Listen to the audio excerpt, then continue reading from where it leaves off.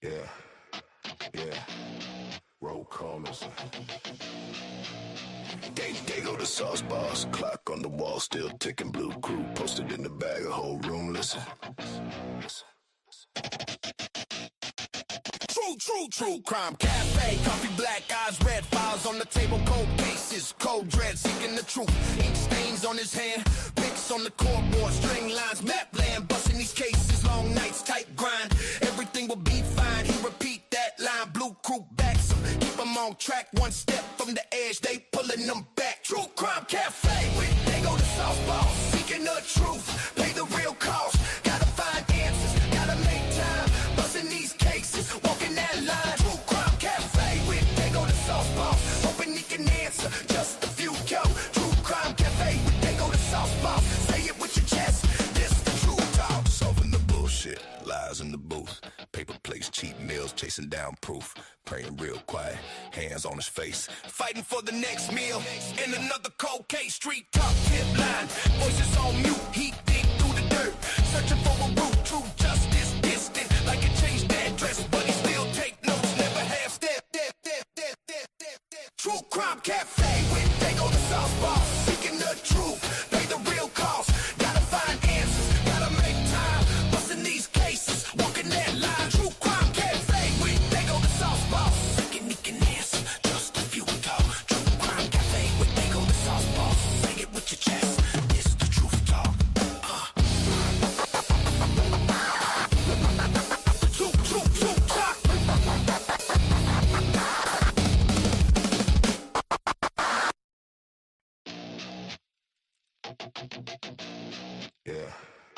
Yeah, roll call missing.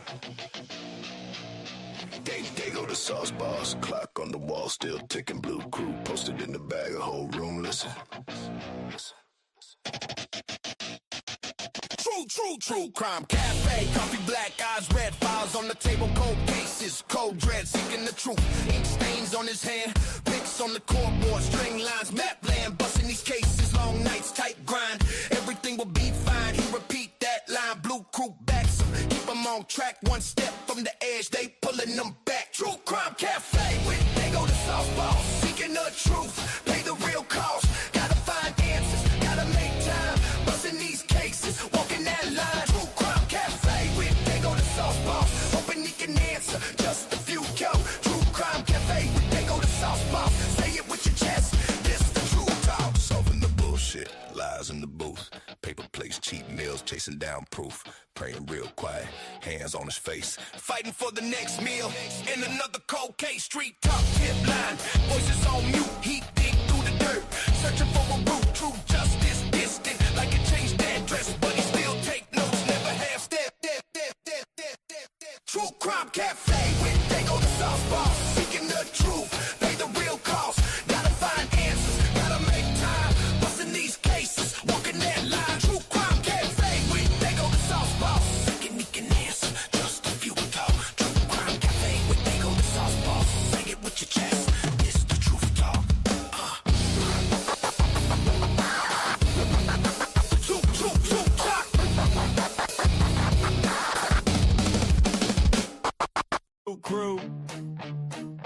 True crew. Yeah. Step up, get stepped on. Fizzy, sassy, Cassie, mama bear on the call. Brandy B, Tandy, swinging hammers through the wall. Tomboys are the last 24 on the grind. SRB, Rach, Marley, Drake on the line. Wisdom speaks while you're looking down. Breakdown, typically unique. Shut a fake clown, face down. Moonlit baby roll, Chrissy Chaos in the chat. Cat K, Bonnie B, Lucy pushing back. Black P, Randy Foley, a story on deck. Moderating all the mess, keep the timeline in check. They do it all the time, make a problem disappear. Say the word once, they appear. Blue crew, true crew, better put respect on the name. They run this scene, they don't play that game. Trolls beware, cause they don't ever care. Running this shit, making everyone aware.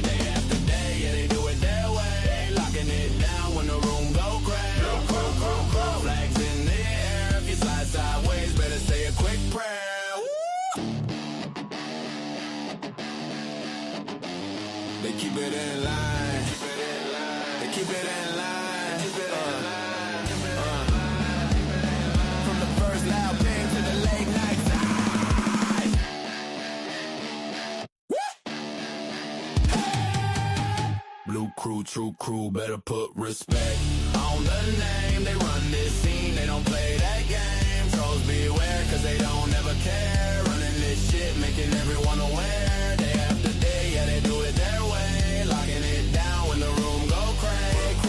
Crew, flags in the air. Say thank you loud if you really dare.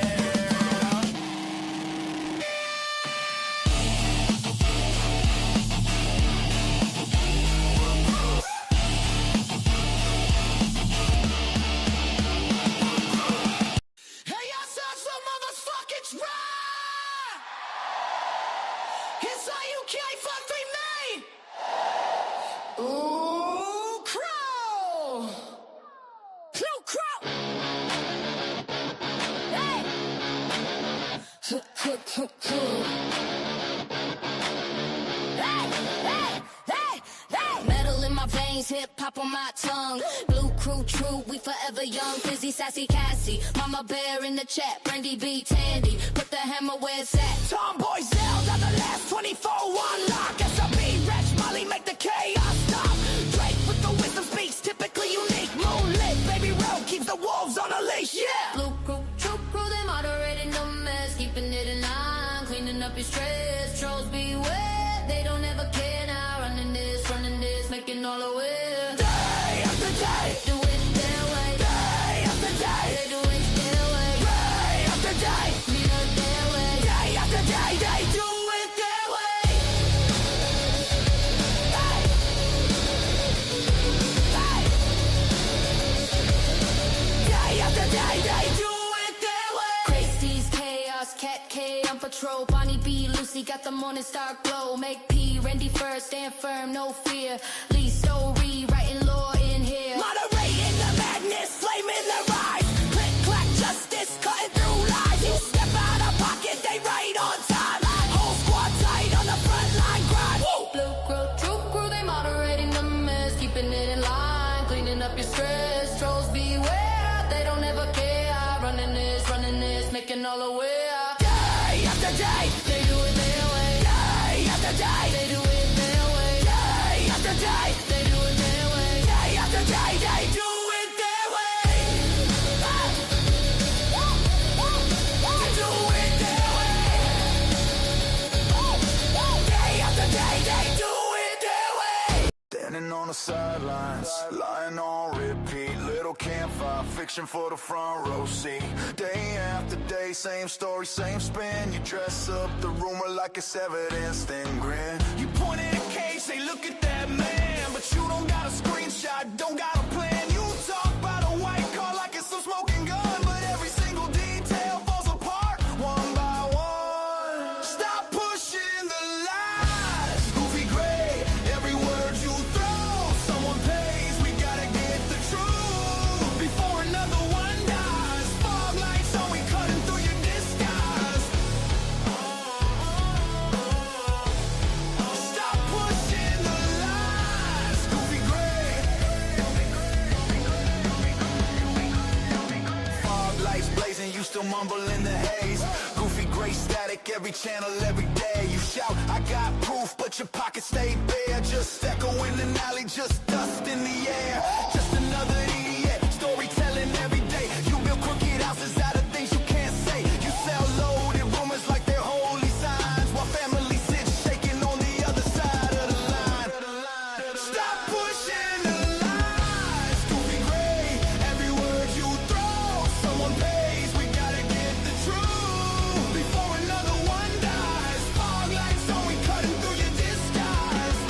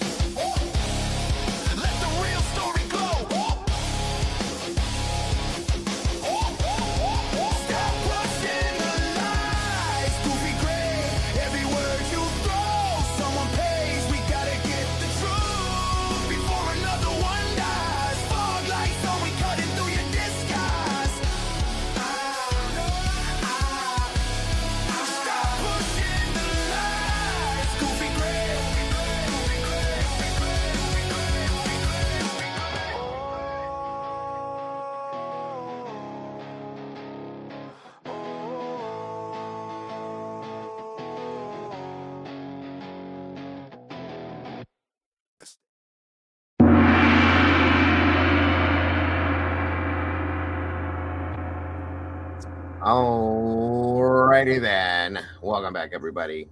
The cafe is open for business. It is great to see you all here with us in the house, back to Idaho. We are running now part two of the ISP photo dump breakdown. We're going to be spending a lot of time focusing on Xana's bedroom, Maddie's bedroom, things like that, and pointing out the inconsistencies that there are so many of, in my opinion, and things that don't match up to what we were told, so on and so forth. I'm going to be joined, I believe, by Miss Kim from Typically Unique. Looking to see if Willie might be joining us as well today. And as we're going to do that, discuss these one by one, break them down, and so be it. Looks like Meg moved to Idaho, so this makes it so much easier. Meg, thank you for that. You can go out, walk around, show us some stuff. So that's awesome. I appreciate that very much, Meg, for you moving there. Again, guys, make sure you hit that like button on your way through the door. We do appreciate each and every single one of you. Nothing but love for you guys for supporting us here at the cafe. Thank you to my moderators, who I would not be able to do anything without. They are so amazing. They support this channel. They make this channel go forward, guys. So nothing but love for all of them as well. And again, guys, make sure you share this out. Let everybody know what we've been doing in here today. And let's get this show on the road. Y'all know what comes next.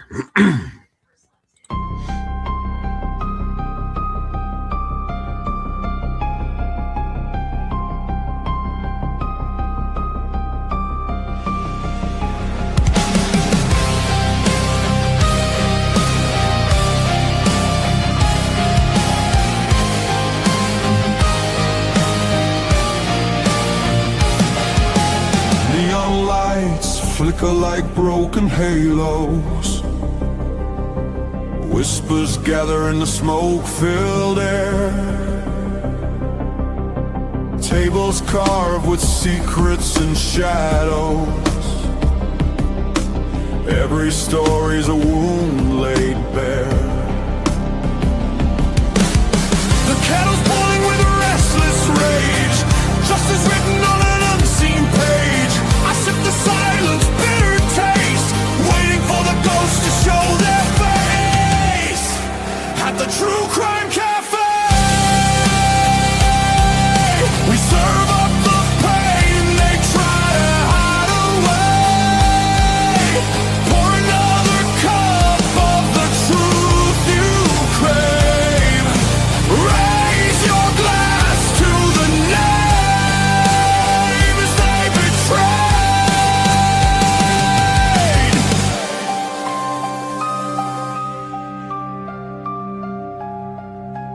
Mirrors cracked, reflections are liars. Ashes fall where the guilty once stood. The jukebox hums like a funeral choir. Echoes pounding through the neighborhood. Every scar is a candlelit vow. We hunt the how, we demand the now. No more silence, no more disguise. We'll paint the night with sharpened cry. At the True Crime Cafe, we serve up the pain they try to hide away. Pour another cup of the truth you crave. Raise your glass to the names they betray. This is not a sermon, it's a battlefield hymn, a requiem dripping from the bottle's rim. The guilty write stories in invisible ink, but we'll drag it all up from the edge of the brave.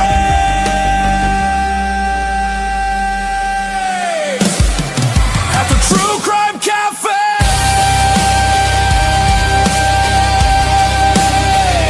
the reckoning burns like a black bouquet. Every shadow will pay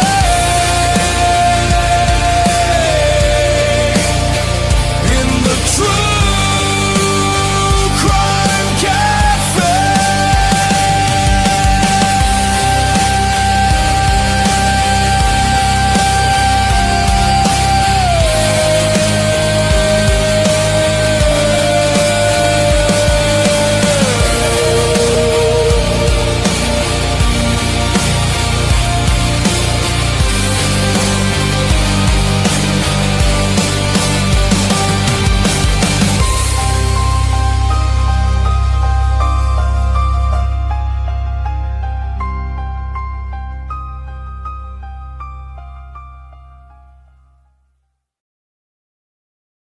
All right. Welcome back, everybody. Great to see you all back here at the cafe. Good morning, good afternoon, good evening, and good night, whoever you are, wherever you are. I hope it's good for you because it's great to be here with you guys. Nothing but love, folks. Nothing but love. Great to see you all here again. As we break down the new ISP photo dump number 4 and discuss what we're seeing and what we got going on in there. There's a lot.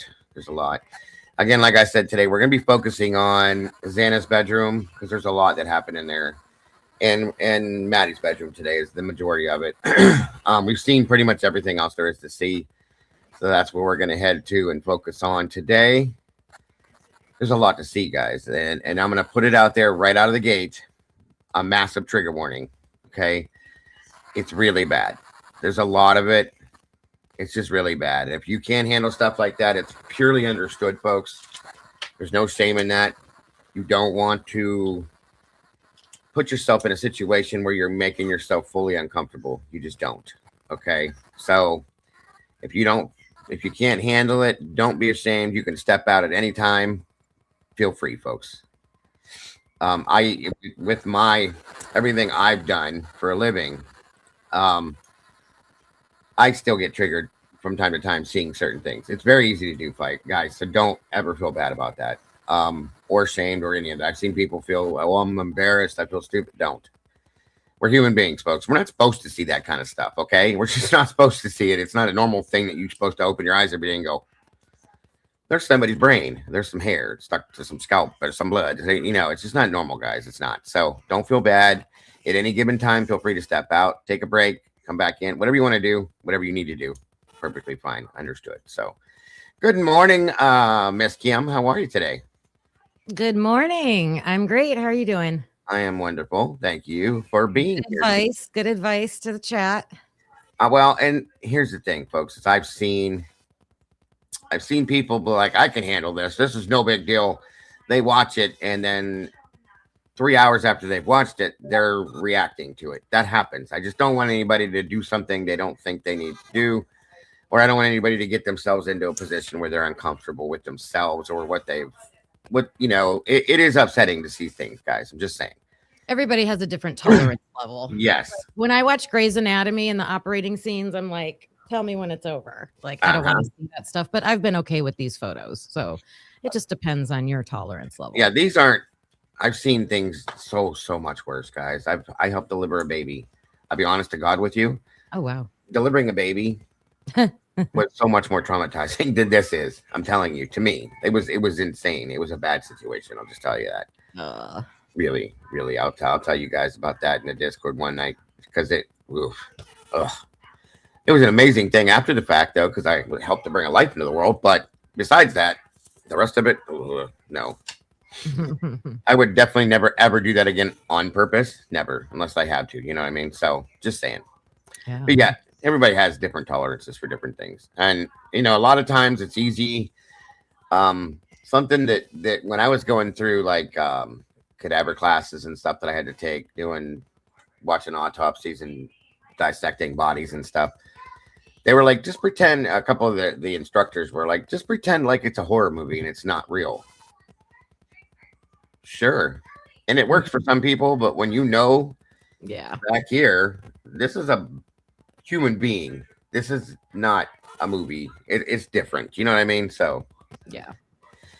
So, real quick here, who we got? Holy shit. Devil's Advocate's in the house. I hope that's really him this time. I've been fooled a couple times, but thank you. If that's you, brother. I appreciate you very much for that. Starting that off already. I got to give you the...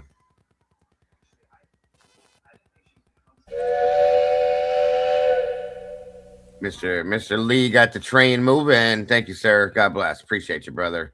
One of my partners in crime over at Devil's Advocates, guys. Make sure that we have that link in here too. I appreciate all the support that we've seen over there from this community as well as Devil's Advocates community.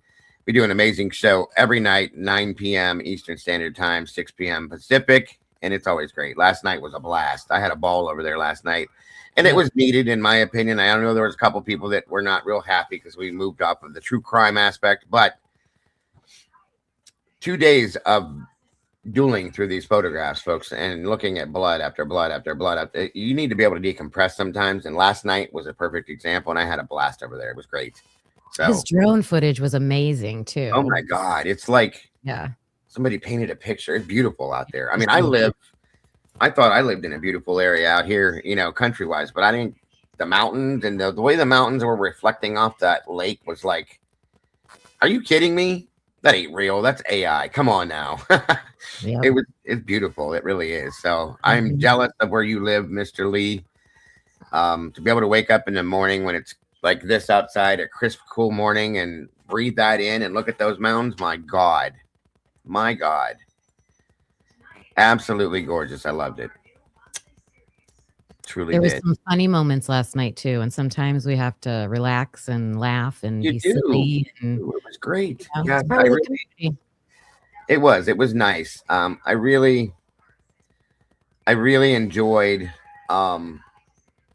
Birdie popping up there, and I know a lot of people disagree with Birdie's theories and thoughts. Birdie's a great guy, folks. He really is just a really good dude. Yeah. He doesn't say and do what he does to upset people on purpose. Birdie's a deep guy. He thinks a lot, and he gets into his thoughts, and I think that's amazing.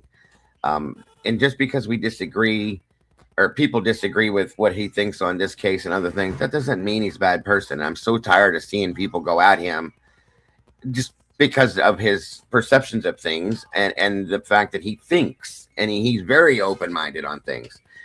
Give the dude a break. I mean, see him for who he is. See, that's what we need to do, is see people for who they are, and give them the ability to be themselves, folks. Like, you shouldn't have to box yourself into a little category and say, okay, I won't talk about this, or this, that, because I know it's going to upset people. That's wrong. Okay. That's just wrong. Now, when it comes to politics and religion, that's a whole different platform. People get overly upset over that, and there's no reason, to really bring it into what we're doing. So that's why we avoid that. But Birdie's a good dude, folks. He really is. I think always got a good vibe from him. He's got a good soul, in my opinion. So that's what I look for in people. Pretty funny. And he's hilarious. Yeah. And especially breaking his little booby thing last night. That was funny. That was too much for me. And then he was freaking out. I got this stuff on my hands. And I was thinking, women put that in their bodies. Yeah, right. You're worried about it being on your hand. Yes, exactly. That's hilarious, though. Absolutely. So real quick, let's see. Again, it's wonderful to have Miss Kim up here with me again today. I think Willie might be joining us too, if you're okay with that, Kim. Yeah, I don't think I've had a chance to talk to Willie yet, so that'd be awesome. Willie's awesome. He's a good friend of mine. We talked on the phone this morning about some of this stuff. He's blown away by this and just sick of it. I watch him all the time. Yeah, he's sick of this stuff already. And he just can't believe still. He still can't believe, our conversations that we talk. He still can't believe that Brian's being blamed for this, because, again, he knows Brian. He knows who Brian's family is. He grew up around Brian and within the same school settings and stuff like that. And it just doesn't make sense. So, agreed, But real quick here, we got Miss Meg in the house, of course, as always, the mega star. Thank you so much, Kathleen Bell. Wonderful to see you. Judy Covington, welcome back. The cat lady from Canada. I hope you're staying warm up there for sure. Donnie Riesling, good to see you, sir. Cat K. Cat Farms in the house as well as Tastic. Wonderful to see you today. The sassy one, Miss Cassie. Thank you for being here, Cass. Can't talk today. Let's see. Donna Bull, welcome to you. Beach Babe in the house. Crime Rat MN, welcome back to you. Or welcome to you. I think it's the first time I've seen you. Welcome. Say hi to Beach Babe. I saw her say hi. Hello. Yes. Angie B. I can't talk to save my life today. Love and Other Habits, welcome back to you. Lisa CR29, welcome back. Great to see you today. Lucy Morningstar. Miss Lucy, you got some explaining to do. Lucy's got Carlos in her basement. Oh, is that so he'll stop arguing with you over the sheet? Yes. I got fed up last night. Good job, Lucy. Good job. I put that in one of the songs I wrote about her, about having experts in her basement. That was hilarious. Yeah. No. What was his argument about the sheets now, Kim? Just that he thinks it's exactly where it's supposed to be, and no issues with it being moved or the amount, like how the blood drops could have gotten on there. Thinks it's perfectly explainable from where it was located, and Carlos, doesn't bro. matter that they described it differently in the documents. That should matter. That's the biggest problem I have is that they completely described it different, and that should not be okay. Yeah, Carlos, we love you, bro, but come on. I know. Come on now, brother. Come on. In all due respect. Uh, He'll get it. He'll get it. One of these things is gonna fight. I have faith, Kim. I know. I'm waiting. That's I'm waiting. over. That'll be it. Yes. But then, he thinks it's the opposite for me. He thinks someday something's going to trigger and I'm going to flip. But we'll see. good luck with that one, Carlos. Good luck. Good luck. That's all I'm gonna say, bro. That's all I'm gonna say. Buffalo Chick, welcome back to you. Social Glow, wonderful to see you, and thank you for that statement. I appreciate that. As do each and every one of you to me every day. This is like therapy for me, folks. If I don't do this, I feel all out of sorts. So I'm grateful to see every one of you guys here. And to be good to see you, Miss Lisa B. England in the house. Hey. Gotta love it. Gotta love it. Love our UKers and everybody. We got so many people coming in from all over this world, guys. It's amazing to me. I have subscribers that come in, community members. I hate that word, subscribers, but we have people from Thailand, the UK, Australia, Norway, Germany. Amazing. We have a couple that have popped in here from South Africa, Japan. It's crazy to me. Yep. To know that we connect with all you amazing and beautiful people from all over this country, guys, and all over this world. It's amazing. I love it. Absolutely. Yeah, we have a lot of English in the house. Yep. A lot. Love it. Love it. Hangman's Joke, what's going on? Good to see you today. Your rooster's name is Carlos. That makes sense. That is great. That makes sense. Busy's fizzing around in here. Mikey's in the house with the last 24. Again, thank you to my Blue Crew. I love each and every one of you so very much and appreciate everything you do. And again, folks, this channel would not be where it's at and would not run day after day if it was not for these people. Every single one of them. I hope SRB's feeling better today. I've been praying for her and keeping her in our thoughts. Yeah. Hopefully she's getting better. Poor Miss Cassie was sick too, and hopefully she's feeling better. Adrian, welcome back to you. Hemi's in the house. What's up, brother? Good to see you. I said hello to Crime Rat. True Crime Unleashed. Robert's in the house. Oh, I thought you were taking a break, Robert. Good to see you, bro. Susie666, welcome to you. Miss Lisa B. I'm a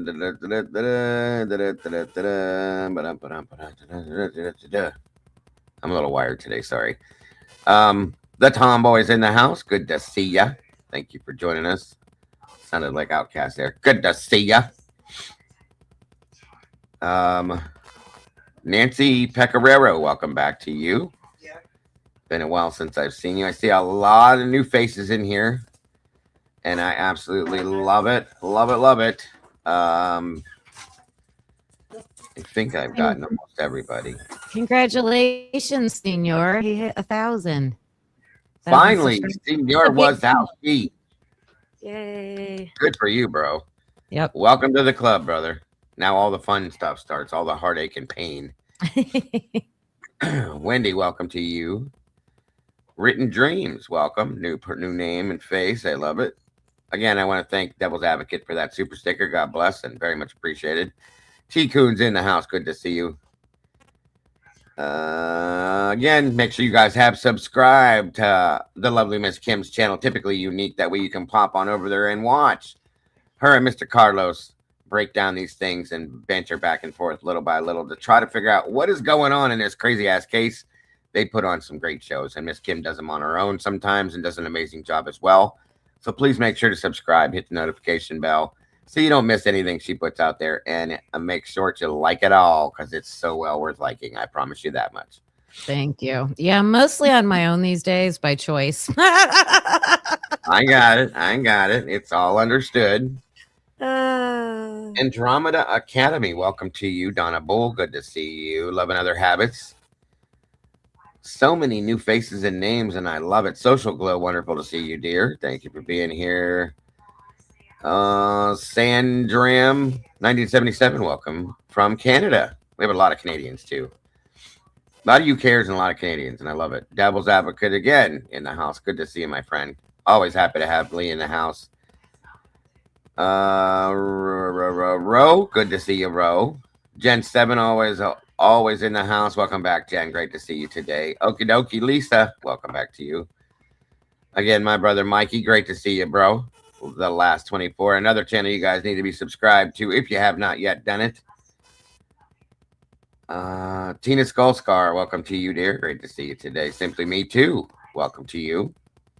It is not the end, it is just the beginning.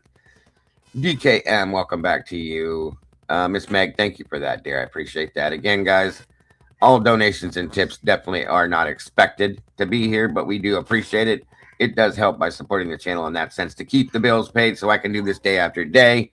Anybody should choose, you can use the Venmo, PayPal, or the Cash App. It is so very much appreciated again, but never expected. And thank you for that, Meg. Cat K, good to see you. I think I got everybody. And if I didn't, I will catch up with you, I promise.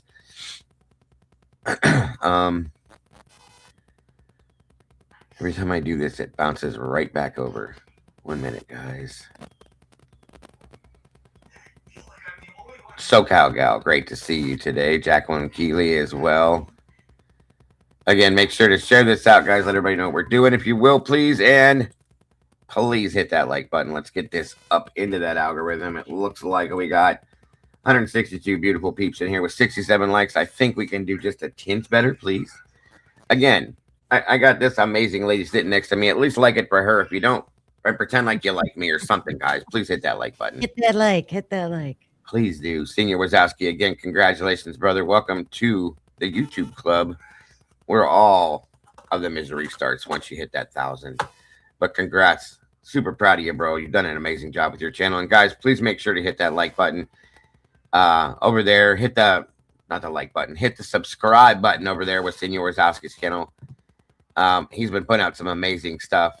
We got so many links to drop in here. It's crazy.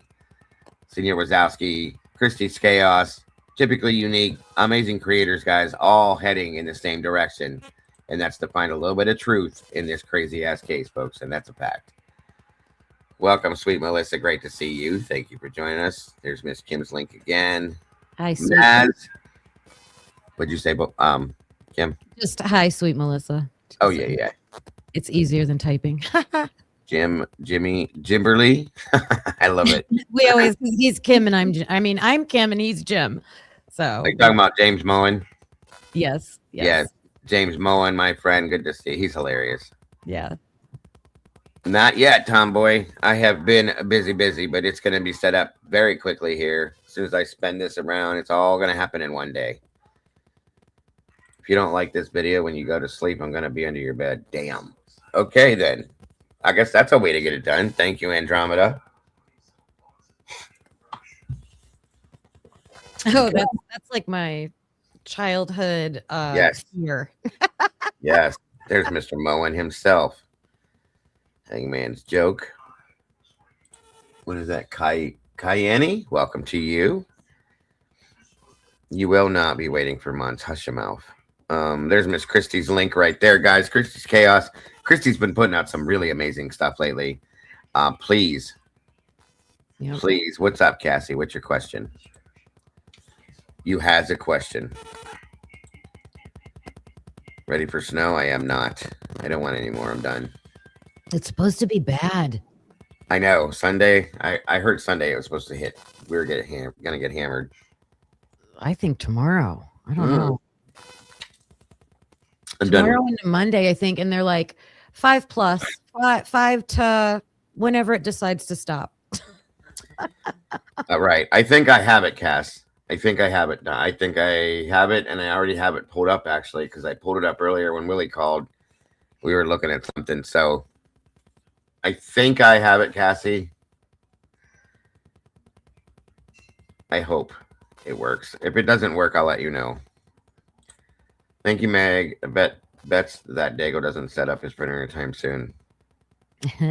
That's motivation. Can I get in that bet real quick? Thank you for that, Meg. I'm God, like that too. I'll have stuff for, I had my podcast stuff for months and months, 4 months, I think, before I set it up. wow. Procrastinator. $50 says that it'll be set up by the end of the week. Ooh, bets on. How about that, ladies? These people abuse me, you guys. I talk about how much I profess my love for this blue crew. They all abuse, except for Kim. She doesn't abuse me, but everybody else, they all abuse me daily. It's crazy. I haven't been around long enough yet. I guess. I guess. Thank you, Miss Donna. Appreciate that. Truth Seeker. Hi, Truth Seekers. It's 1:22 a.m. in Australia. Wow. That's another one from down under. Thank you for being here, Miss Donna. Don Caps, welcome to you as well. Just look, complain, complain, complain. I'm the one that has to deal with it, not you guys. I'm the one that has to not have the things that I need, not you guys. So what does it matter, Miss Cass? Yeah, I'm going to go get your mother. I don't want to bother her because she's sick, but I'm going to go get her and have her deal with you. You don't stop. Jessica Dahlgren, good to see you. It's been a while. Choppa, is Choppa in the house? Good to see you, Choppa. Thumper, good to see you, Thumper. She's sick and won't do shit. I'll call your dad at work. How about that one? Bet you he'll do something then. You also didn't sound like Outcast. Okay. Thank you, I guess. It was the way he says certain things. I said that reminds me about the way he's, when he says how are you or something like that. I said it reminded me of him. But thank you, Meg. I guess I don't know what that means. Becky.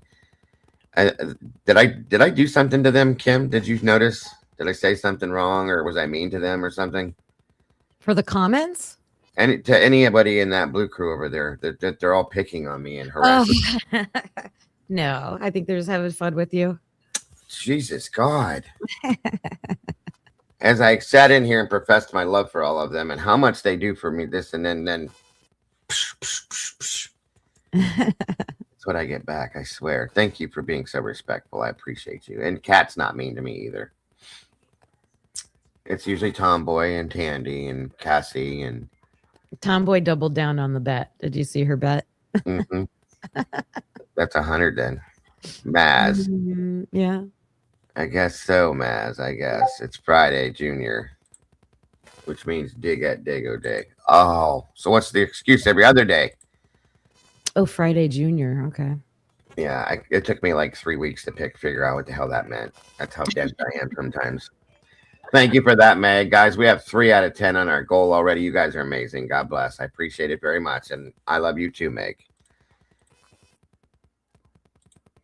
They're mean, guys. The Blue Crews, that's what them songs are about. I wrote about them. They don't put up with nothing. They do it their way. Daisy Lady, good to see you. You're always nice, but you're being a follower. You're following behind Cassie. And Tomboy's not picking on me. Tandy's not here right now, but she will be soon. All right, guys. So again, I hope you're ready for this. And again, I'm going to throw this up just because I want everybody to be prepared. Trigger warning. This video includes sensitive and violent content that may not be suitable for all viewers. This video is for 18 plus only.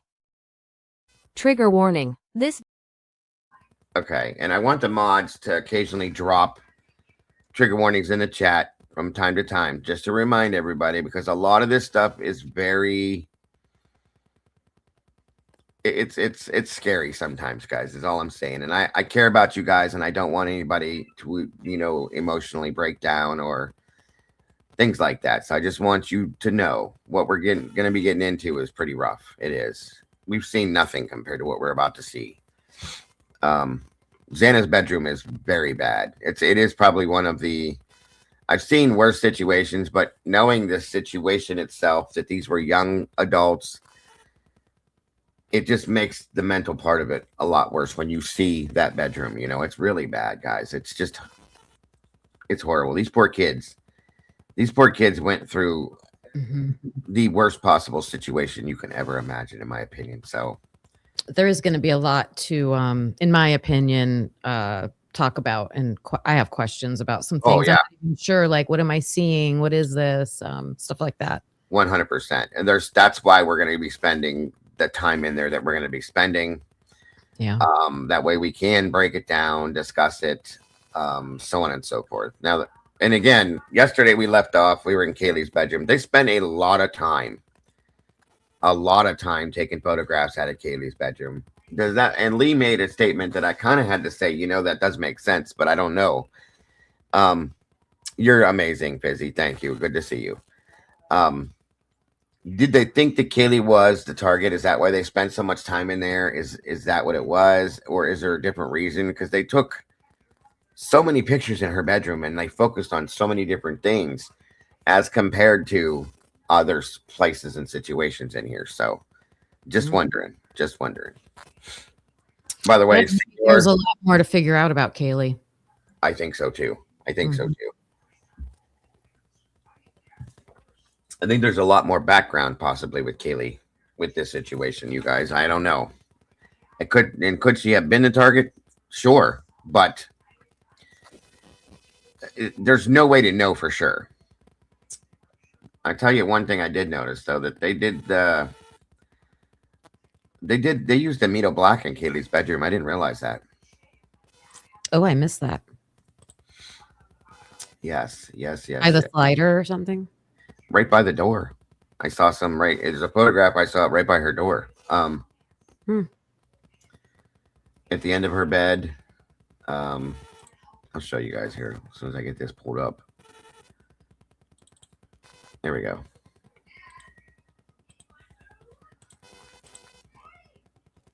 Okay. Thank you so much, Miss Donna, for that super sticker. God bless. Maybe they were looking to see if there were paw prints. That could be. Yeah. Very good point. Very good point. Very generous, Donna. Thank you so much. Very much appreciated. So amazing. Somewhat concerned. Good to see you. Ariana, welcome to you, dear.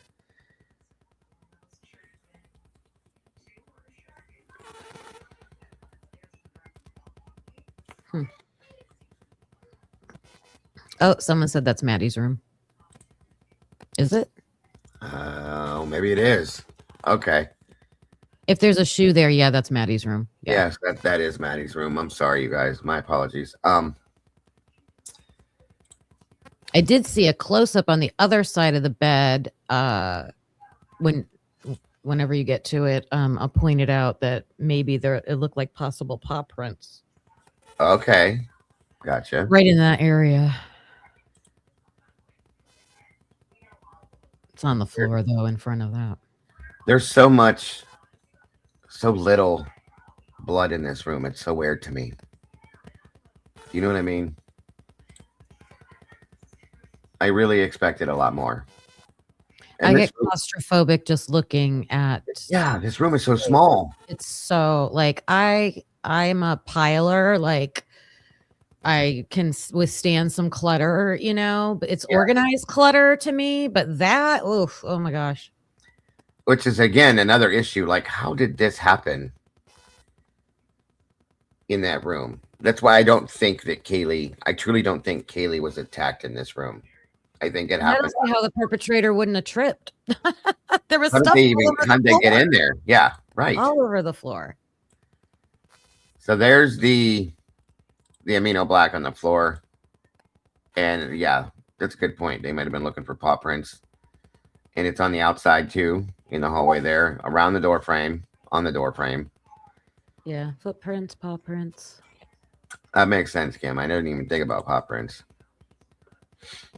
Yeah, that is such a small bedroom. How? And why would she take that small ass room? But she was, I think, the main on the lease. It's weird. Just think you're a 6 foot something guy. Right. And trying to, you probably have to turn sideways to like. 100%. Yes. Oh, there are paw prints. I see them. In between two pillows on the floor. Whoa. Yeah, that's the photo I saw. Yeah, it was probably a photo from Discord. I Sorry, think. guys. No, it's all good. Is that the one right there? Yeah, those are it. I think. Yeah. Yeah, those are paw prints Yep. right there. Yep. Is there blood on them though? That explains probably why they put the. That's sad. That first So- one at the bottom looks pretty dark. Yeah, it does. Right here. Yep. I agree. I do agree. I mean, Poor it could be Murphy. old, but Oh, Viper, welcome. No, I don't. Kaylee looked like she was living there full time. There's nothing about her room like she was moved out at all. Did not look like it. And maybe she chose that room because it was harder to get to from any door. Maybe there's a blood drop there too. Thank you, Tomboy. Yep, those are paw prints for sure.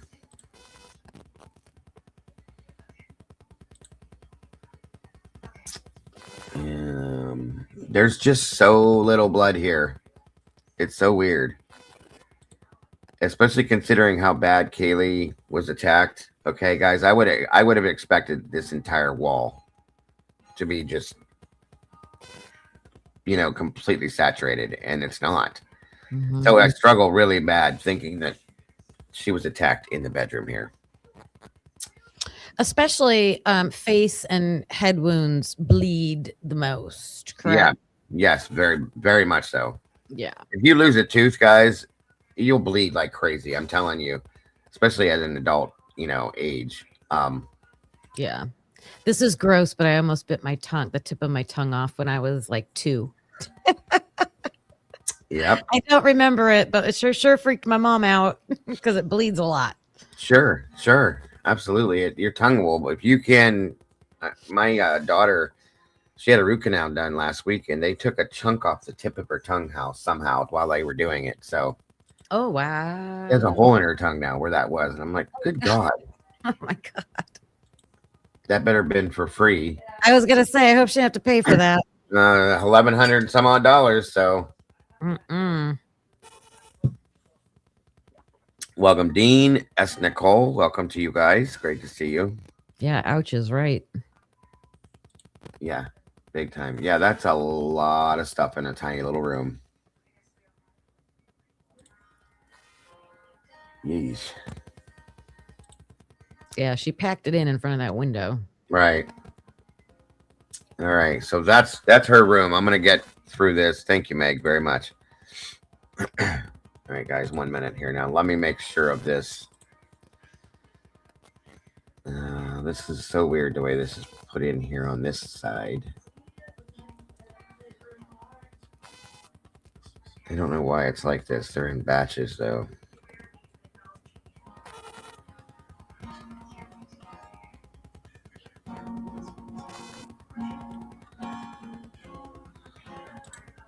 Oh, wait a minute.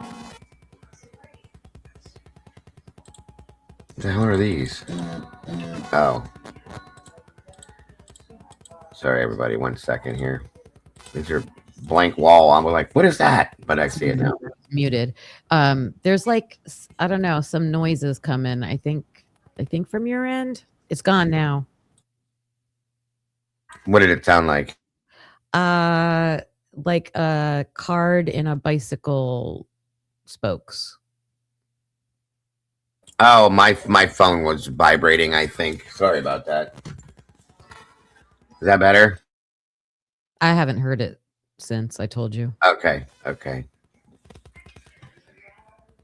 right, 1 minute.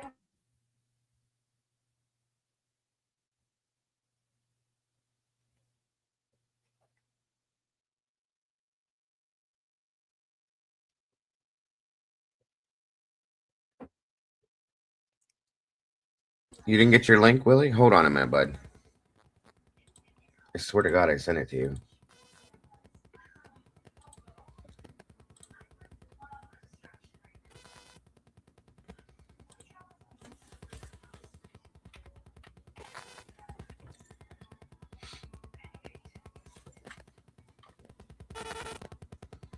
It's doing it again. It's like a feedback sound. It's like What the hell? All right, I'll have to go out and come back in. kind of staticky. Do you need me to do anything? No, I think you're okay. Hold on a minute.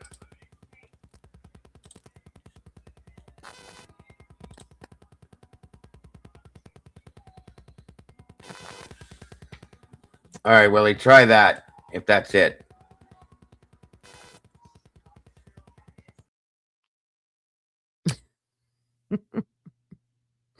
Hi, everybody. That you do not want me to sing. Oh, no. Oh, no.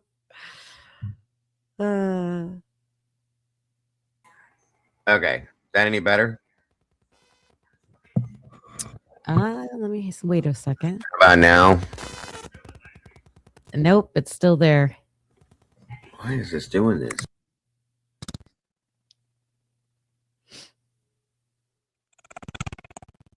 Oh, there's that chipmunk sound. Chipmunk. Sorry. Someone said check your plug. Tomboy said check your plug.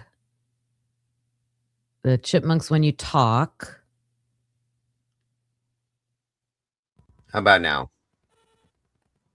Your voice is good. Okay.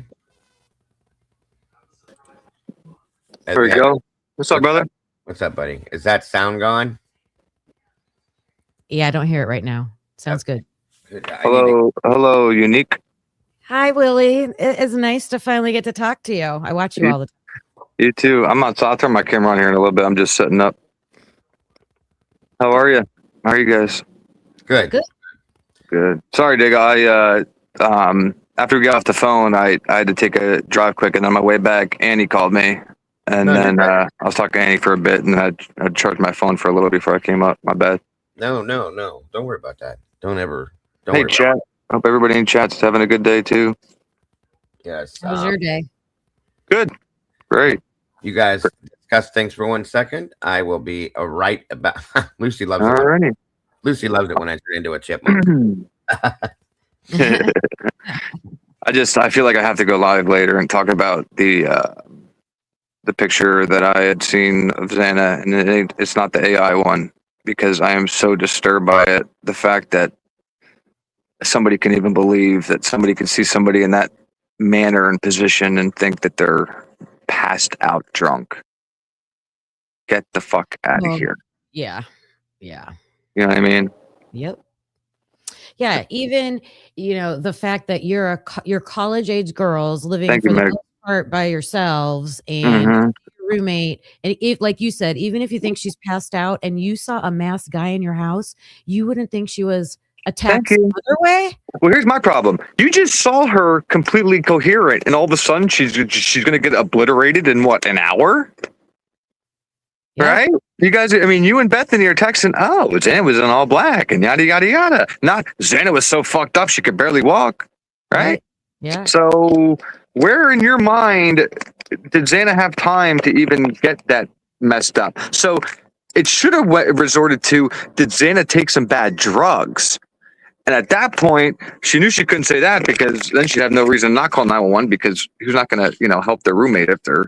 It's just, again, her lies are disgusting, and the fact that she even got $1 on GoFundMe pisses me off. I know they halted it and stuff, but I mean, just the fact that people donated without, knowing the facts is crazy to me. That's true that it was paused. Yeah, it's paused. It was paused, and I think it might be because the lawsuit, the civil lawsuit stuff. I don't know, but yeah, maybe all of us need to, write to GoFundMe and be like, don't you dare give that accomplice a freaking penny. Like, at this point, like, what do you call them?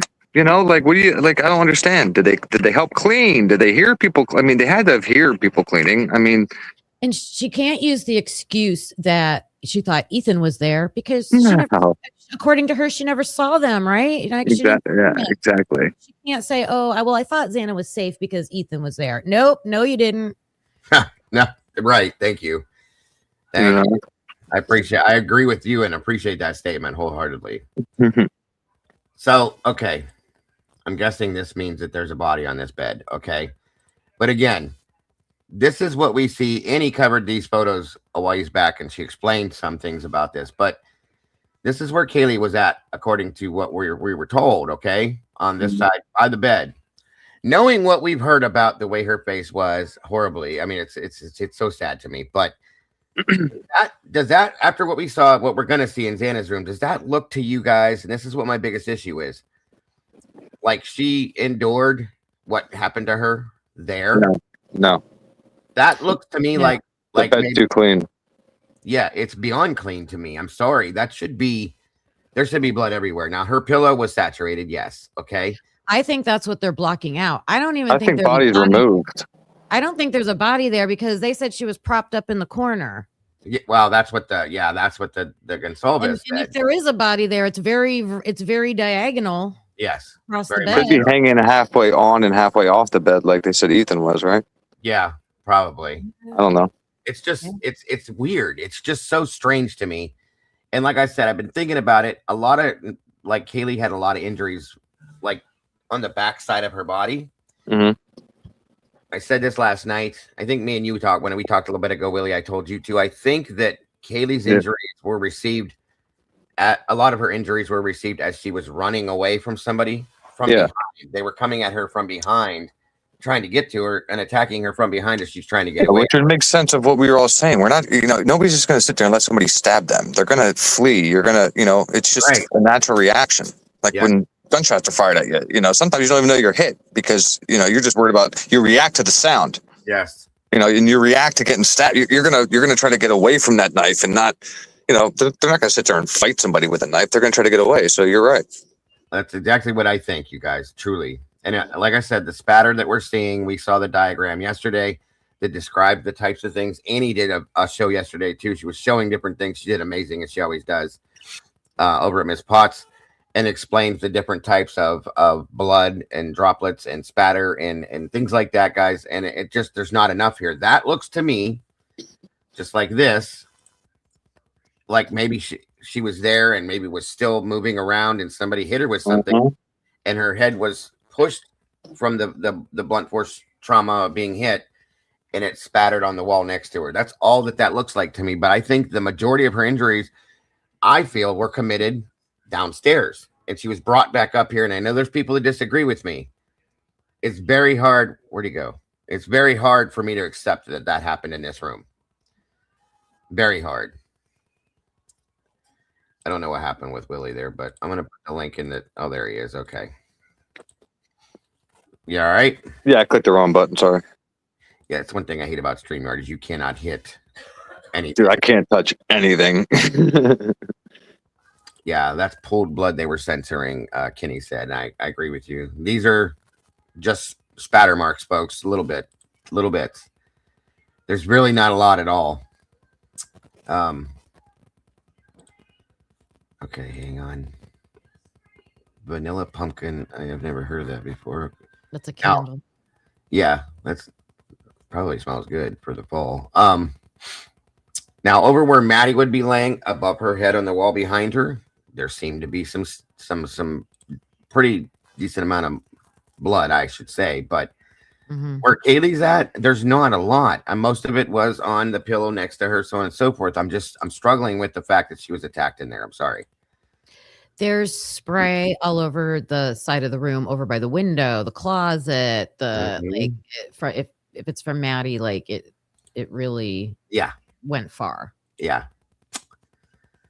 And one of the injuries that they explained with Maddie was that they had to literally welcome Redacted and Regina Daniels, welcome, and Grace, you as well. Good, great to see you today. They had to hold her sternum closed to do certain things. So we know that the way she was attacked, Maddie, was horrible. Okay. Yeah. Anonymous Mystic said it shows the force they used. With what you said, Kim, I have to say, yeah. If it's over by the closet and it came from Maddie on the bed, that's a lot of force. You know what I mean? That's what I'm saying, dude. This was personal. Like, I'm sorry, whoever did this knew them. I'm sorry, but if your body is open, that bed would just be red. Saturated completely. Agreed. And we don't see that. No, and we don't see, like, once we get to Xana's room, which is coming soon, and we see the disaster in that bedroom, the chaos that went through that, and then you look at this room and it's like, no, it doesn't match up. And this, I agree with Willie. I have the whole time. Going clear back to the first week of the murders, the interview with the Gonsalves when Christy said she thought this had to be somebody Kaylee knew. I still think that, and I think I know she doesn't seem to think that now based on what she's put out to the public, but I think that statement initially was absolutely fact. Welcome, Brandy B. Good to see you, dear. Yeah, this is over by the closet, you guys, and there's spatter marks everywhere. Just tiny little personal, and people cleared way too fast. way too fast. And like, how do you not at least consider these two, persons of interest, where instead you allow them to go back to a hotel and get their story straighter? The families are coming out protecting them, verbally protecting them, and that's crazy to me. But I don't even think Dylan would talk to them, would she? Didn't I? I don't know. I remember hearing something like that in the beginning, Kim. But I don't know how that went. She did once, but not ever again, or something. Yeah, I remember Olivia saying that they hadn't spoken. Did they reach out to them and there was no response, or was it the other way around? How did it happen? That's my curiosity. Welcome, Mr. Girl. Hey, I agree with Willie full heartedly, folks, that this was a very personal situation, I think. And it just doesn't make sense.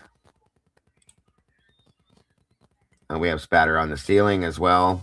And again, I think all those wounds, I think 90% of the blood that we see in here is Maddie's. Okay. So then why do you guys think they told us that they were like, what? Why did they tell us that everybody was sleeping? Narrative, bud. It's got to be. And that's what I can't quite understand. Like, let me say this real quick. Okay. Let's say that this happened, that Kaylee, part of what Dylan said was true. Kaylee goes upstairs. And she sees she's in her. See, this is what I think happened. I'm going to give you this theory real fast. I think that may be true. Dylan said and I think it was that she saw, she didn't hear. I think she watched Kaylee go upstairs with Murphy. Okay. I think Kaylee went in her bedroom because that bed's pulled back a bit. I think she got into bed or started to get in bed. And I think she either heard something herself or Murphy started, dog senses, started scratching at the door, whining, whimpering, something because he heard something maybe. So she goes out of her room, heads over towards Maddie's room, and walks in on the situation going down with Maddie and the perpetrator, and bolts down the stairs. The person sees her. Now, this is why I said this is the only way I'll believe that the sheath was left by the suspect. They took the sheath, especially where they found it. It's still a struggle for me, but they tucked it there because they were going to take it with them when they were done. As they went and attacked Maddie, they tucked it underneath her for a minute to pull the knife out to do what they did. Kaylee walks in, surprises them as they're doing what they're doing, and freaks out and bolts. So they chase after her immediately for obvious reasons, not thinking about the sheath or what they just did, but they had already committed the crime against Maddie, in my opinion. And chase her down the stairs, around the bend, all this. And as they get down, and I was telling, I don't think I told you, but I was telling Annie, we were talking. Me personally, dude, I don't think that the crimes happened at the time that they're telling us, and I think that somebody else ordered that DoorDash, not Ethan or Xana. We've talked about that here, and I feel like the crime timeline, Willie, in my opinion, is anywhere from 1 to 3 a.m. in between that time. What my timeline. So Xana ordering whatever at 4, whatever the time. No, I just feel like somebody else did that.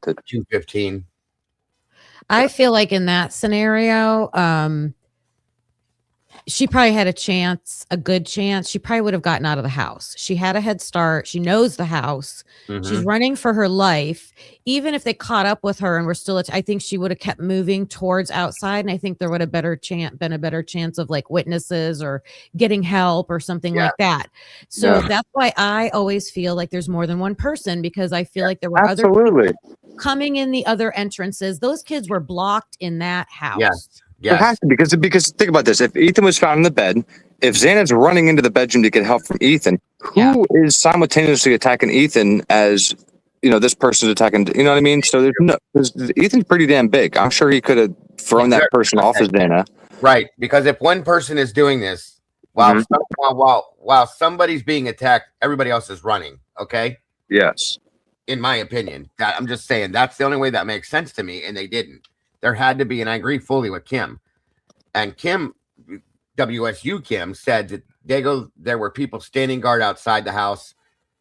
I think she said it was either 3 inside and 2 outside, or 2 inside and 3 outside. I think 3 inside and 2 outside is what her statement was. So that makes sense, because you got people probably outside watching the doors in case somebody tries to come out the doors. They can corral them. You know what I mean? Yeah. So 100%, they were trapped in that house. I feel exactly what you said, Kim. 100%. It only makes sense. You know what I mean?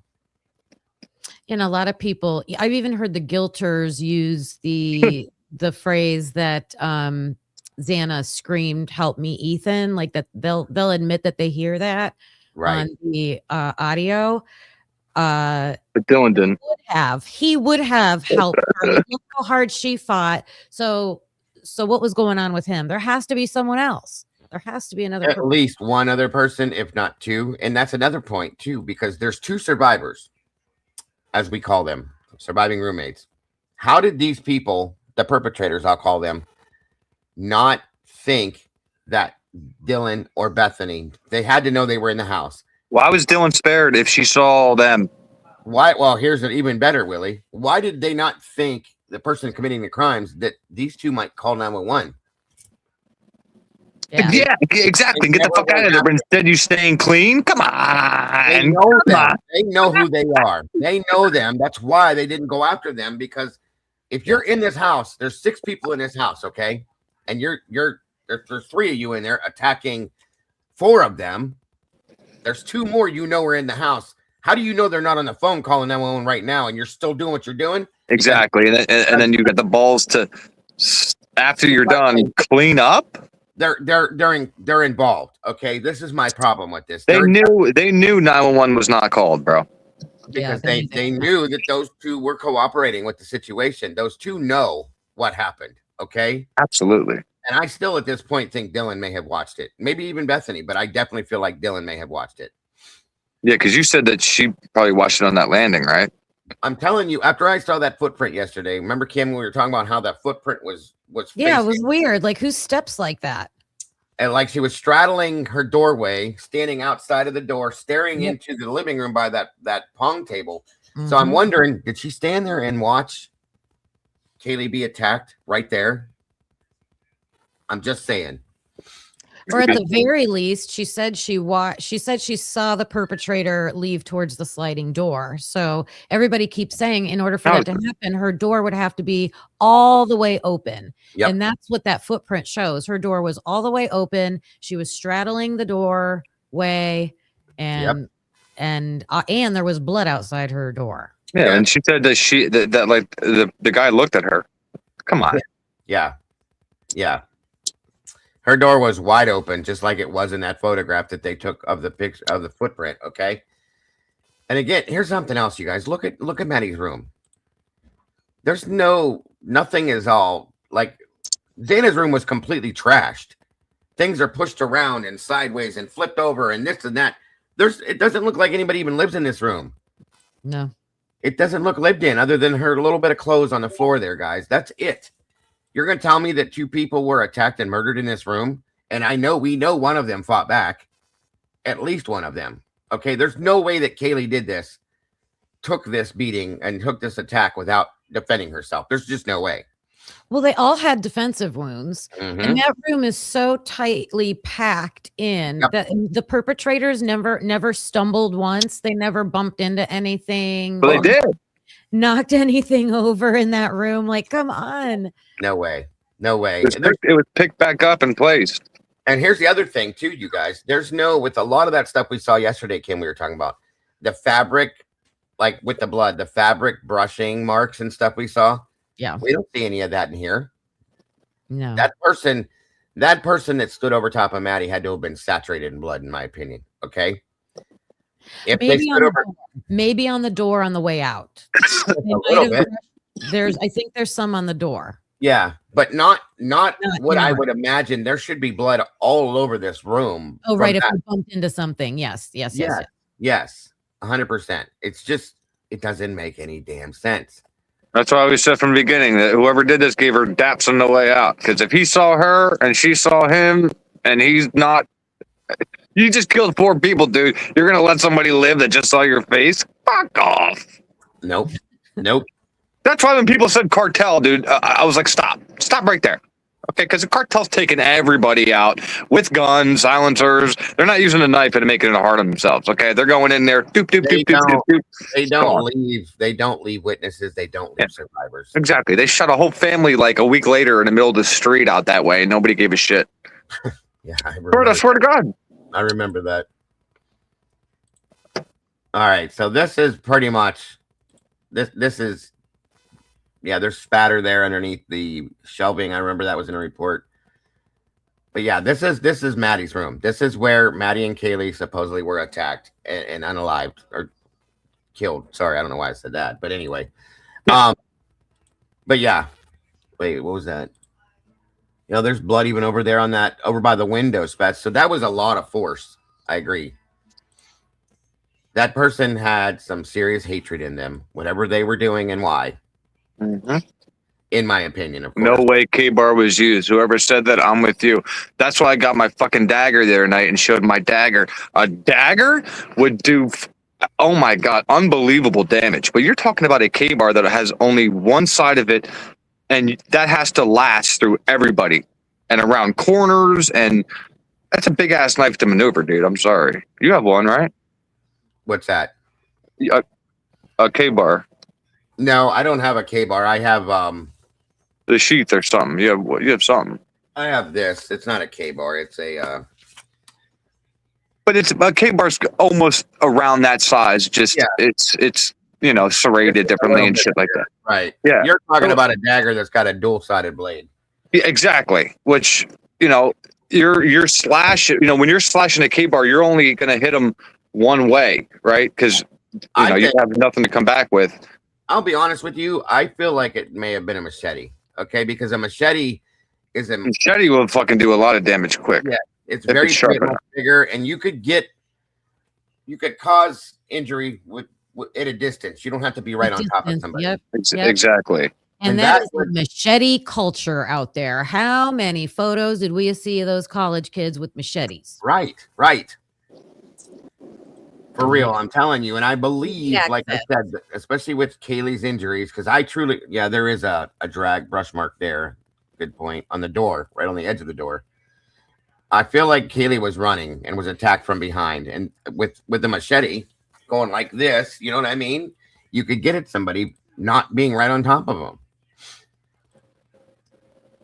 And if she was attacked downstairs, there's another reason why there had to be more than one person, because it took more than one person to carry her back upstairs, in my opinion.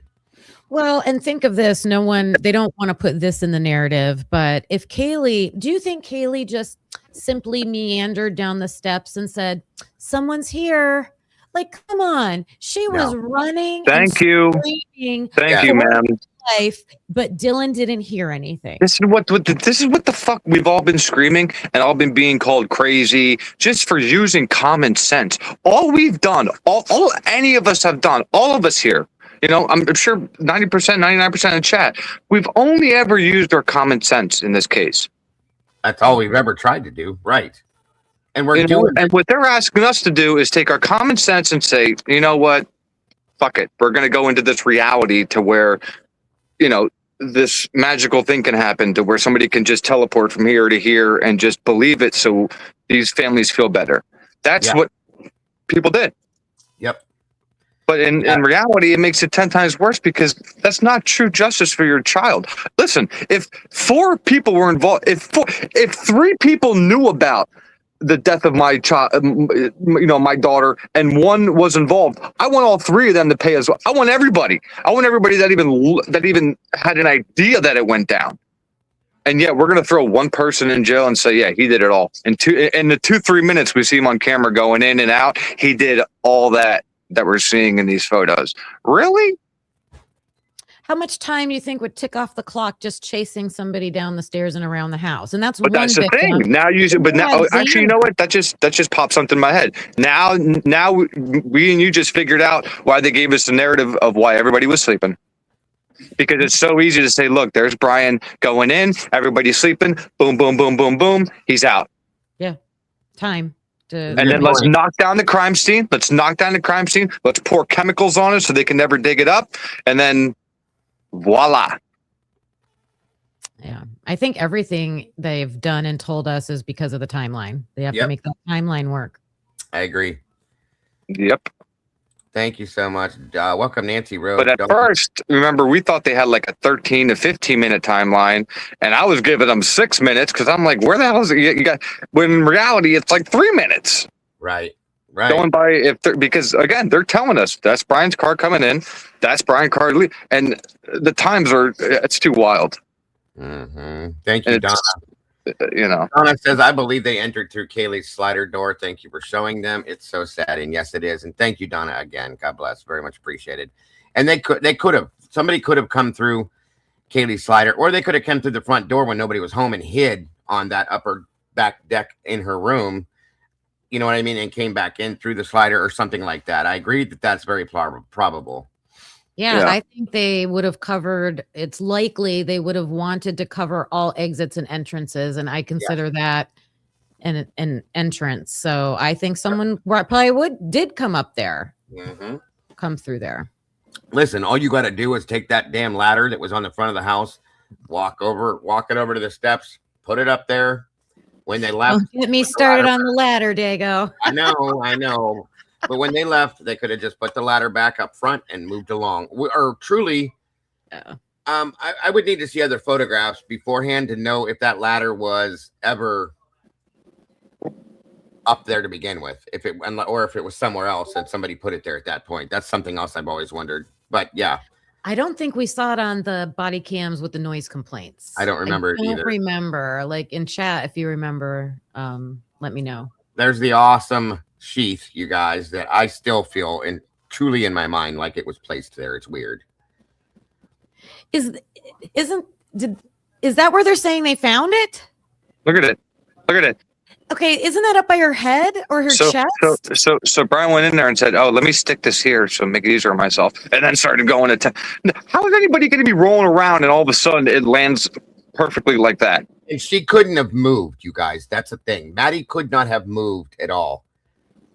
And that's not her thigh area, folks. Look where that's at. That's got it. That's more up like under, like her back, under like in the middle of her back area, in my opinion. Yep. What is wrong with them? Now, I know they definitely said partially. I wonder why Ann said placed. Now look at where it's upside down, mind you guys. Okay, and look at the snap and the strap the snaps on, how it's laying there. Worse than I thought. Something's off with this completely. Yeah, right. It's open, right? So they're showing like, look, here's the sheath, and it's open, so he used it. Yo, this is. Get this shit off the screen, dude. I'm telling you guys, it's crazy. Yes, the sheath was moved around. I mean, and Mike, this is the most corrupt shit I've ever seen in my life. This is worse than the fucking key they found in what's his name's house, making a murder guy. Michael Koberger himself even said, and at least there was a statement put in a Patterson book where he said that sheath was not where they said it was when they said it was. So talking about his dad? Yeah, right. Bro, I listen. Who's looking at? I could tell. I could tell by the look in his dad's face when I spoke to that man that fucking he knows his son didn't do this, dude. flat out. That's Point what he blank. told Jeremy's mom, supposedly based on the Patterson book. You know Brian didn't do this, and she said He's telling everybody, and I know this from firsthand. He's telling literally strangers at CVS that his son's innocent. People that fucking, I'm sure know about this case, but that's the lengths he's going, and that's it's just it's sad. So when I spoke to him, I could just tell, man, and he was getting choked up and shit. And I didn't want him breaking down and stuff because it was around the holidays because I was up there, and it's I don't know, man, screwed up. I need to talk to Brian now and ask him, dude, why'd you take that plea? Yeah. I mean, I ain't taking no plea. You're gonna tell me I did all that? I ain't taking no plea. I think he took. I don't. But if he took it for a reason, I don't know. I think he took the plea because he couldn't prove his innocence. But I don't understand. But at least fight. Why not just go to trial and fight it? You're gonna why sit? Yeah, but why sit in that shit for 3 years? Why not take some kind of plea? Why wait until they offer it? If the whole time. See, here's why I don't believe that he took it because of the death penalty. If the death penalty was a problem the whole time, then and he thought that they had some shit on him, then I'm sure Brian would have been negotiating shit way long before he was sitting in these jails. He was, whatever jail he was in and then moved to and yada, yada, yada. Oh, yeah, I see what you're Does saying. that make sense? Yeah, it would have came up long before it did. I agree. Thank you. So I don't believe that I don't believe that the death penalty plays a part in this decision one bit. That's my opinion. I think it could have played a small part, but I think most of it was that they ran her into a brick wall and had nowhere else. But then again, it begs that question: why did he cross over state lines? Because he would have done the research. It's his fucking job to know that if he did it in that state, that the death penalty was a possibility. Especially when you're going to kill multiple people like that. Of course they're going to throw the book at you. Why not just do it in Washington? He knew all that. That's a fact. And then he could have drove out to the countryside in the middle of nowhere with no cameras and done it, and nobody would have ever. Who knows if it ever would have even been solved? He goes in the middle of this party town, whatever, this college town.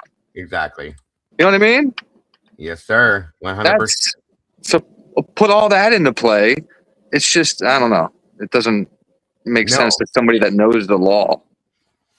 He wrote his own story, you guys. Okay, he literally wrote his own story. If you read his papers that he wrote the death penalty thing. He wrote all of that out. Okay, he knew about the laws. He knew how all this stuff goes down. He knows what the laws are in other states and stuff, obviously. So, no, it makes zero sense to me. Yeah.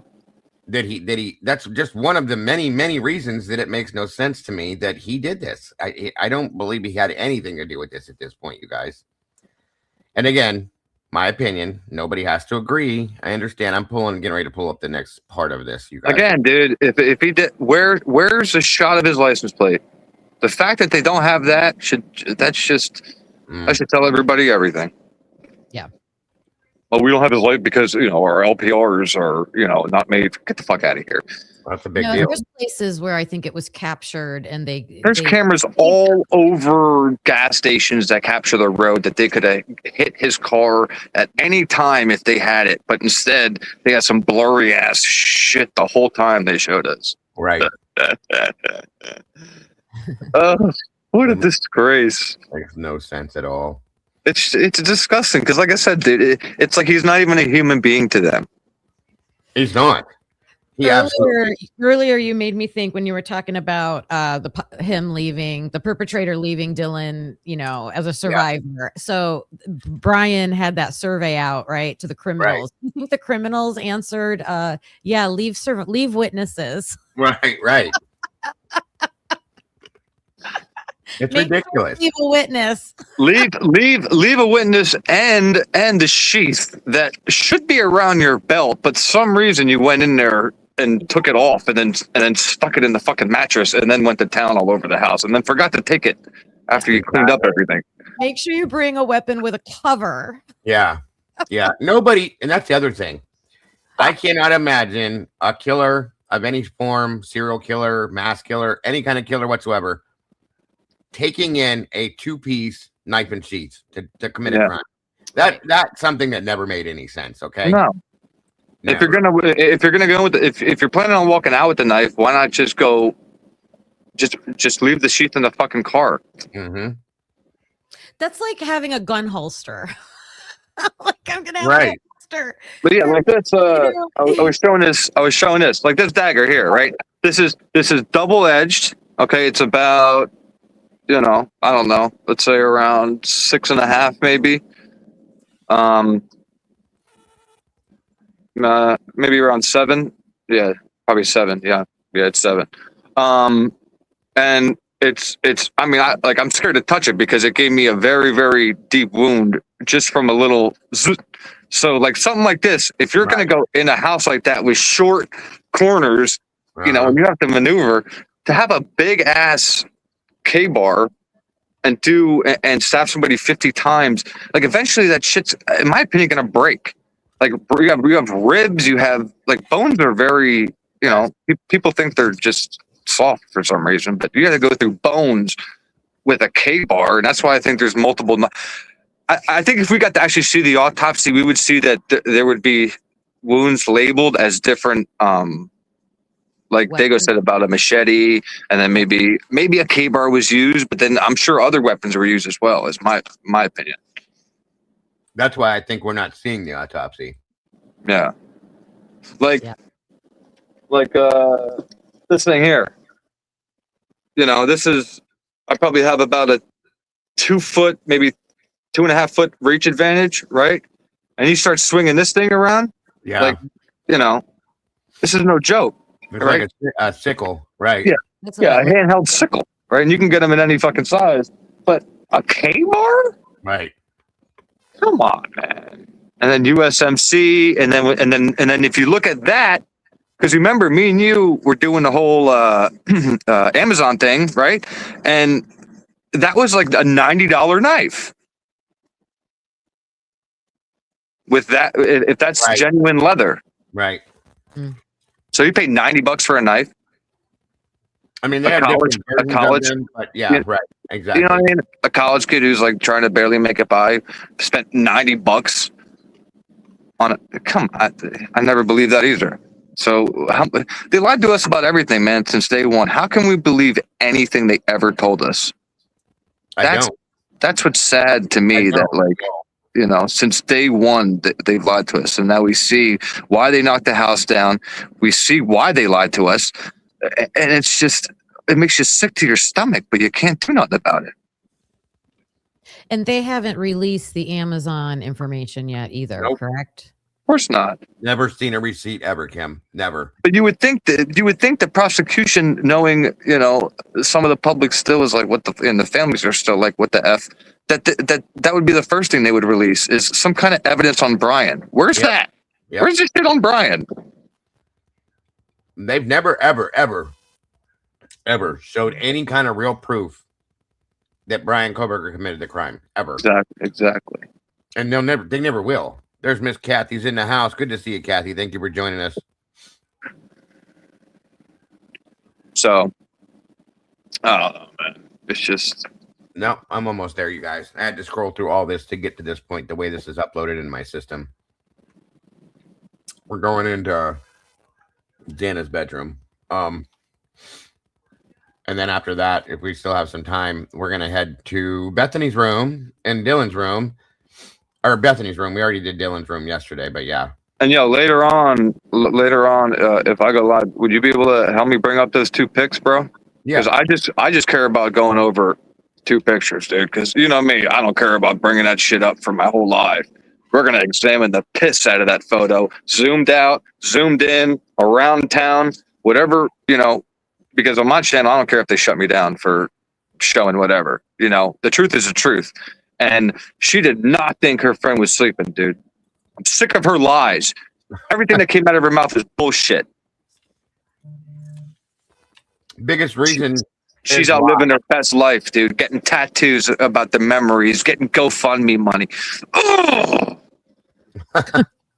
sorry, but I know you guys feel the same. That's for I just let out a cry for you, for everybody, because we all feel that anger of like, God, you're making money off of your dead roommates that you.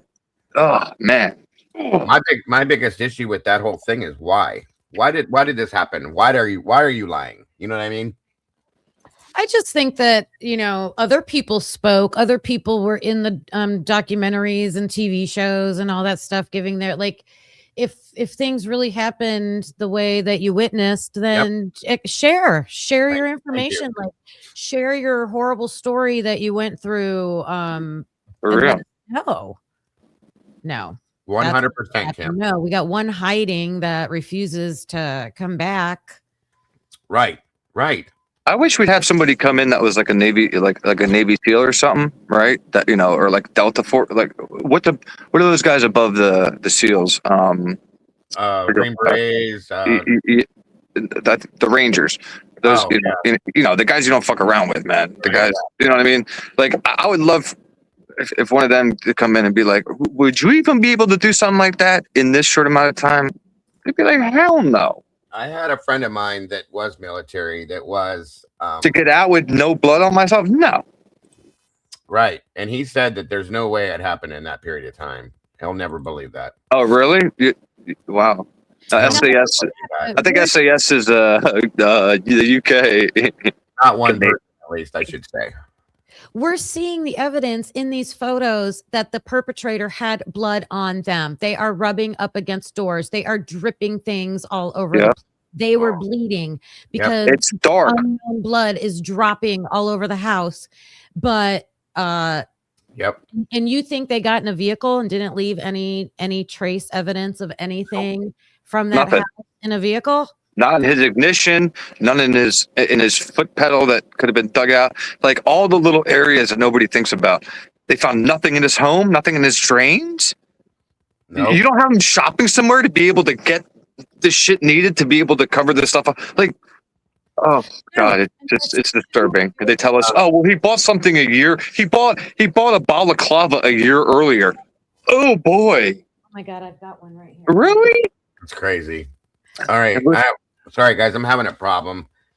I'll get it, though. I'll get it. I'm trying to get... I didn't think Cassie was going to have to send that to me, but for some reason, I only got part of them.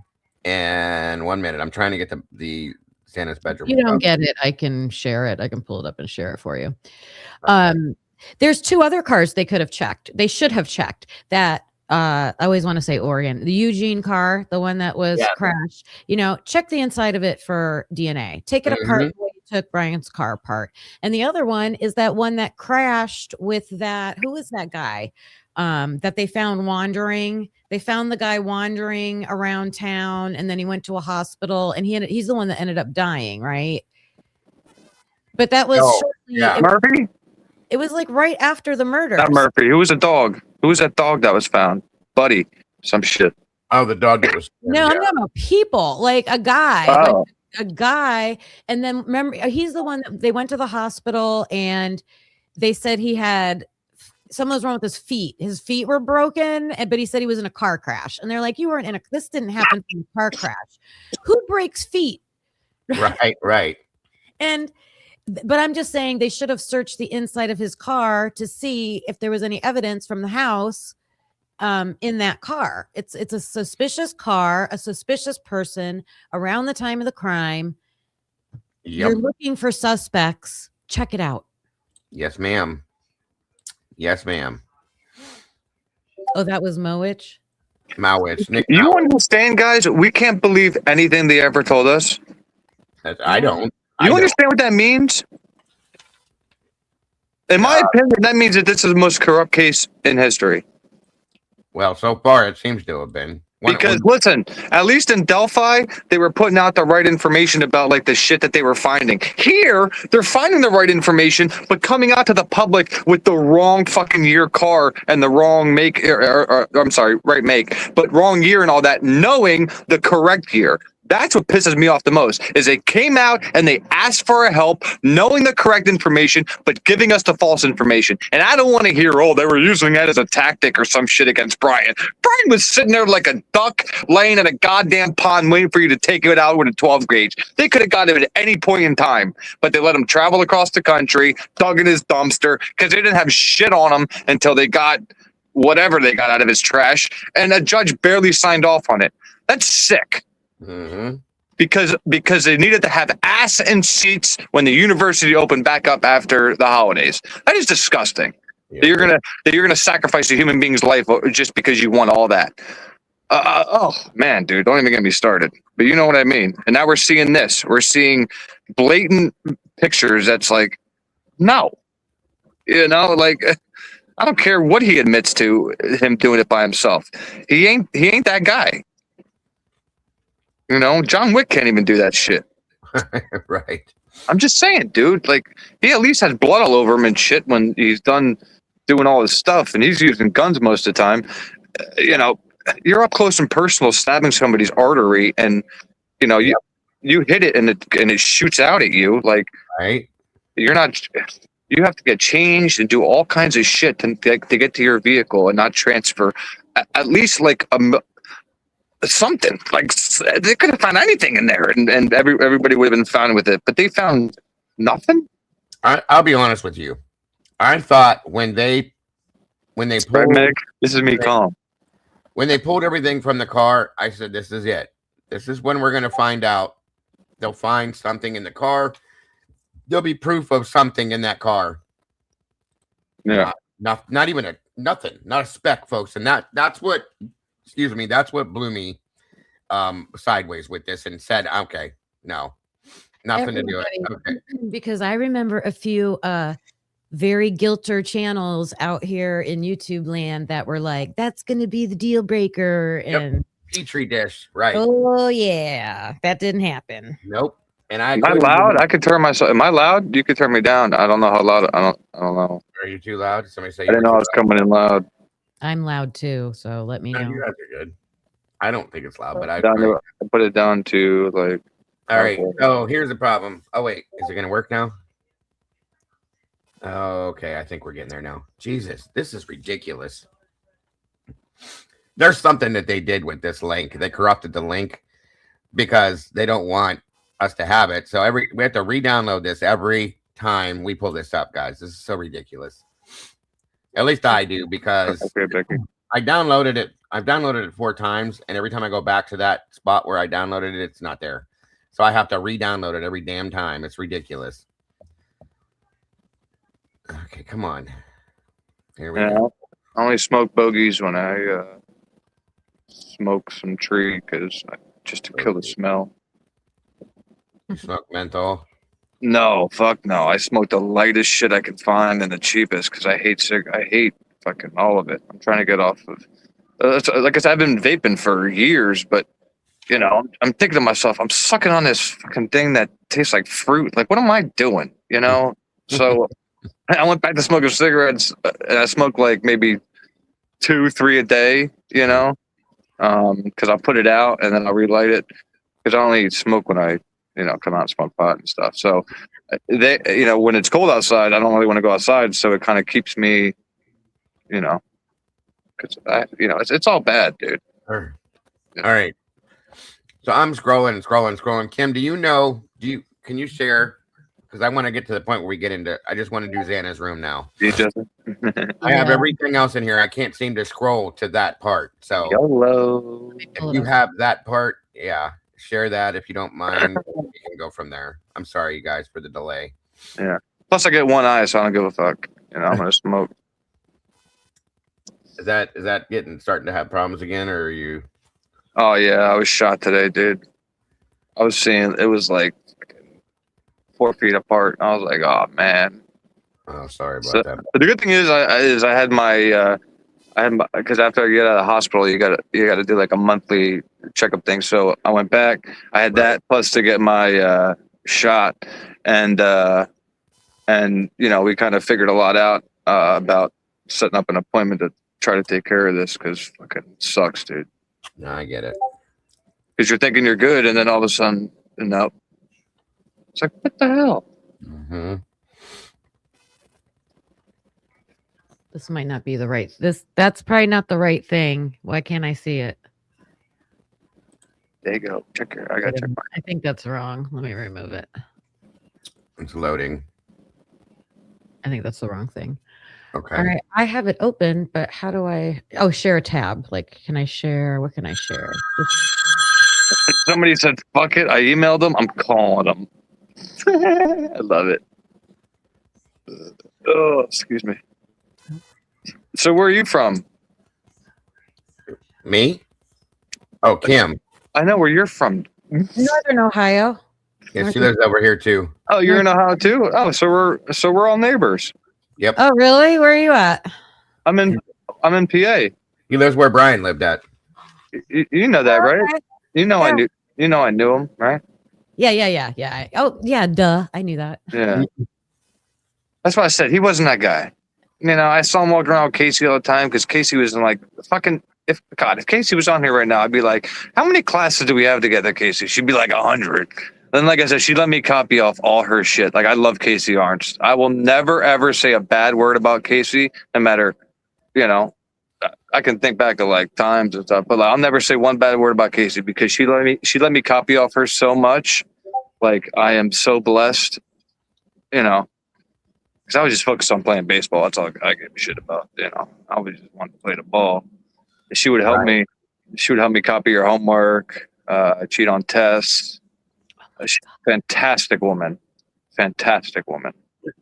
Excuse me. Wazowski, you have to, or Senor, you have to give me access, bud. I sent the request. It says it's too big of a file for me to share. Okay, I got it coming. I see you, Jesse. That's the truth, though. Listen, I don't lie. Like, I'm not going to sugarcoat shit, you know? It shouldn't matter. That's why, you know, I knew, you know, Brian's best friend, Jeremy Saba. Mm-hmm. I mean, I'll put any amount of money down. I hung out with Saba more times than Brian did, in Jeremy Saba's lifetime. Dude, I was over there since Saba was a kid. You know, like when I heard he passed, dude. Like that's who Brian's dad was talking to. Was Jeremy? I can't understand. I just can't understand. Like, because I knew his dad very well. His mom was my kindergarten teacher. It's just, yeah. Miss Saba was my fucking kindergarten teacher. How crazy is that, dude? It's wild. That's for sure. She was my substitute kindergarten teacher, and I don't even know how the fuck I would still know. Excuse my language. I would still know that because Miss Geiger was my original kindergarten teacher, and then Miss Saba was a sub, and I was in kindergarten. So, yeah, it's that was tough, man. All right, guys, it's loading. Thank you, Senor. Appreciate you, bro. I'm just glad that Jeremy had the heart, because Jeremy always had a good heart. That, you know, he looked past. Because you heard what Rich said. All Brian wanted was to make friends. That's it. Yeah, and I knew that because of it. That's one of the reasons why I get so passionate about the autism thing and all that. Yeah, because dude, he's basically the same as my child. Okay, and it bothers the shit out of me. Yeah, and that's what, and it angered me when they were talking about the whole insult thing. You know, like he wasn't that person in school. You know what I mean? Like, try that. They're sitting there, Dago. Do you see them? Oh, yeah. Where are people getting this shit from? Okay, well, I have. That's all right, Kim. You can pull it down. I have it now. I'm sorry. Oh, okay. That way you don't have to worry about working through it too. You know what I mean? Yeah. Let me get down to where the bedroom is. Sorry about the delay, you guys. They really did not want us to have this. Period. I'll be right back. Yes, ma'am. Take your time. All right, guys. I'm loading it in. It's crazy as dude. A lot of people say they hated like their high school years. I would do anything to go back, do it all over again. In my life. Oh, I mean, I don't care if my life turned out just the same it is or not, but just to do it all over again, like, it was fun, man. I'll probably do it better too and get better especially grades. Especially in high school. Like, I could bring some people in here to tell you some wild fucking times that like I threw some crazy Jungle Juice party because that was like the Jungle Juice area, like the real Four Loco era, you know, and shit was insane, dude. Shit would keep you up all night, be drunk as hell, not remember nothing. It's energy drink / whatever the Right. you know, and that's all I gave a shit about. But then all of a sudden that fentanyl and all that shit hit up there, and I was like, oh, Yeah. that happened. That happened quick. Absolutely. All right, folks. Okay, now we went through all of that. Back to Xana's bedroom. They're all like 32s. Yeah, we drank Mad Dog 2020 to get fucked up. How's that? Okay. And we wake up and be like, ugh. That makes me want to vomit thinking about it. It was so bad. Saying the word Vladimir God, makes me want to vomit. Mm. Oh, God.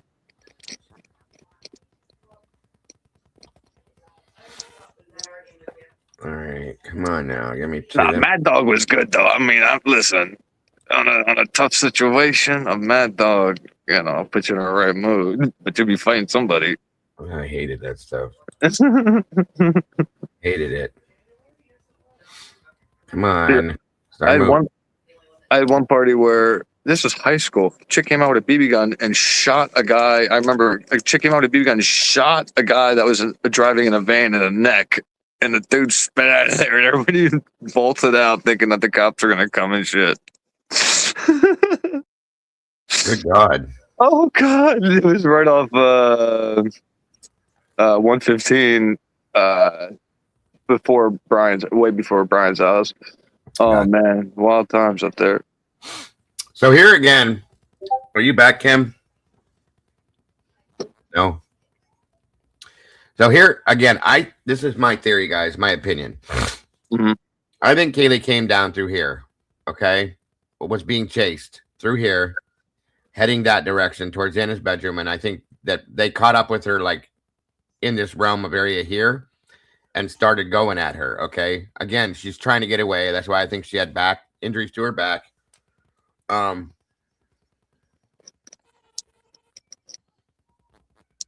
Your whole Idaho Google Drive file got Jesus, Meg, really?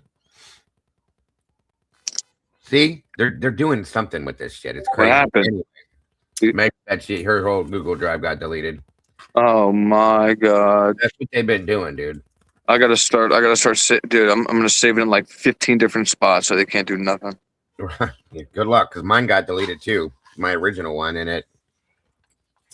Thank God I got all these people supporting us. Jesus almighty. Mm-hmm. All right, so there again, and let me stress this statement. Willie said it earlier. Xana's was laying here, okay? Head that direction, feet this direction. Dylan said she ran by down to Bethany's room, glanced and saw Xana laying there. That's a bold-faced lie.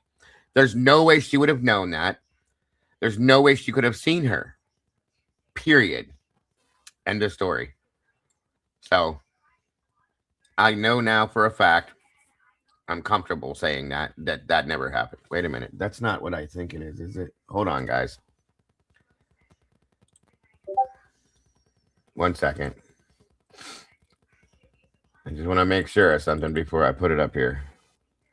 Liars, dude. No, she's gone. Okay. I just wanted to make sure I wasn't going to put that out. Sorry. Huh?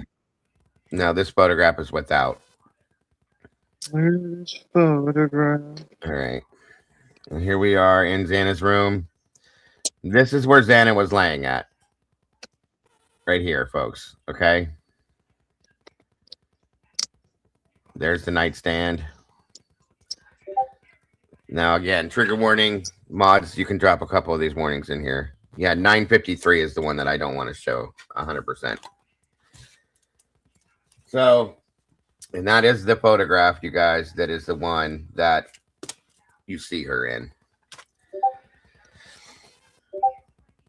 All right.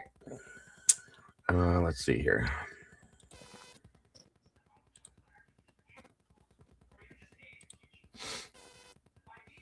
All right, on we go. Again, a lot happened in this bedroom, you guys. A lot. Of course, in my honest opinion, again, too much went down in this room. Oh, there's so many photographs of things that so we see these little droplets here. I think could have been from the end of a knife dripping off of it, okay, or dripping from somebody's clothing.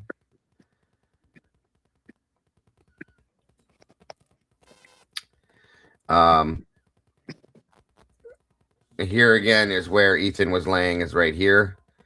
This must be, I don't think that's him, but I believe that that's probably a bunch of bloody stuff. So again, trigger warning. Welcome, Claire and Mary. Good to see you guys. Those look like Ethan's pants right there as well. And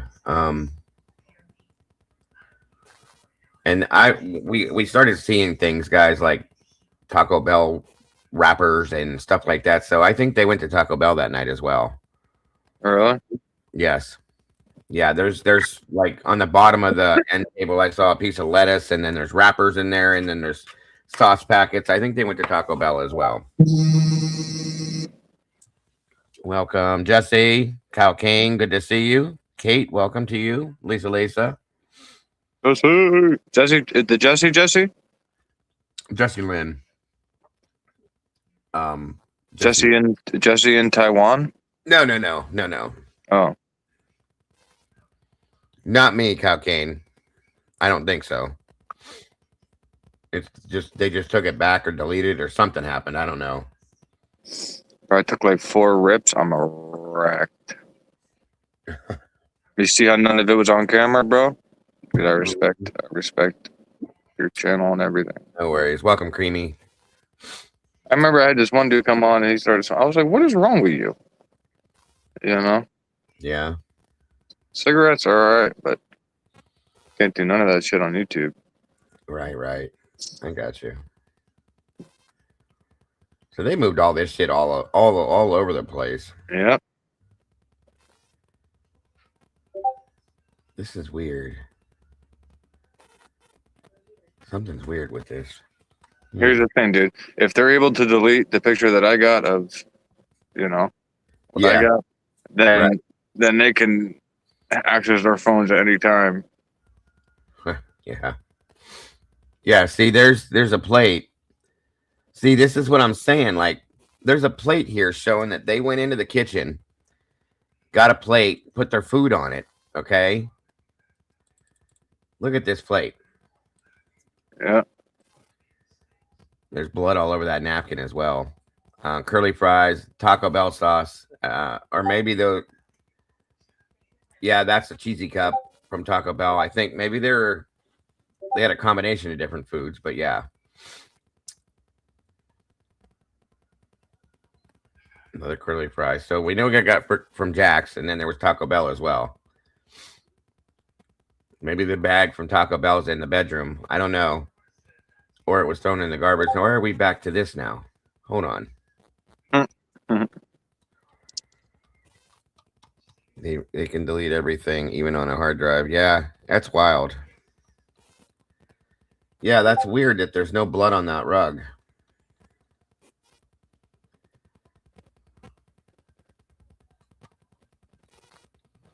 There's a couple photographs in here that are pretty racy, guys. But yeah, where's all the blood that was on? Isn't this blood? This rug was saturated, you guys. And in fact, it went through it onto the floor underneath. Also, there was something I noticed something on the mattress, Xana's mattress. It looked like there was a stab hole on the side of the mattress. Yo, where are those photos at? We should be on the lookout for a bullet hole as well. Yeah, they've been looking too. Oh, here we go. Okay. Somebody heard a firecracker, supposedly. Firecracker, my ass. It's a bullet hole. Yeah, they've been looking. Yeah. I know my mods have been looking for sure. Tomboy for sure. has There was been some scanning. black stuff under Ethan's bed that I was like, what is that? See, Fizzy thinks that that's dried blood. I That they don't know. It looks like rubber to me. I can't figure it out for sure. I thought maybe it was that plant that was under there, but it does look like rubber.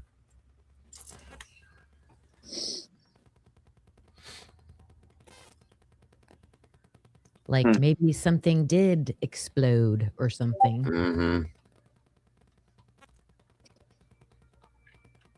I'm if I hop down, it's because I'm dealing with prescription stuff. That's Oh, I get it. I gotta make a bazillion phone calls for. Right.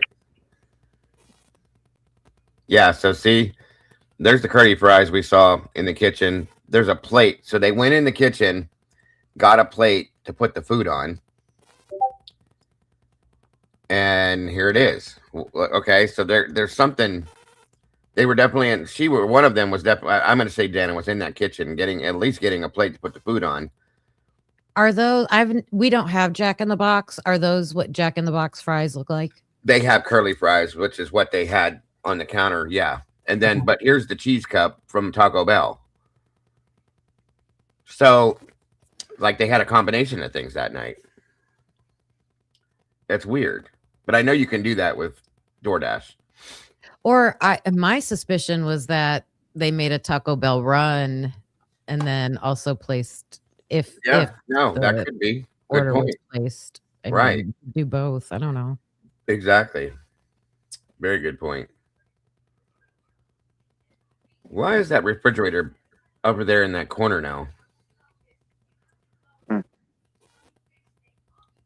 That's weird. Am I seeing something wrong here?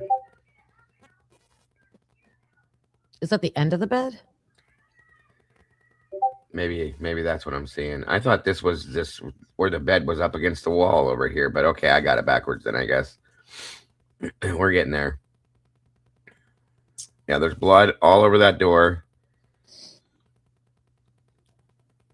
Door handle was definitely printed badly. That's quite a bit of dripping there. Yep. See, Kim? Doesn't it look like the bed should be up against the wall? And look at the floor there. What the hell's going on here? I think that's the end of the bed because that's the door right there. Oh. Yeah. Maybe my head's backwards with it then. I'm sorry. Okay. I gotcha. Oh, when we get to those photos, I got some things to say. Good. Yeah, Tomboy found on one of that little nightstand guys right here. This is it, I think, here. Where it looks like somebody wrote something in the blood on with their finger on the nightstand leg right there. That photograph there, okay? And it's kind of weird. We've been trying to figure this out for a couple of days now. So they're being dragged. It does look like a finger or something went through it. So there's a supposedly blood expert specialist on TikTok who's like admonishing everybody for going through these photos. And she said that those are just swab marks. That's from them swabbing. Okay. But that's an awful lot of swabbing. I agree. In my opinion. And if you look at what they just use long Q-tip. Right. Long Q-tips to swab, not a finger width, bushy cotton ball. I don't know. That's just it was from what we saw when you blew that up. Yeah. There was a big long zigzag. There were things that looked like letters. Like that's how they swab. Is that really how they swab? I don't know. You know what it shows me, Digo? What's that? This shows me that whoever cleaned this up was not a professional. Right. Of course, yeah. And in my opinion, it screams clumsy college kid. Yeah. Okay. Yeah. I don't know whether it's male or female, but the fact that you have a whole bunch of stuff cleaned up here, but not stuff like this. I don't want to start It nothing, just shows guys. the inexperience in whoever was cleaning it. Is what Right. I'm saying. Hold on. That's all. I don't want to start nothing, but this is weird because as I look at this, that looks like it could be an I, N, A, That's what I thought. and like Enan, INAN.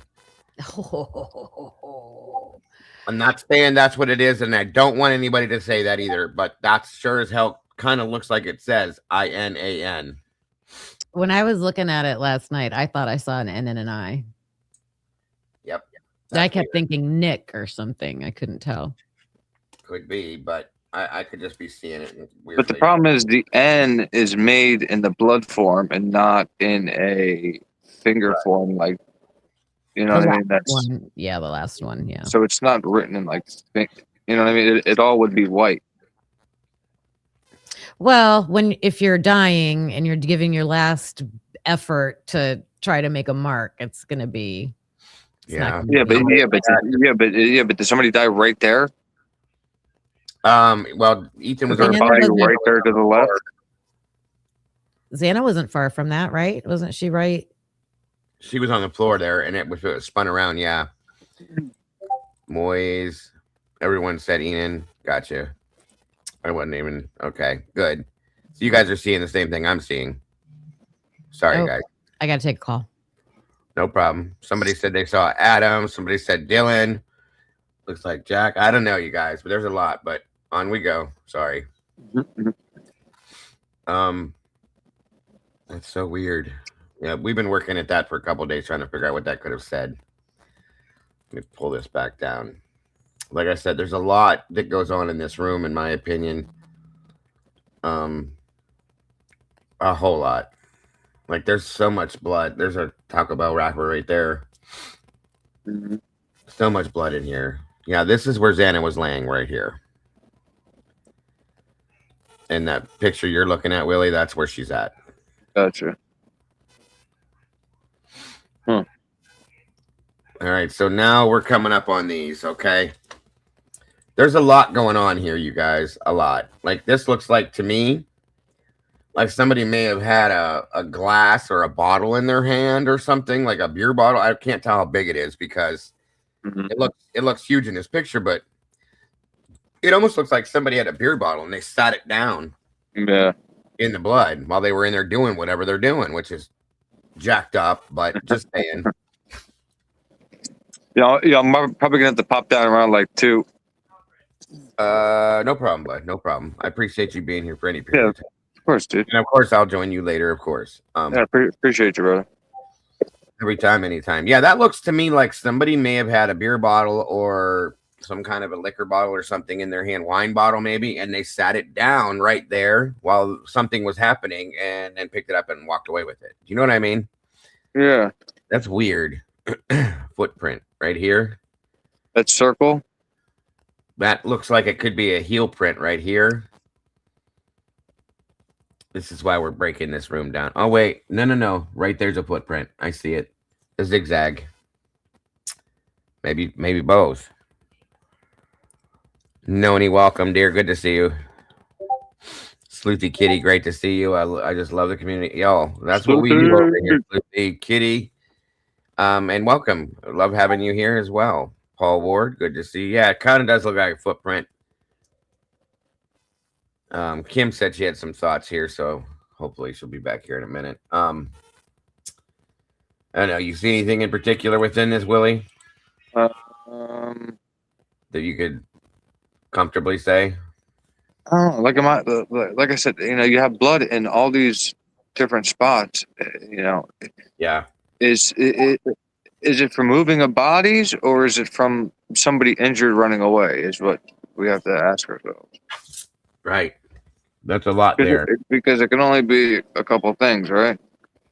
Yes. Yeah, that one is kind of important.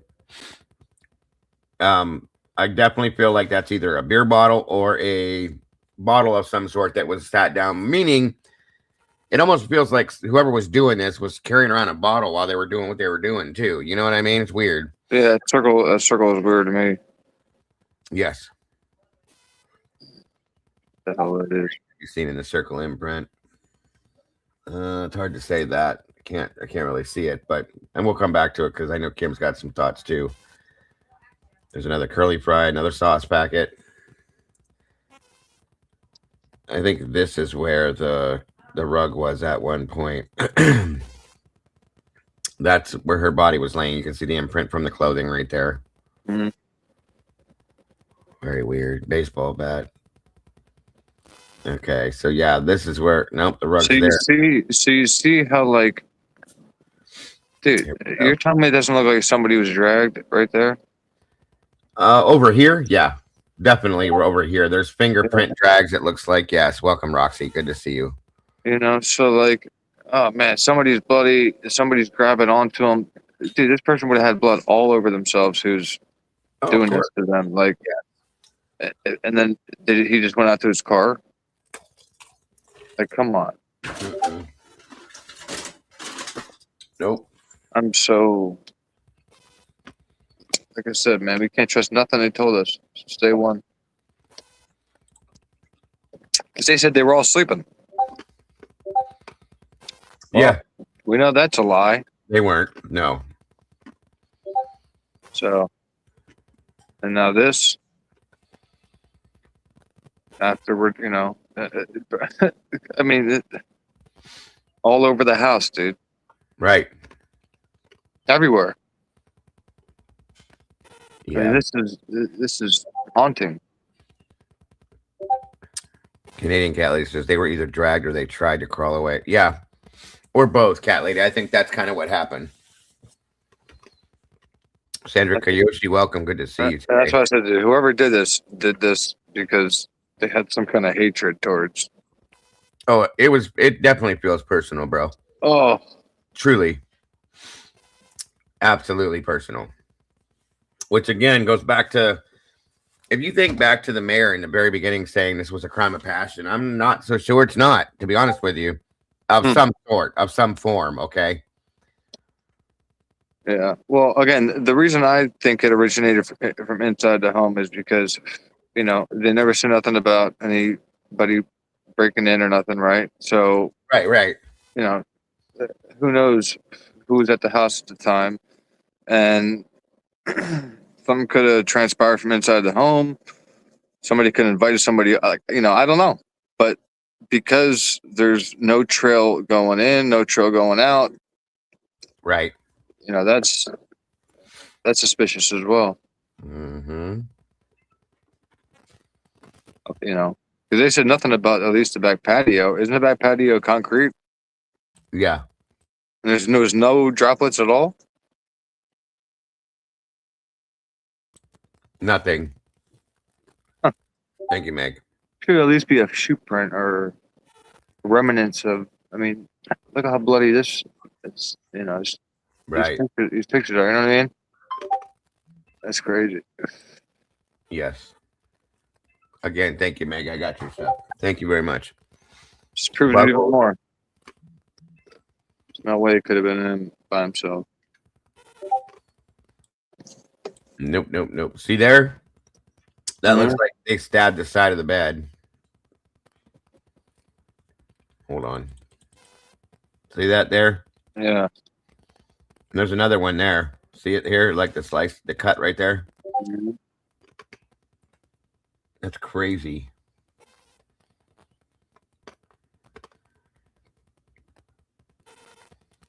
Yeah, so somebody was definitely stabbing at the bed too. Trying to hit the person probably and missed and hit the bed. That's nuts. The person that did this is purely and 100% insane to me. I'm sorry. Oh, of course. Dude, everybody involved is insane. Yeah. And you're telling me the whole time, I mean, dude, we're seeing, obviously people are being dragged around, or running around, yelling, you name it, right? And you're telling me there's two people below them at this point that are hearing everything and not doing nothing? What? Right. Yeah, there's no way they didn't hear it at all. That's a lie. Yeah, I And we didn't know even they're notice awake. this until today, just right now, that there's that cut there, and there's probably more over here, but there's that big gouge cut on the side. That Mhm. cut there looks like another one right here, maybe too. There's a lot of blood over here on this side here. What is all that noise? Good God, hold on. Uh, Let me turn that down. wow.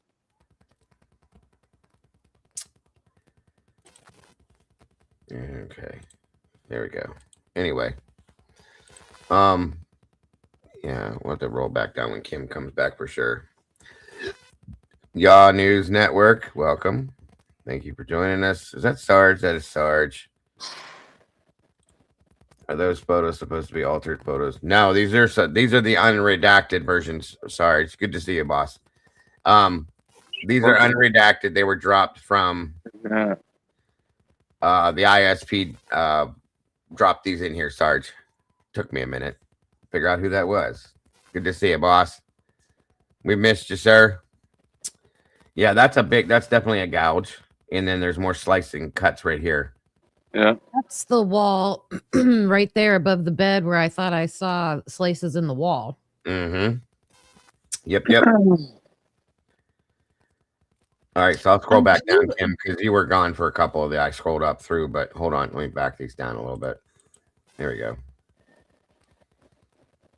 Okay. All right, so where did I start at? Here, Whose room is under this room? Is Bethany's room under this one, or is she under Dylan? Or well, depending on where her real bedroom is, you know what I mean. Where the? Trying to think of where her. Yeah, I think. Okay, Dylan. She's in a back corner, so is she under the kitchen? Bethany should be under the kitchen. She's towards the front of the house. She's towards the front on that Bethany, right. if you walk in the front door and make that left, you go all the way back that way. Right. No, that would be under Xana's bedroom. Yeah, that should be underneath Xana's bedroom and the bath. You can't tell me she didn't hear all this. Oh, she heard every bit of this. Every bit of this. The jumping around, slamming, banging. 100%. So this here, Kim, I was gonna say, to me, looks like somebody may have had a bottle in their hand, beer bottle, wine bottle, and sat it down there. It's almost perfect. You know what I mean? Yeah. At least to me, it looks like it. Somebody said they saw a footprint over here. Does any of this where you have anything that you wanted to talk about here, or? I mean, it looks like there's some kind of pattern in that right here, large spot. No, up the top right, like right in that right there. I think under the chat that you got on there. Well, I think that's where Xana was laying, so I think that might be from her clothing. Oh, her hair, yeah. Yeah, because her head was like right here. Okay. Hold on, let me back this down just a minute. Yeah. Yeah, that's where her head was. So that's probably from her clothes being crinkled up underneath her. But that right there looks like I said, it looks like the bottom of a wine or a beer bottle. You know what I mean? It's weird. Mm-hmm. All right, brother. I gotta hop down because I gotta go get Leah early from school. She has a doctor's appointment. All right, boss. I appreciate it. Dude. I need you to pray for me because she needs a shot and she's gonna freak out, dude. I'm so I hate seeing my daughter cry and I'm gonna get mad. I get it. I get it. Pray for me, dude, because she needs a shot and she hates shots like me. Dude, I get when I get the vitamin B shot, dude, I'm like a little girl and they're like, "Oh, stop." I'm like, "What do you mean stop?" Like needles are like, "Oh God." Yeah. It makes my hair stand up just thinking about needles. Just ooh. But anyway, I appreciate you having me, dude. I hope you guys have a good day. Chat, everybody has a good day. Good luck. Good luck with the shot. Yeah, and then I'm gonna try to go live later, Dago, and if you want to stop by. Yeah, I'll jump up there with you later on when you go live. I appreciate you, brother. Absolutely, buddy. All right, guys. Hope everybody has a good day. You too. All right, bye. All right. So, Any other thoughts here, Miss Kim? No, not on that area. I was just shocked by the Taco Bell stuff. Oh yeah. There's wrappers there and napkins and sauce packets. Well, okay, so that's where she was laying, and then you can see like either the drag marks. Mm-hmm. Right here for sure. Ugh, This is horrendous. Again, trigger warning, everybody. I just don't know if Hey, Penny, good to see you, Pennywise. did she do that, like Trying to get away. struggling, you know what I Maybe. mean? Yeah, maybe. Very sad, She you guys. look, Very she sad. would have been right by that cart. So just look at that. If she had a way to like maneuver around. Yeah, right. Yeah, I think these imprints are all from her body here. I don't think it's impossible to think that, just like in the movies, you know, that a victim would try to communicate. Of if course they not. know something. Not even remotely hard to believe. No. Right. That's why I wondered about the possibility of the writing on the side of the nightstand if she was trying to leave a message behind, possibly, you know. Mm-hmm. Senior saying, Dago, does it look like an outline by the bed, like something was there, then moved? Hold on, bud. Let me get over here. Again, there's a lot of blood on this nightstand, you guys. A lot. Mm-hmm. There, like, I feel like somebody was sitting on the edge of the bed or laying on the edge of the side of the bed there, and there was like, because there's brush marks over here, like something brushed against that. There's a pressure back here, like a pressure spot from either a head or something being on that wall. You know what I mean, Kim? I could just imagine her running into that room and getting cornered there. Like if she got cornered there. Like Kaylee that's how far she made it. Or Xana. or Xana, yeah, right. Definitely, I agree with you on that. This is wild right here. See, there's spatter here, and then there's also like what we see like drag marks there. That looks like either fabric or hair, okay, all through here. Mm-hmm. And then that spot there looks like it could have been from the head as well. This is just so sad to me to see this. It is very sad. All right, so we're by the bed now. On the floor here, is this where you were talking about, Senor? I think that's where a victim would be sitting, laying, Yeah. you know, That's what I kneeling. think these drops are like- from here. Yeah. Ran into that. That's as far as she got. That's where she got cornered. And once she gets struck, she's gonna slump. And that would be why that would be clean. Right. Yes. And Yeah. everything's around it. Everything's around it. Meaning Agreed. the blood drops and stuff. Yes. There's a lot of drops here, guys. A lot of big, like heavy drops. Okay. There. And then do the swipe marks come from that area over towards where she ends up? Well, see, that's what I'm wondering. Like, if she ended up like coming off the edge of the bed, hitting Mhm, the floor, trying to get away, mhm, and ended up over there laying down. mhm. You see what I'm saying? Yeah. That's what I'm guessing too, Kim. 100%. Like she was sitting here trying to like back away, protect herself, possibly. You know what I Yeah. mean? Like, Yeah. like no, and that's why her hand is out here. These drops could be from her hands, defending herself, dripping off of her hands. You know what I'm saying?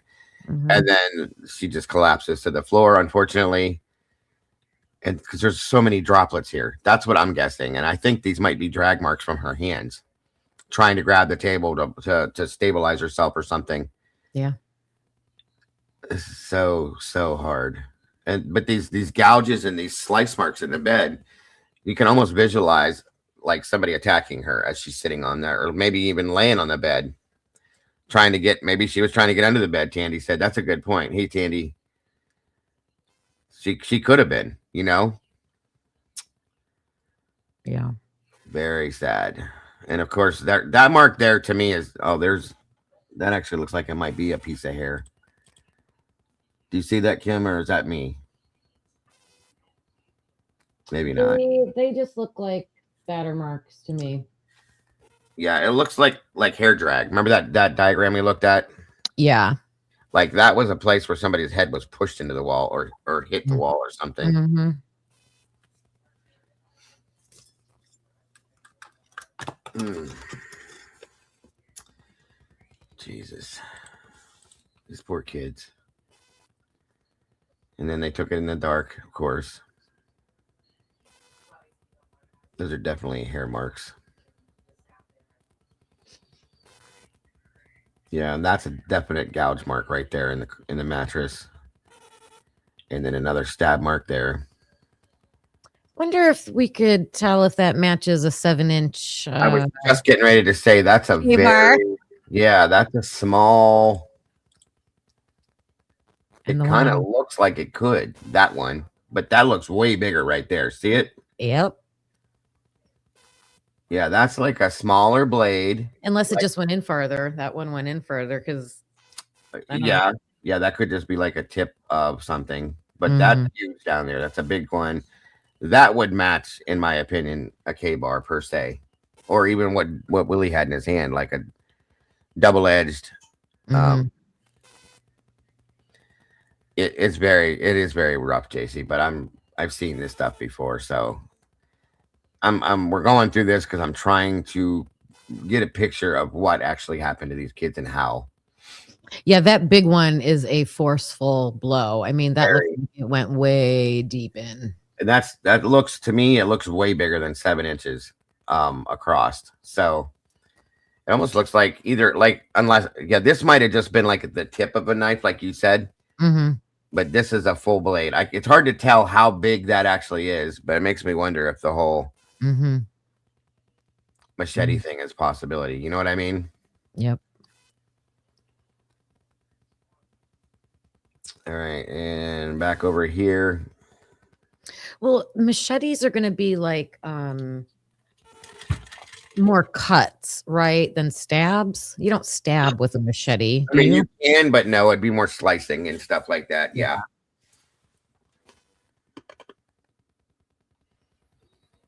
A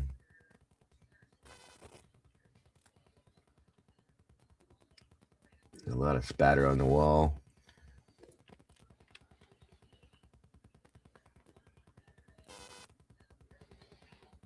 It does seem authentic, Creamy. I don't believe this was staged. This part of it I don't think was staged by any means. Oh, thanks, Senor. He clarified that the K-bar is 7 inches long, but 2.5 inches wide. Right. So I guess that looked like maybe 2.5 inches. That big one? I don't know about that big one, but the littler one, yeah. Maybe. I mean, I think that big one's only a couple inches. I mean, that also could be that if they stabbed it and it went in all the way in, it kind of got stuck, so I had to wiggle to get it out. You know what I mean? Yeah. Hey, Dylan, the blood's 2 different colors because some of it's dried, some of it's not yet.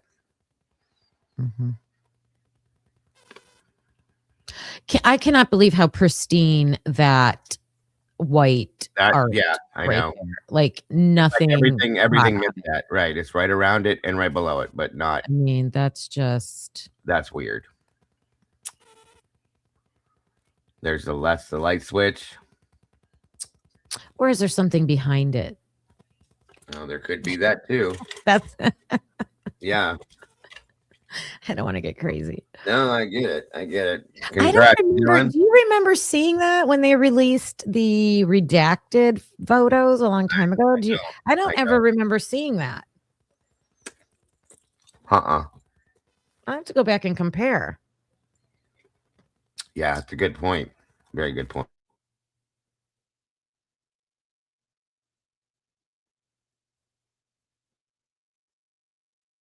And I don't see, just so everybody knows, at least not from what I can tell, I don't see any evidence of cleanup in this room at all. No, I mean, did they use Amito Black in this room? Honestly, I don't know. I don't remember seeing any. Me either.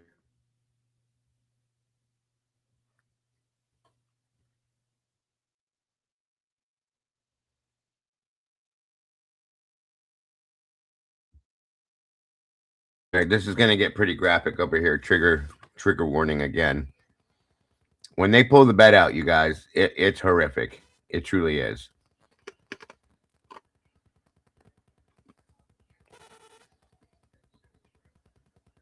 They have the powder and stuff blacked out again. The blue powder. There's a lot of footprints over here. At least it looks kind of like to me. You know what I mean? There's a lot going on in this area. At least I'm saying. I'm trying to figure out if this. Hold on here.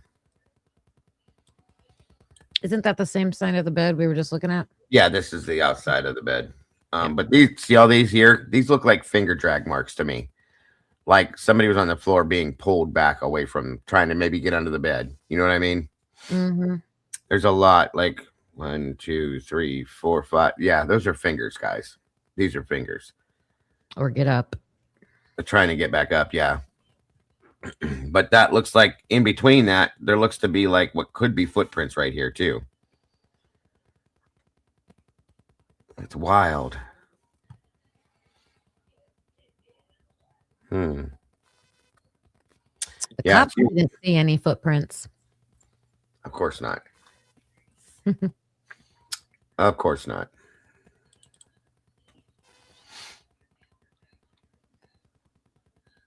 These kids had a lot of stuff under their bed. That's hilarious. Yeah, they do. Thank you so very much, Claire. God bless. Very much appreciated. I listen all the time. You are a gentleman and keep me company in my dark hours. Thank you. And God bless, son. I hope I can do that all the time for you. I truly do. Thank you so very much.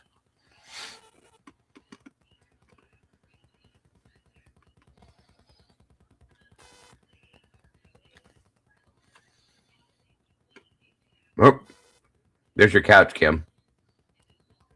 That is a body bag. This one is definitely a body bag. Now, where is this? I think it's in her room, which I don't understand why they would take a picture of this. Yeah, I don't know. I guess they take pictures of everything. Mm-hmm. It's weird.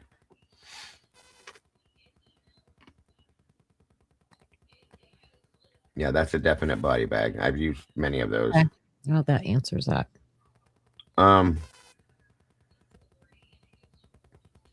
Yeah, because I hate, once again, you guys, trigger warning, that's hair sticking out right here.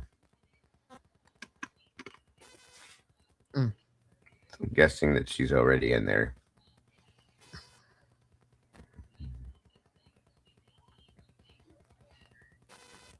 So this is where she was laying again.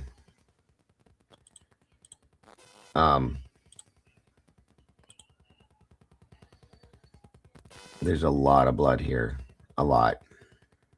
And it looked like there was a lot of movement here too. Okay. That Senior's right. That could be an elbow too, I guess. Mm-hmm. Oh, that makes sense based on what we know. Yep. Yep. Good catch. That was Senior that got that one. Yep. Good catch, Senior. Yeah, I don't know why they would take a picture of Xana in the body bag. That's weird, but okay.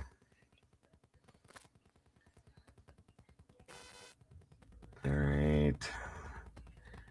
There's her phone.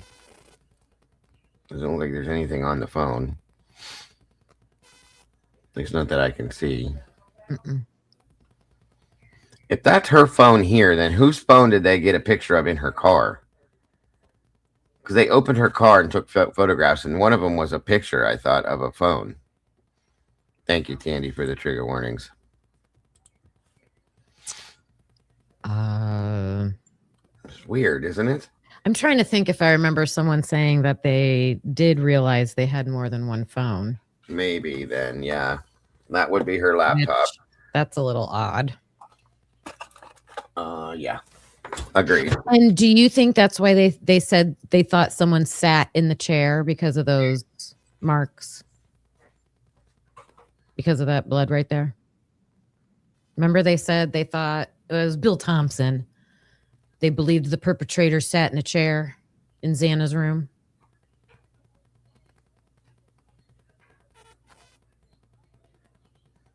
Uh-oh, are you talking? Are you there? Yeah, I'm here. What's the matter? Oh, okay. Sorry. Sorry. Oh no, that's okay. I was just saying this is the chair. I think it's the only chair in that room It that looks like it. But that Bill doesn't. Thompson said he thought the perpetrator sat in the chair. Right, but I doesn't. I don't know. Does that look like somebody sat there? No, but is he saying that because of the blood on the chair? I mean, that Yeah. looks like someone rubbed up against it or someone grabbed onto it or Unless there's more to that underneath the laptop that we can't see. You know what I mean? yeah, yep. That would make sense. There's the other phone that's broken here. It must be Ethan's phone. I know that looked like it got stabbed. That's what Fizzy said too. And doesn't that look like a lip print right there, Kim? Lip? Yeah, you know how like when you guys put on lipstick sometimes, and you'll like bite down on a tissue to like take the excess off, and it leaves the lip print on Oh, it. yeah, I see what you're saying. That kind of reminds me of that a little bit. Looking at that right there. Could be if his phone, if he like fell asleep with his phone right near his head or something. Or if somebody shoved his phone in his mouth to quiet him down or something, maybe. Or in her mouth, maybe. Yeah. Mig said kind of, not really. Okay. Maybe not. I don't know. It's just something that took me for a second when I saw it. Maybe not. Maybe I'm just seeing things. I see the print that you're comparing that to. Yeah, it's just what I'm it trying to make out what that design. Something touched it. Yeah, agreed. Again, all these blood drops, you guys. Like I feel like somebody was either standing or leaning, sitting on the side of the bed, and dripping all over this area. So weird. Why are we going back facing outward? Come on. Again, her desk. Hold on. And they have the box is blacking out. The blue powder straw, or I'm sorry, the $2 bill. The bag of powder that was there. Where's the rest of the photographs with the okay. We're gonna get to the. It's coming up here soon. There's a couple, if not, that I already have pulled out that were very bad. When they pulled the bed away from the wall, that's where I got confused there. Now I see it. Okay. When they pull the bed away from the wall, you can definitely tell where Ethan bled out and why there's blood on the outside of the foundation. Mm-hmm. And it's exactly how I thought it was going to be because of what I saw on the foundation and how it would make any sense. Did I already roll past that? I hope. Yes. Hold on a second. I want to see something real fast, you guys.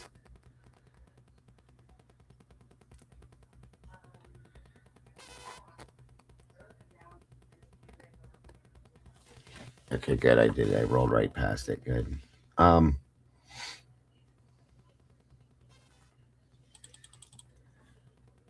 minute here.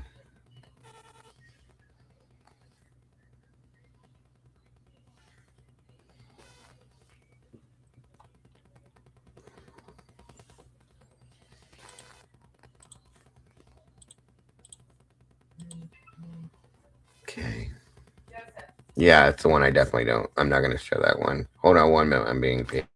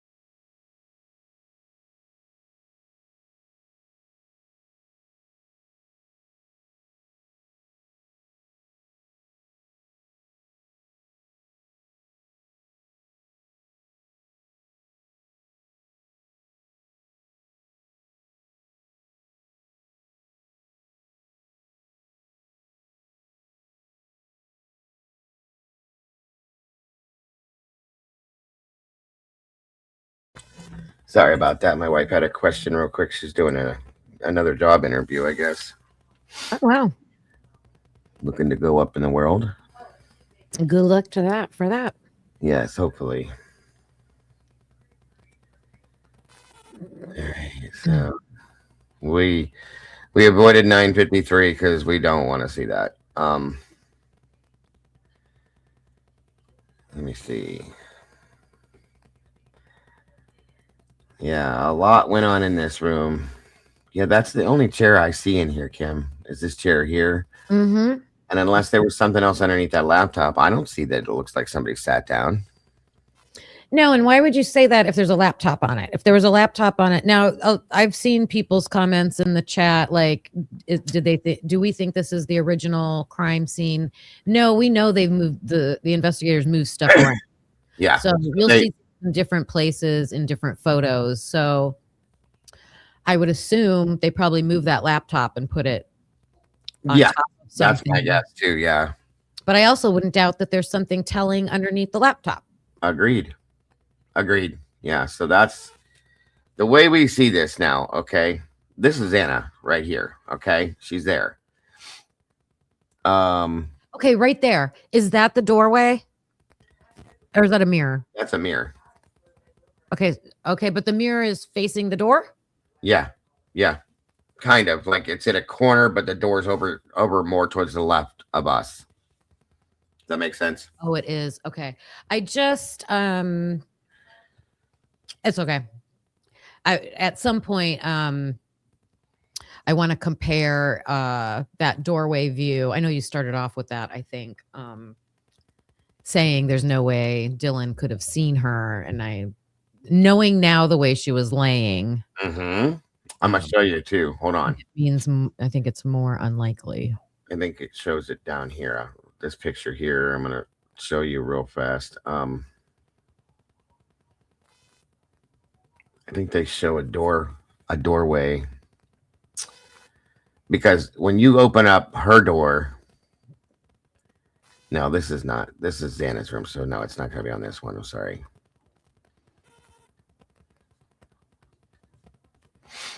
I'll show you though. I'll show you how I don't believe that Dylan could have opened her door, cracked it, and saw anybody going out of the kitchen. No way. No. Oh yeah, I know that one. Yeah, I know that one. I was talking about her running by and seeing. No, because she's Hannah on the floor.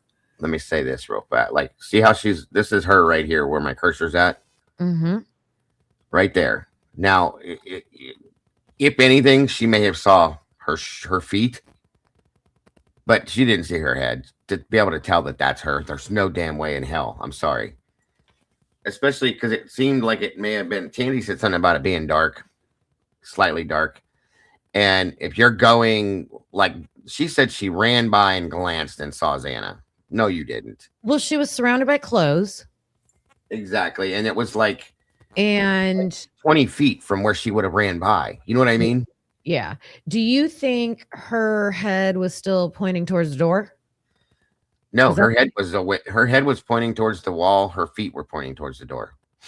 So you didn't. That's not the way the police described it.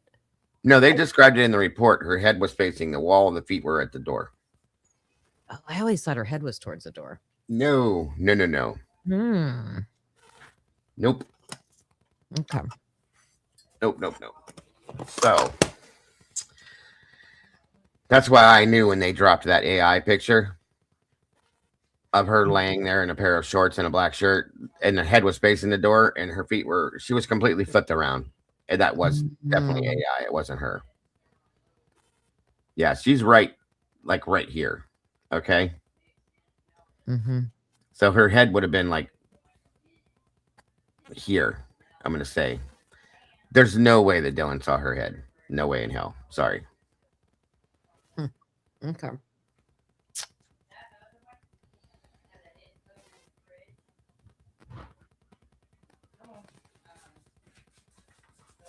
Actually, I just realized something too. I'll tell you about it later. More blood droplets there. Like, I think these droplets here look like they could have come off the end of a knife or off of somebody's clothing standing here, because they're so small. just little drips. You know what I mean? Or somebody that had blood on their hands or something walking away, or Yeah. standing there just dripping. Yep. That's how I see it. Mm.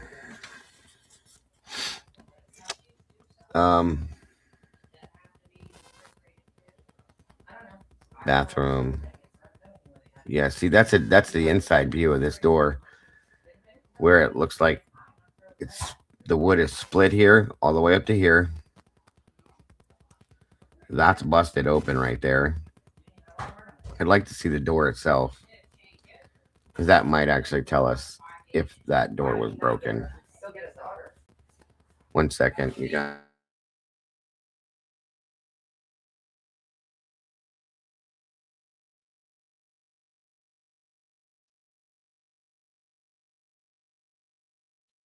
That's a good view of how close the bathroom was to her room.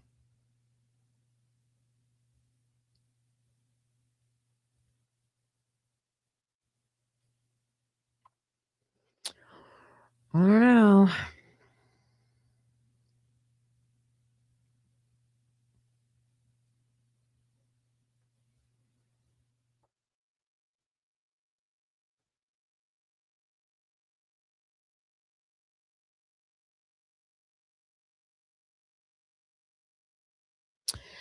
Yeah, you're good. I'll tell this to Dago when he comes back too, but talking about Dylan running from her room and running downstairs, we now know there's blood on the beer pong table, there's streaks of blood on the half wall, blood on the railing and the walls on the second to first floor steps. She didn't notice any of that. And they said all the lights were on.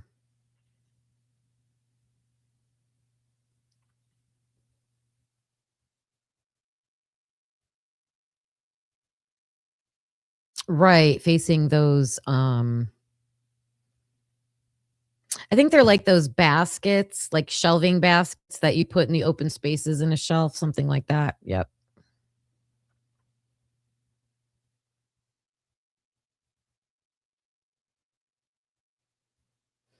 Trying to think what other evidence she would have seen running out. Oh, through the kitchen. So she would have had to go through the kitchen.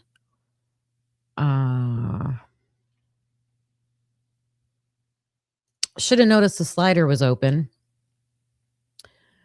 Felt that, right? Because it would be cold air coming in if you're leaving your room, running through the kitchen. Tipped over plant. I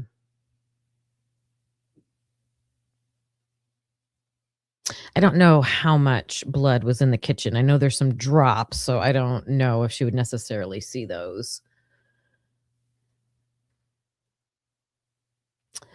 Was Kaylee the major contributor with Maddie showing... Where's this at? Showing that someone was in Maddie's room and possibly heard Kaylee and chased her down. She went down first floor. That's what I think, Wade Bird. Yeah, Maddie would be I'm here. because that was done first, and then Kaylee would be the major because she's the second victim, so there would be more blood on it. Yeah. I heard you say you were going to tell me something when I came back. What was that? Thinking about, we keep talking about Dylan running past the door to see if she sees Xana or not. But what about all the other stuff that she could have seen, like blood on the beer pong table and blood drops in the kitchen and blood on the half wall and blood drops and spray in the stairwell? It was all lit up, right? Yes, ma'am. Lights were on. Yeah, I mean, this room here looks like it was pretty dark in there, okay? Other than these lights here. So going by here, running past this long-ass hallway to get to these stairs, especially if she said she ran by, all she would have seen is possibly her legs. That's it. In my opinion, of course, unless she went in the room, which is exactly what I think she did, and walked up and looked. And at that point, you saw everything. You saw everything. You Right. knew it was bad. You probably looked to your left and saw Ethan on the bed and knew it was bad. So, no, she's full of shit. Welcome, Gemini. I believe Dylan went in that room and looked. Or Dylan was watching this the whole time at this point. Because of the footprint that I believe is Dylan's on the outside of her bedroom door. She's standing parallel with her doorway, folks. If that's her footprint, staring into what, in my opinion, would be into the living room area, looking at that hallway or the entrance to, maybe watching something go down. So then think about this. If that's Dylan's footprint from that night, then why didn't she have shoes on when she ran down to Bethany's room and didn't have shoes the next morning? Ha ha ha. What happened to those shoes? Mm-hmm. Did she stand in some blood? And get rid of them? Mm-hmm. Good call. Good call.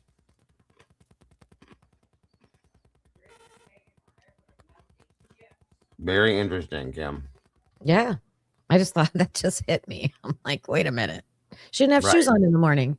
Completely barefoot. She didn't even have socks. Yeah, so Dylan come running by here. Okay. Right here. You're gonna tell me she looked over, glanced over like she said, and saw she saw her there? Yeah. I don't believe it. I don't believe it.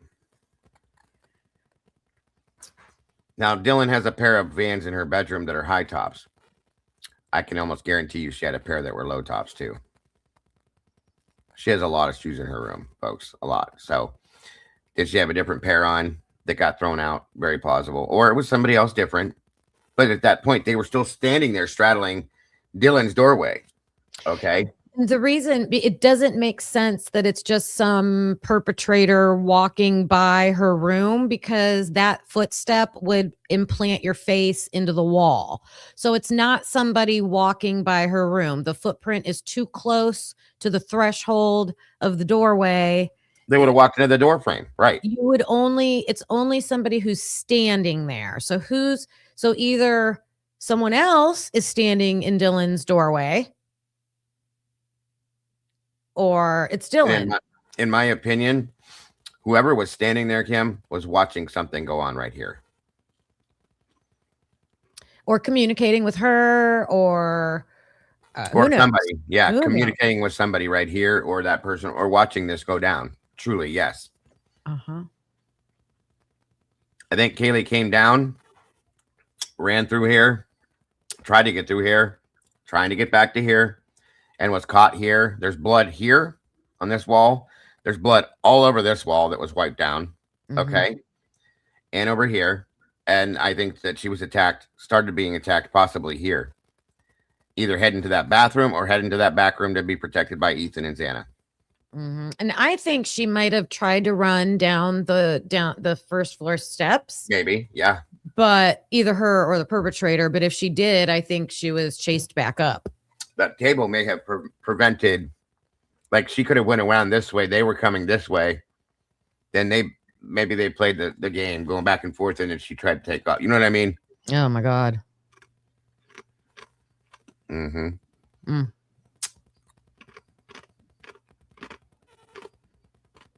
Yeah. Right here. Right here is where I think she may have been attacked. Mm-hmm.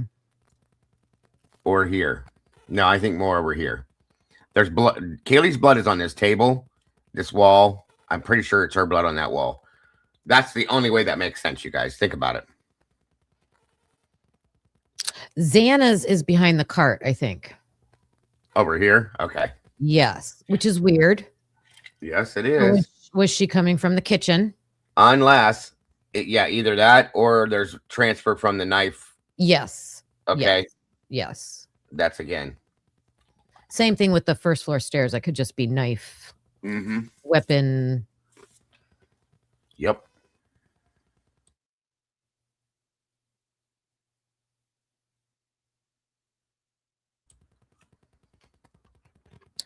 I don't know. And if Dylan didn't see Xana on the floor, then like a lot of us are yelling because you saw her on the floor and you didn't call for help. But still, you must have heard everything that was going on in that house. You still should have called. And then of course, if she did see her, either way, I can't see being in that house and not knowing what was going on. Agreed. And I think that if Kaylee was attacked down on this floor, okay, that's why the cleanup happened, because it didn't fit that they were killed in their sleep in their bed. So there was probably blood on the cart that was cleaned off. There was probably blood on the wall here, cleaned off, on this wall, on the table, because it's all diluted like it was cleaned off. So yes, I agree. Floors mopped. And there have been comments in the chat that notice how they cleaned all the common areas. Not the bedrooms. The bedrooms are okay. The bedrooms are okay to be the crime scene. Right. But not the living room, not the hallway, not the stairs. Something else that's interesting to me too. If you remember Bethany's interview, when she talks about how she grabbed a bag of chips, potato chips, and went to her room and she was watching Big Daddy, right? Yeah. Look right here. There, yeah. It's interesting. That's all I'm going to say. Dylan was eating popcorn, she said. Dylan was eating popcorn. That's a bag of chips, in the folks. kitchen. That's in the popcorn bags in the kitchen. That's a bag of chips like Miss Bethany said she had. So it makes you wonder. What's up, Matrix? These photos click something in me that has never bubbled down. Liars. Oh, there's lies. There's lots of lies.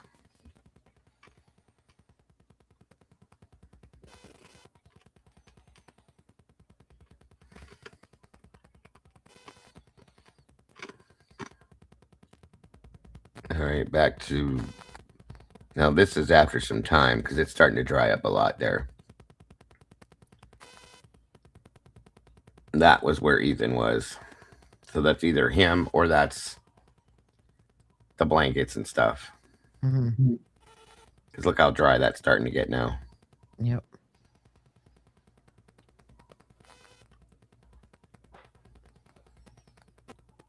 All right, we're coming up on what I think should be the yeah, that's all dried up now. Is that they put Amito Black on that? Yeah, right there. No, on the floor. Oh, yeah. I think they did. Yes. That's crazy. Yeah. Well, there was a lot of blood there, so they're probably trying to figure out whose is who.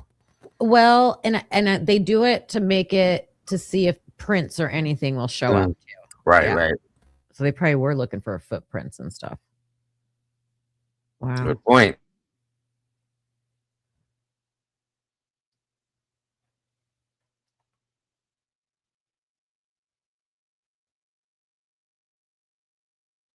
Are we going back to Kaylee's room? Where's the photograph of?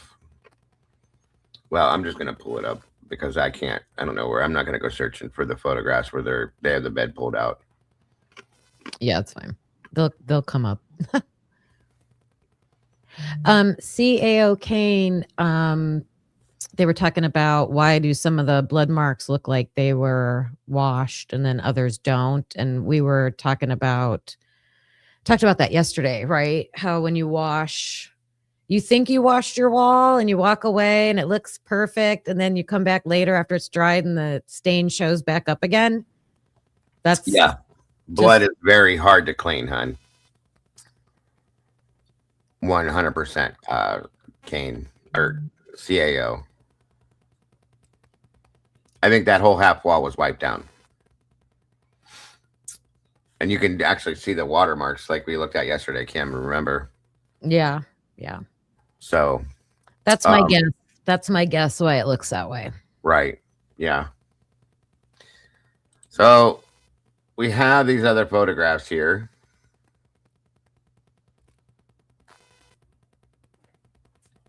Absolutely, Penny. Where are those photographs at that we were looking at last night? Hold on, because I don't know the number for the where they had the bed pulled out, and I don't want us to keep scrolling. I want to be able to show it to you guys. You guys have waited, so hold on. I'm just gonna pull it up. Was it in our Blue Crew chat last night? I think, or was that over in the other? Yeah. Okay, there's one of them. No. There's that one. That one. Does anybody know what number those were? Which one are you looking for? Where they pulled the bed out and all the stuff that was against the wall. Remember that? We were looking at last night. Mm-hmm. Do you happen to remember what number that was? I'm gonna scroll through mine and see.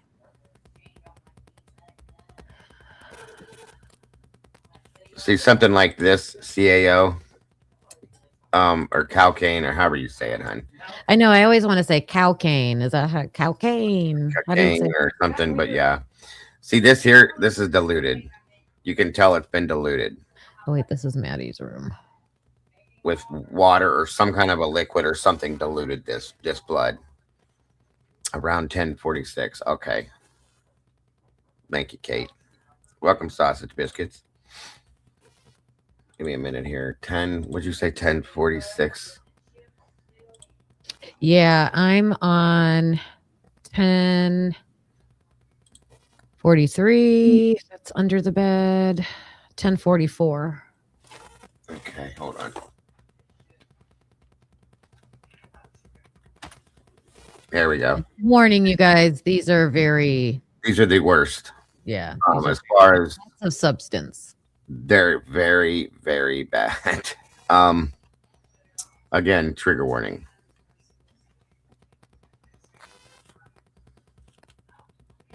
Because there's some pretty bad stuff here connected to these two. All right.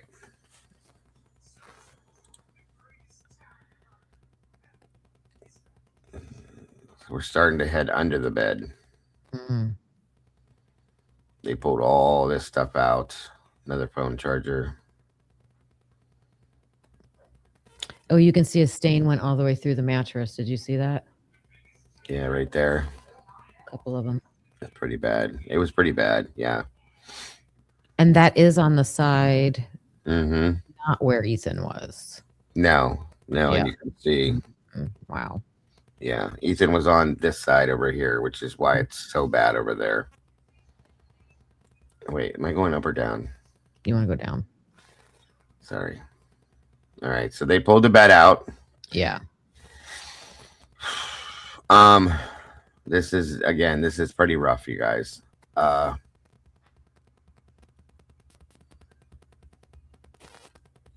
hell?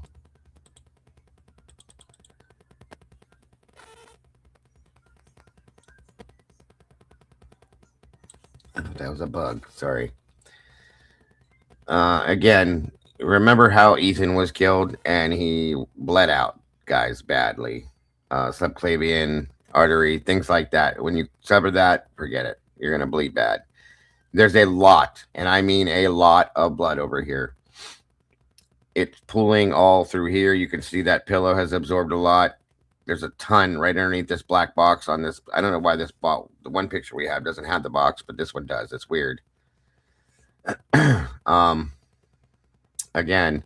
And look at it, the wall, like all that. Yeah, that's how it ended up getting down on the foundation outside, because it went down in the cracks here and went into the wall and rolled and then came out. So yeah, there's a lot. This entire box is nothing but blood, you guys.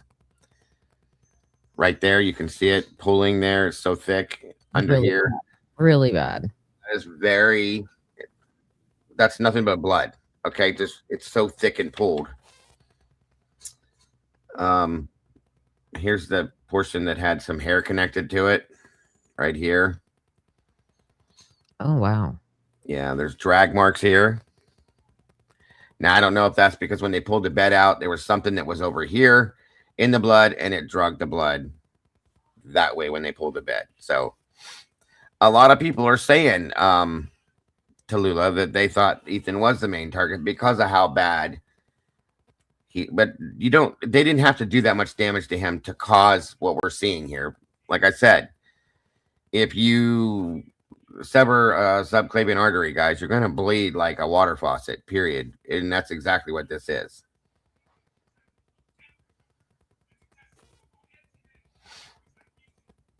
And it's all really bad. See all this over here? It's very bad right there. Mm-hmm. And again, this is all, again, why we're doing this is all for educational purposes, you guys. Truly.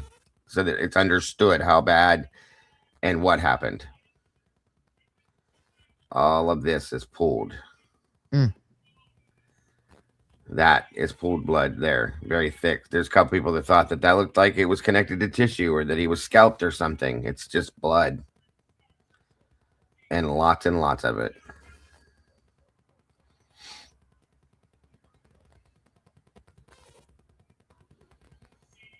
Again, that's Xana. That's probably why that's blacked out again.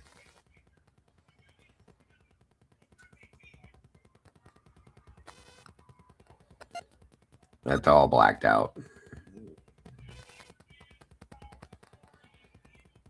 Any thoughts about this stuff up here, you got, Kim? The stuff that we just scrolled through? No, but I won't be surprised if we come upon more photos of that room because I didn't see that black stuff I was talking about. No, we didn't. That's the room again. Yeah, we might. They have these so disorganized. They're not in order at all. Yep. At all.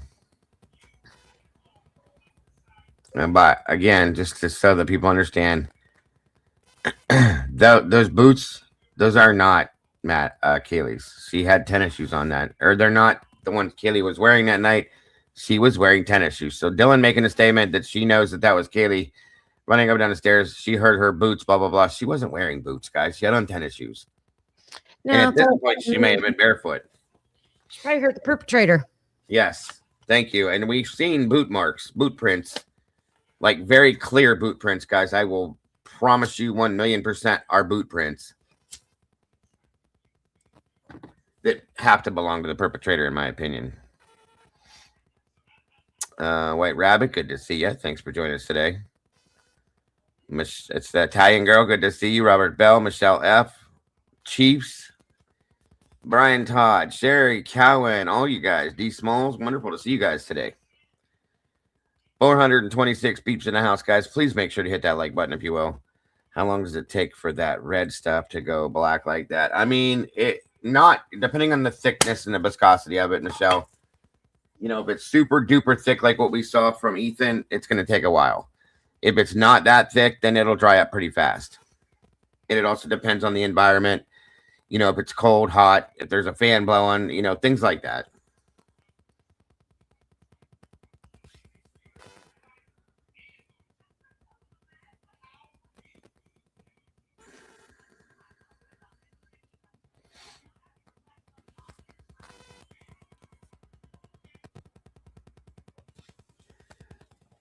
And I'm telling you right now,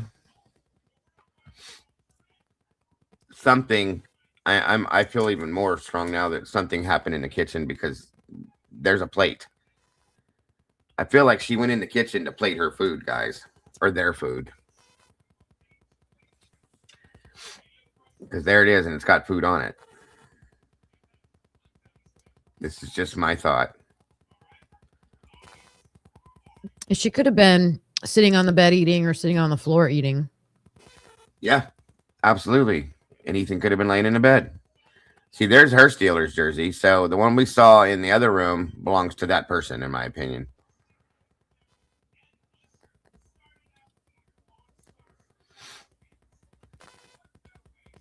Well, they did have clothes. Some of them had clothes on, guys. So yeah, there was probably urine and fecal matter in there, but you're not going to see it because some of them were wearing clothing, like I said.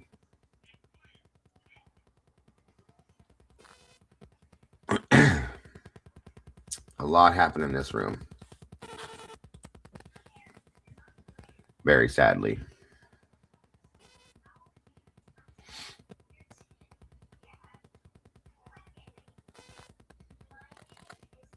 Jesus, there's Taco Bell things all over this room. Bloody ate it quickly considering the timeline we have, right? Or well, plus we saw food flung all over the room, so they may not have been able to eat it all. They may have been eating when they were attacked. You know what I mean? For sure. We always have to look at the things they didn't tell us.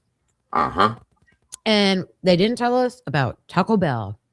Nope. And we can look at the things that we see, but also look for the things we don't see, you guys. And meaning the things we should be seeing, or you think we should be seeing. You know what I mean? Thank you, Sleuther. Hold on a minute for that. Absolutely. Let me move this over for a minute.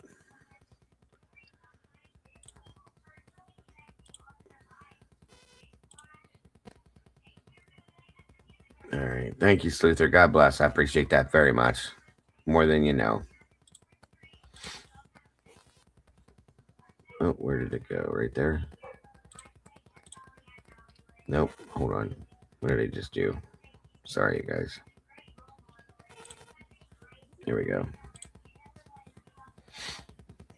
Yeah, the things you don't see or you think you should be seeing is what you're going to want to think about.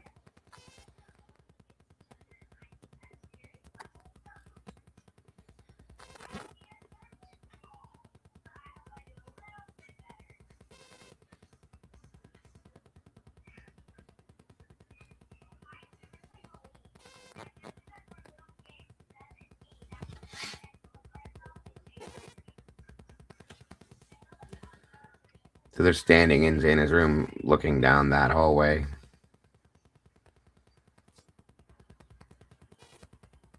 You see the plate even. It's weird. The napkin has blood all over it.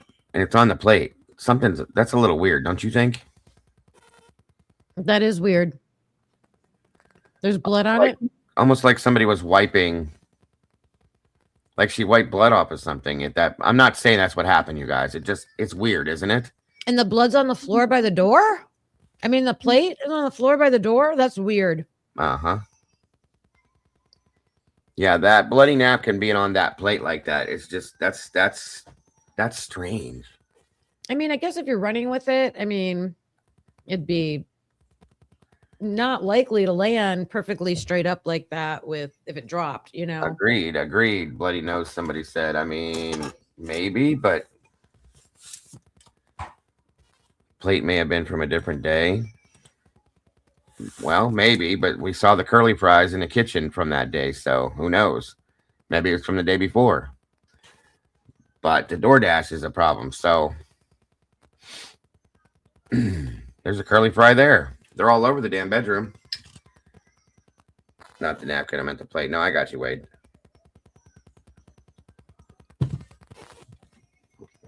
Yeah, that's a curly fry, all right.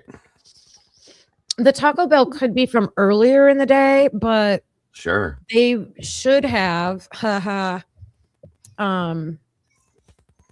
that in the timeline of Ethan and Xana's day. Mm-hmm. I don't remember that. I don't recall them going to Taco Bell during the day. Nope. Maybe that's part of when they were out and about. Maybe that's where didn't they go there? Wait, they did go there. Wait, who was it? Bethany that said she woke up one morning. Was it Saturday morning? And they were at Taco Bell. Yeah. So that was Saturday morning. Yeah, maybe that's where that's from. Yes. Good catch. Okay. Good catch. Now I think it was only the girls, but still, or she could have brought Ethan something back. Like I do that all the time. Yeah. Good cat. Good point. There's hair.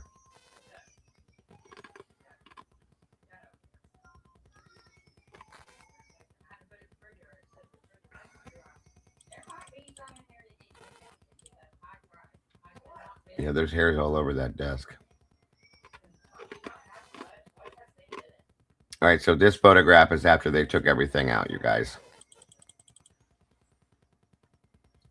That's where Xana was at, basically. They moved the rug and all that, and then they sprayed Amito Black all over it. Mark B's in the house. What's up, brother? Good to see you. Thank you for joining us today. Buggles, good to see you as well. I think this is where we'll see the black stuff. Maybe, yeah. After they had the bed out. No, you're good, Buggles. Take your time. If you guys need me to stop or back up to something, just let me know.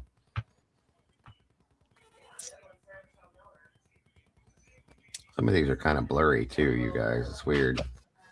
Whoops.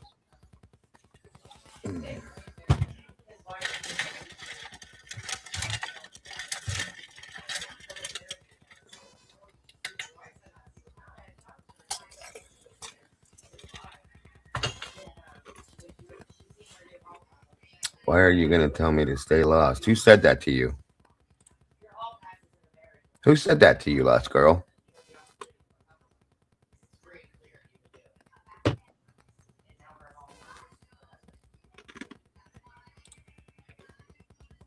That was nobody in here. I better not be. We don't talk to people, each other that way in here, so. Oh, on Facebook. Okay. What did they say to you exactly? Someone just wrote me that on Facebook. I thought it was from the media. You clearly have no handle on the facts of the case, despite your suggestion that you know more. That you know more about it than the FBI and the Idaho Investigative Unit.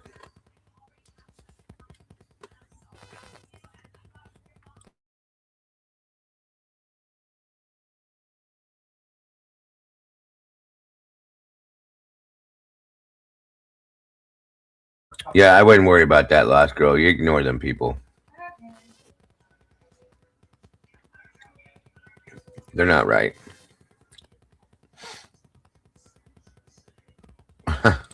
You're good.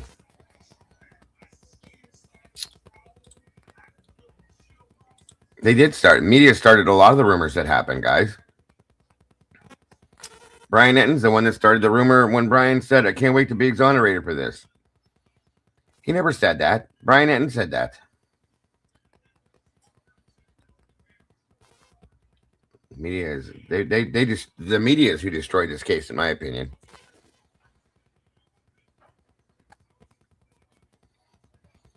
Yeah, I wouldn't worry about that or anything on Facebook. You stick around this community, you'll be good. We'll back you up.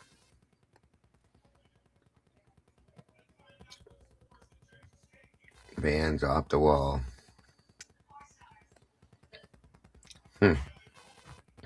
Yeah, there looks like there's quite a bit of Amito that was sprayed over here.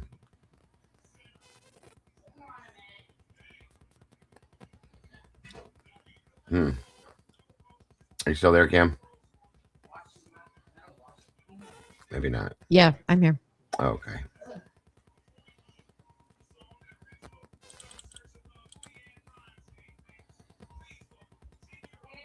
Yeah, there was a lot.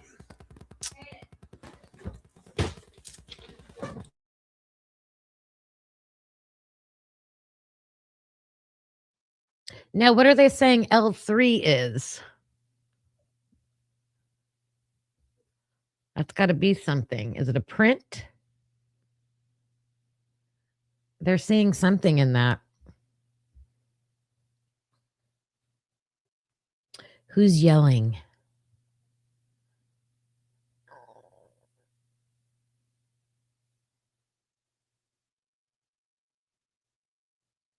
Reading your comments.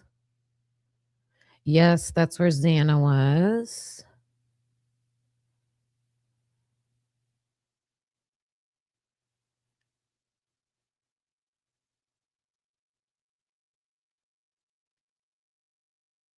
Oh, thank you, Carrie Scott. Thank you very much. Yes, thank you, Carrie. Very much appreciated, dear. Yeah, there's. See that reaction right there? How dark that is? Yeah, so when they label it, that means they're seeing something, right? Is there a print there or something? That's why I'm asking, like, that's my guess. I don't know. Or is it just blood swab itself from that spot? Right, right. See, that looks more round than an elbow to me. That looks more defined, like a bottle or something. But yeah, that's really dark. So, oh, that's right. No, I said the wrong thing. You're right, Beth. Brian did say he can't wait to be exonerated for this. His attorney said that. Brian Anton's the one that made up the. Was anybody else arrested for this? My apologies, you guys. Got to zoom in. No problem.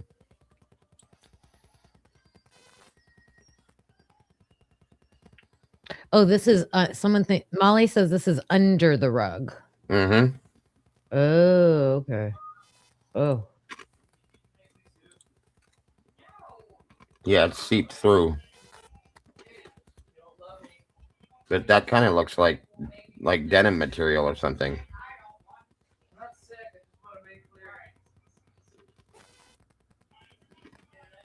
Hmm.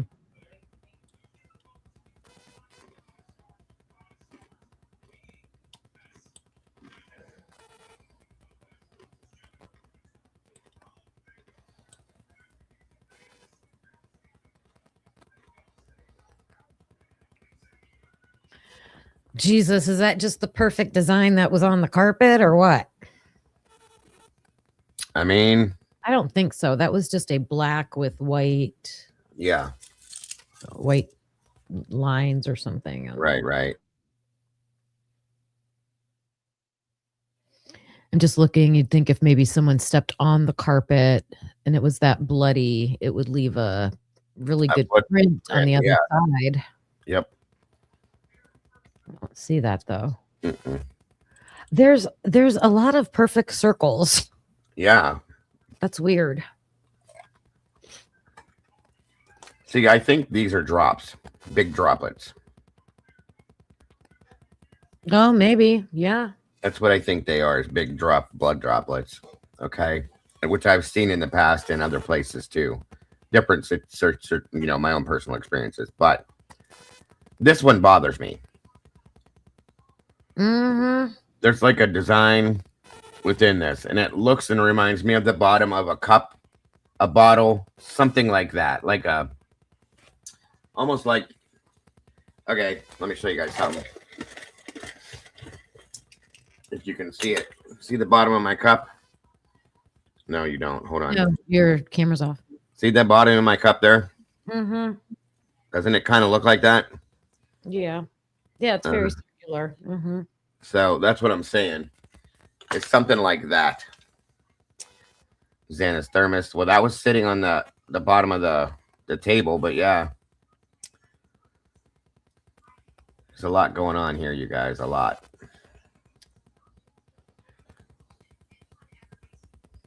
And then they moved the bed out, and there was certain like blood they found when they moved the bed that they didn't even test. I don't even know. That bothers me.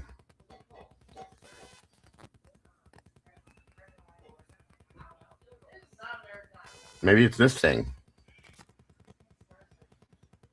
Oh, yeah. Yep. You know what I mean? Yep. This looks like denim. Like blue jean material. Or something. You know what I mean? Mm-hmm.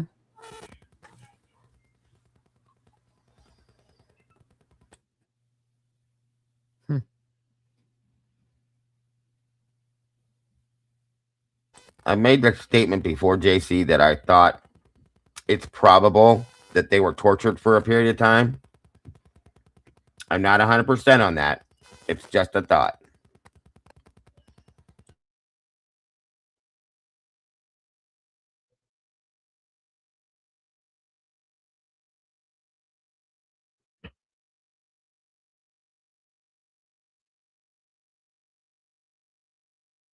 See, Ethan's clothes were, there was a pair of pants laying on the end of the bed that looked like dress pants that had a belt sticking out of them. I believe they were his. Why is the rug clean then? Well, I don't know that it is. I don't know that it's clean. That's black. So blood seeping into the black part of the rug is going to be hard to see. But I don't know. But that definitely looks like denim material there. That mark. I mean, truly, doesn't it to you? Oh, now it does. Oh, yeah. Yeah. Look at the lines. Yeah. Yeah, it looks like jean material, and that rug is not denim, unless the bottom of the rug pattern looks like that, maybe. Oh, yeah, maybe. But it looks like denim jean material. Yeah. It's weird. And whatever this here was is all wrinkled and crinkled up. That looks like, I can't even tell you. It's weird. This is the kind of stuff I wanted to spend some time with you guys in here, is to look. I think it makes sense that it was probably that Stanley or something. Whatever that. Yeah, whatever that thing was. Yeah.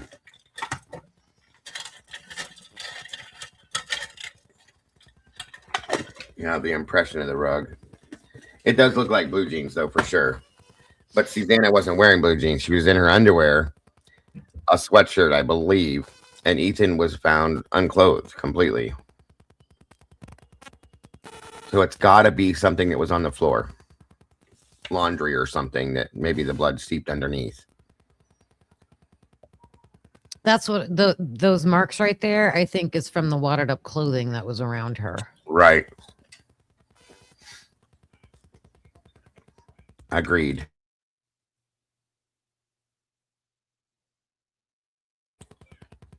Again, it does not look like anybody sat in that chair to me.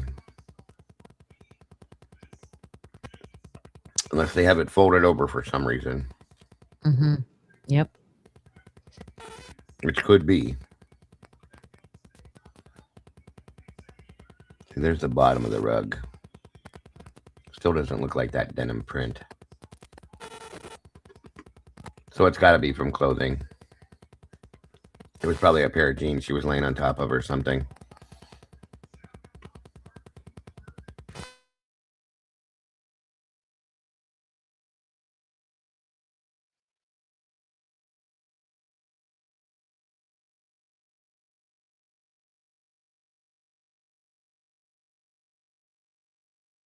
I wonder what they're marking in this as evidence. Is it the Vans tag thing? Is there a number there? Right here. Number 1. Oh, interesting. How could they mark something number 1? I thought number 1 was the sheath. Oh, no, number 1. That's number 11. Sorry. Never mind. The sheath is number 11. I don't know. The whole cart. No, that's not the cart with all the smudging on it, is it? No, that would be the end. That's this thing right here. Okay. I don't know. Unless more drugs were in there or something. I don't know. That could be too. Yeah, good point.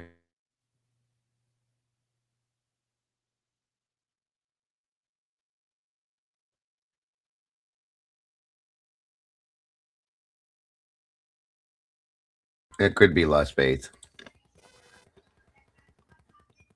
Let me see here.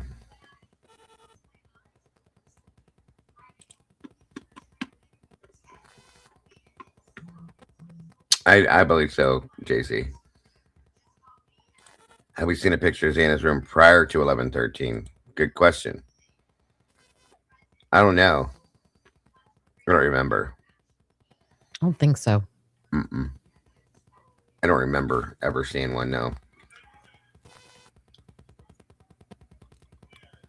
Number 1 is different than item 1. Okay. Gotcha. Yeah, that's a good point. Yeah, so here it is again. Xana was laying roughly right there. Feet. There's no way in hell Dylan ran past and saw Xana's head. I'm sorry. No. That's a blatant lie, in my opinion. That was an excuse that she made to cover her shit. In my opinion. It's ridiculous, you guys.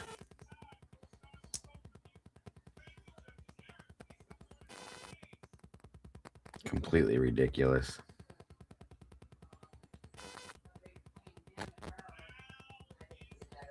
Yeah, that's all the blood I see on that chair cam. That doesn't look like somebody covered in blood sat down on it, does it?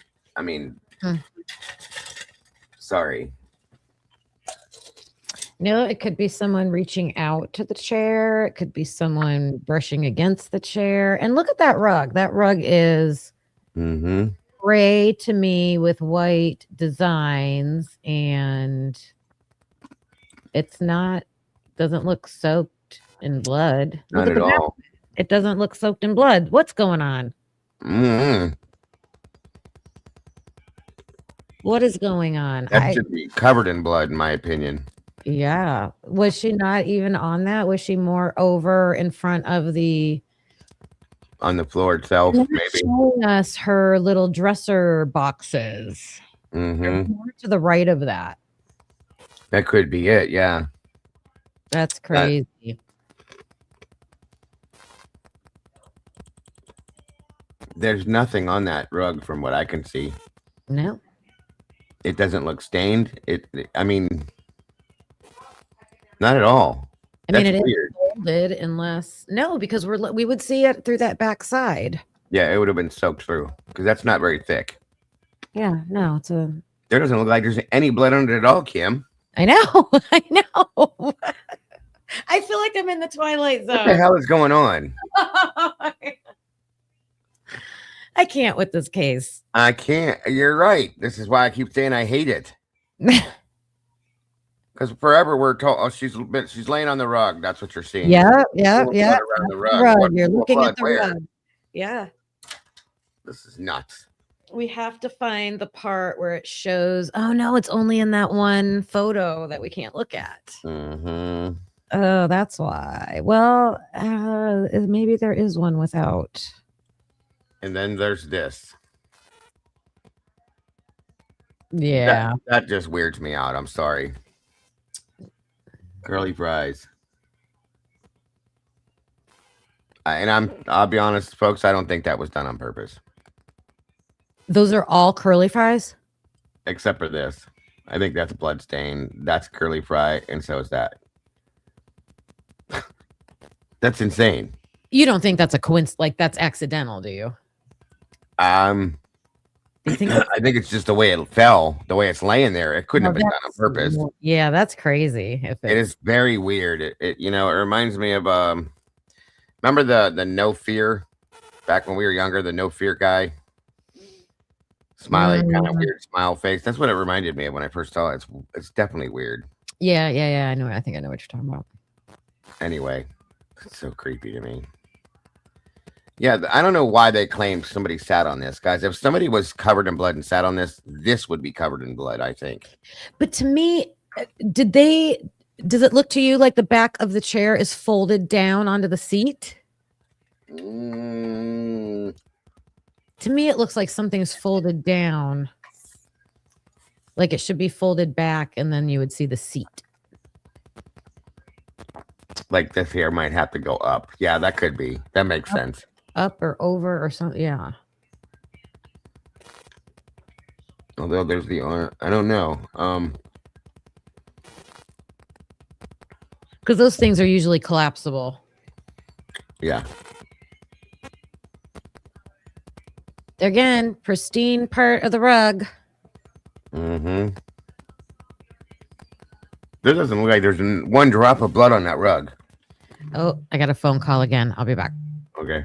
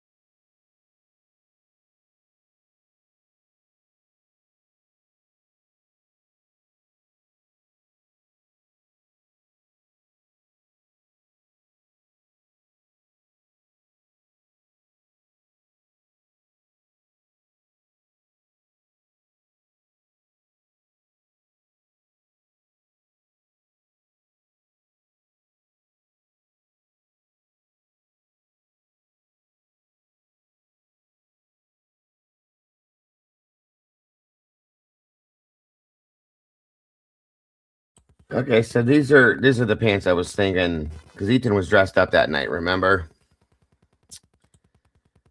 Those are his pants.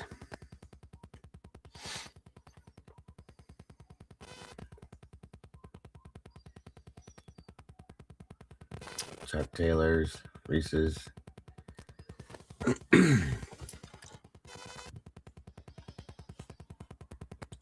Thank you for that, Hangman. Appreciate you, brother.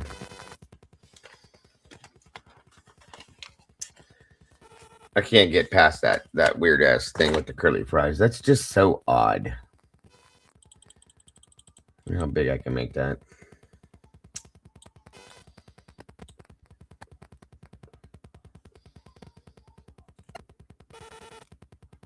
It's so weird, you guys.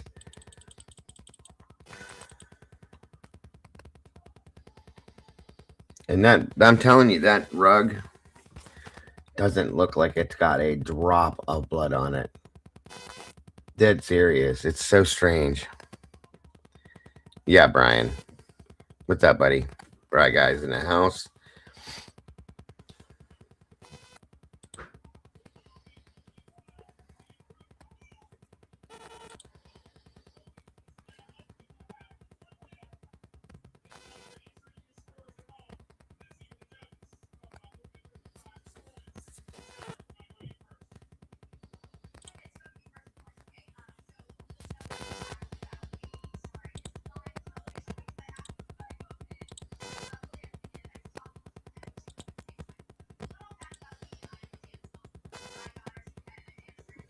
Yeah, this is after law enforcement went through the house and they were cleaning everything out. Oh, there's that chair again, Kim. I don't think anything's bolted down. I think that's literally the chair. Huh. Thank you, Brian. Gifted a membership. I can't tell who got it, but thank you, buddy. We love you, Bri. Very much appreciated. Hey, Miss Krista. Here, guys, I was going to do this, but I didn't get a chance to. There's a link pinned. If anybody wants to join me, feel free to discuss any of what we've seen today.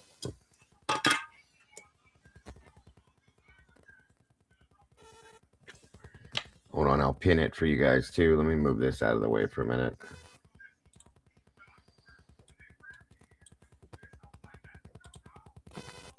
There you go. I was going to do that earlier, but I completely forgot. Sorry. I'm so wrapped up in this crap.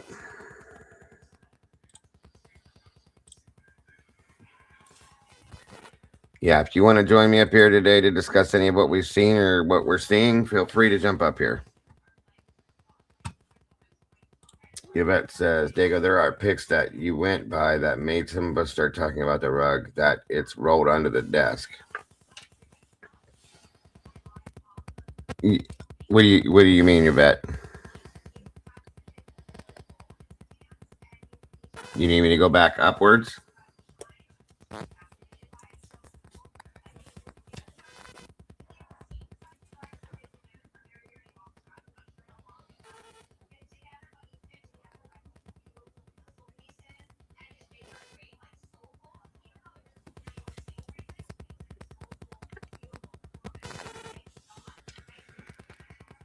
Well, let me know if I start chipmunking. I'll fix it again. Mikey.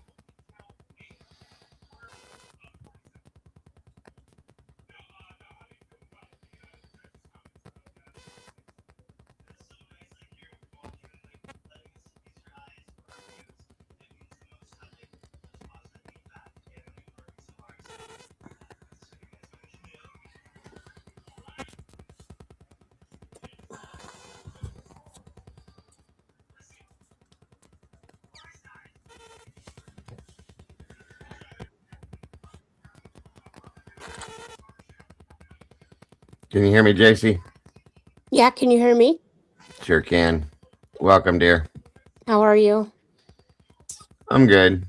Thanks for asking. Welcome, Hemi. Can you hear me?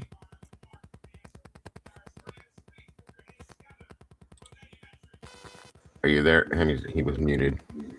Testing 1, 2. Yeah, I'm here. You're You good. Yes, I can. Hi, Mary. It's, And we could. One of you guys have me yeah. turned up in the background. You're gonna have to turn me down. It was probably my fan. I turned it off. Can we compare the blue-black? Wait a minute, blue-black colors to the third floor stair color or the kitchen, because we actually know this is blood in Xana's room, right? Yeah, no, agreed, Mary. That's a good point. The red stuff, yes. Susanna must have bled out before she ended up. Maybe. I think she was laying on that pile of clothes, altruistic. Yep. Hence the reason. Oh, welcome back, Yam. Hence the reason why we don't see so much blood. There's no blood on that rug at all. None. Isn't that crazy?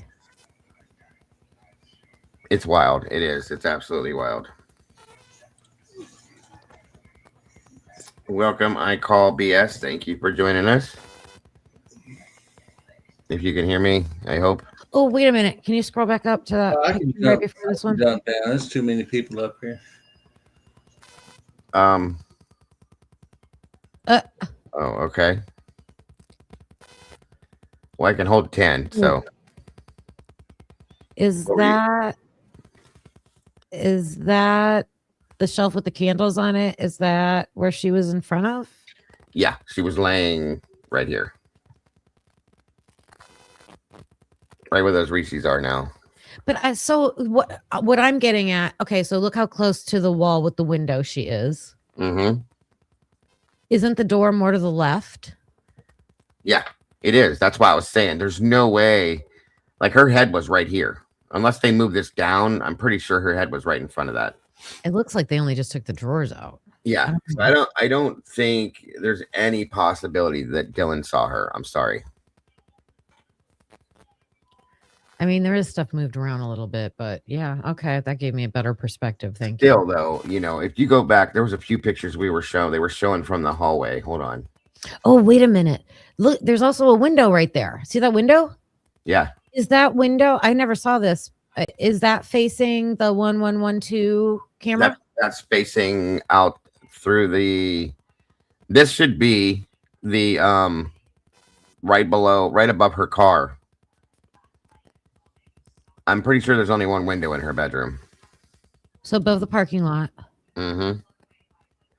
So this would be, if we were to go out this window and go left, we would be, I call bullshit. Honey, for some reason, it's saying your stuff's not connected. It's saying connect microphone and camera for whatever reason. I don't know why it's doing that. Anyway, yeah, that if we went out that window and went to the left, we'd be at the back of 1122. I just think that's a better, more likely to hear sound going through that window. In that bedroom, especially. So here's my thing now, Kim. If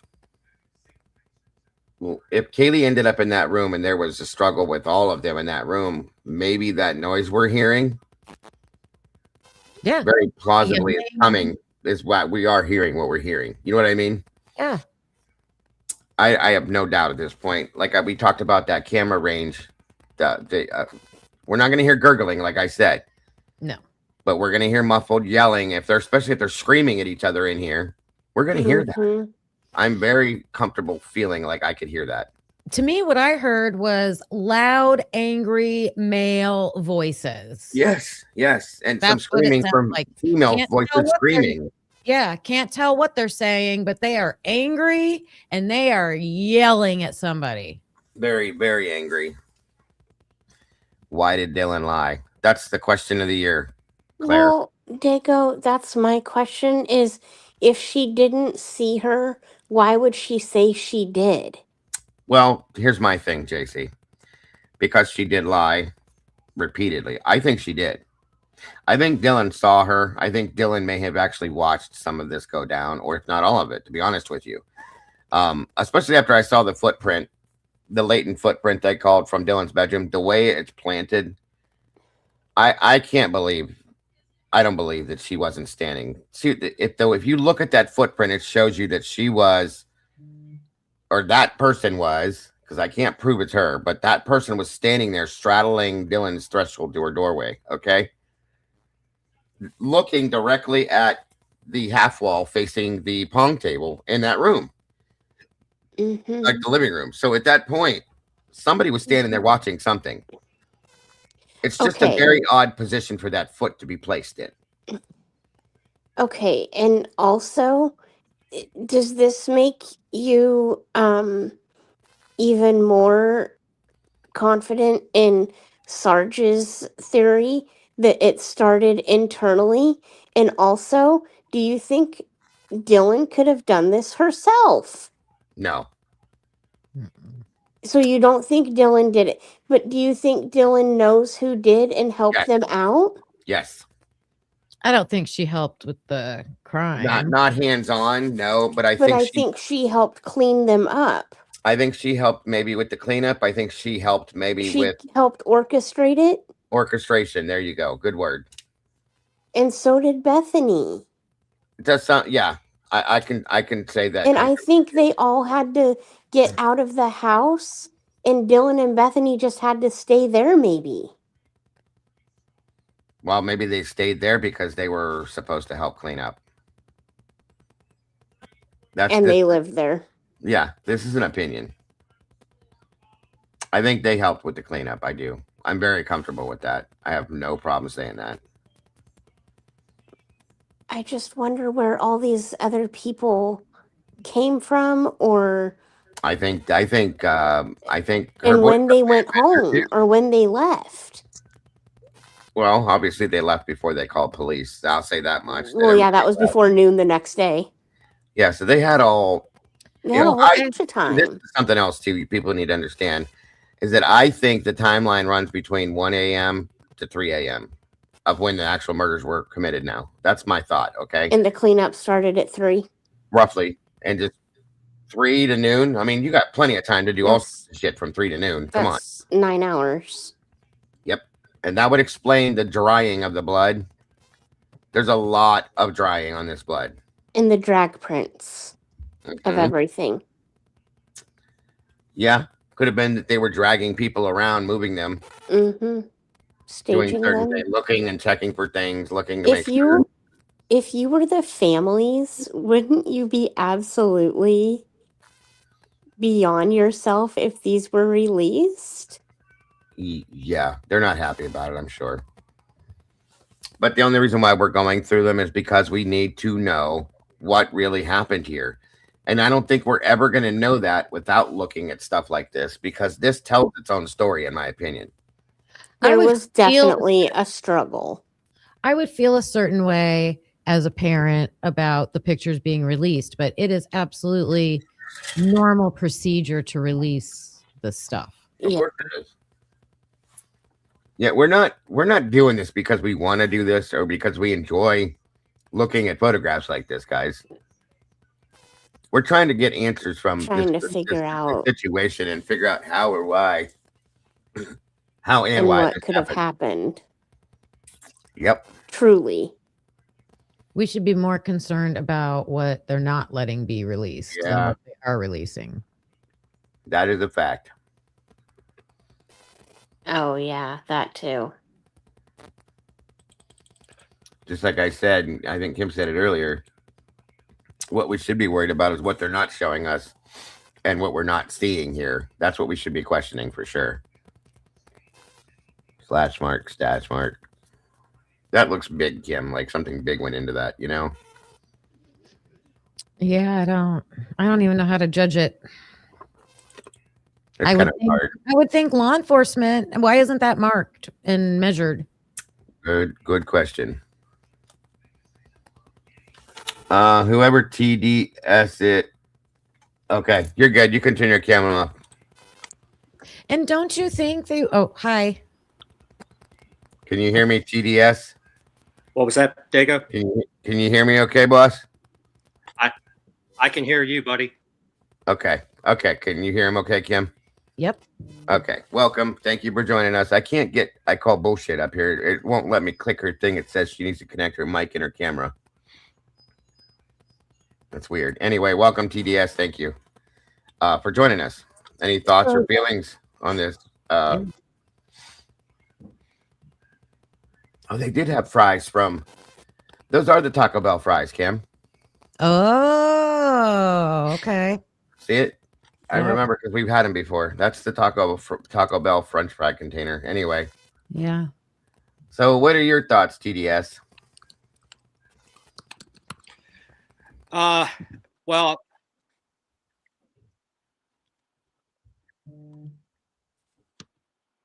right. No, go ahead. Yes, sir. Yeah, I was just wondering if you had any thoughts or feelings you wanted to express. Oh, Okay. oh, Did you have any thoughts or feelings you wanted to express, TDS, or no? I'm lagging a lot. Okay, maybe go out and try to come back in again.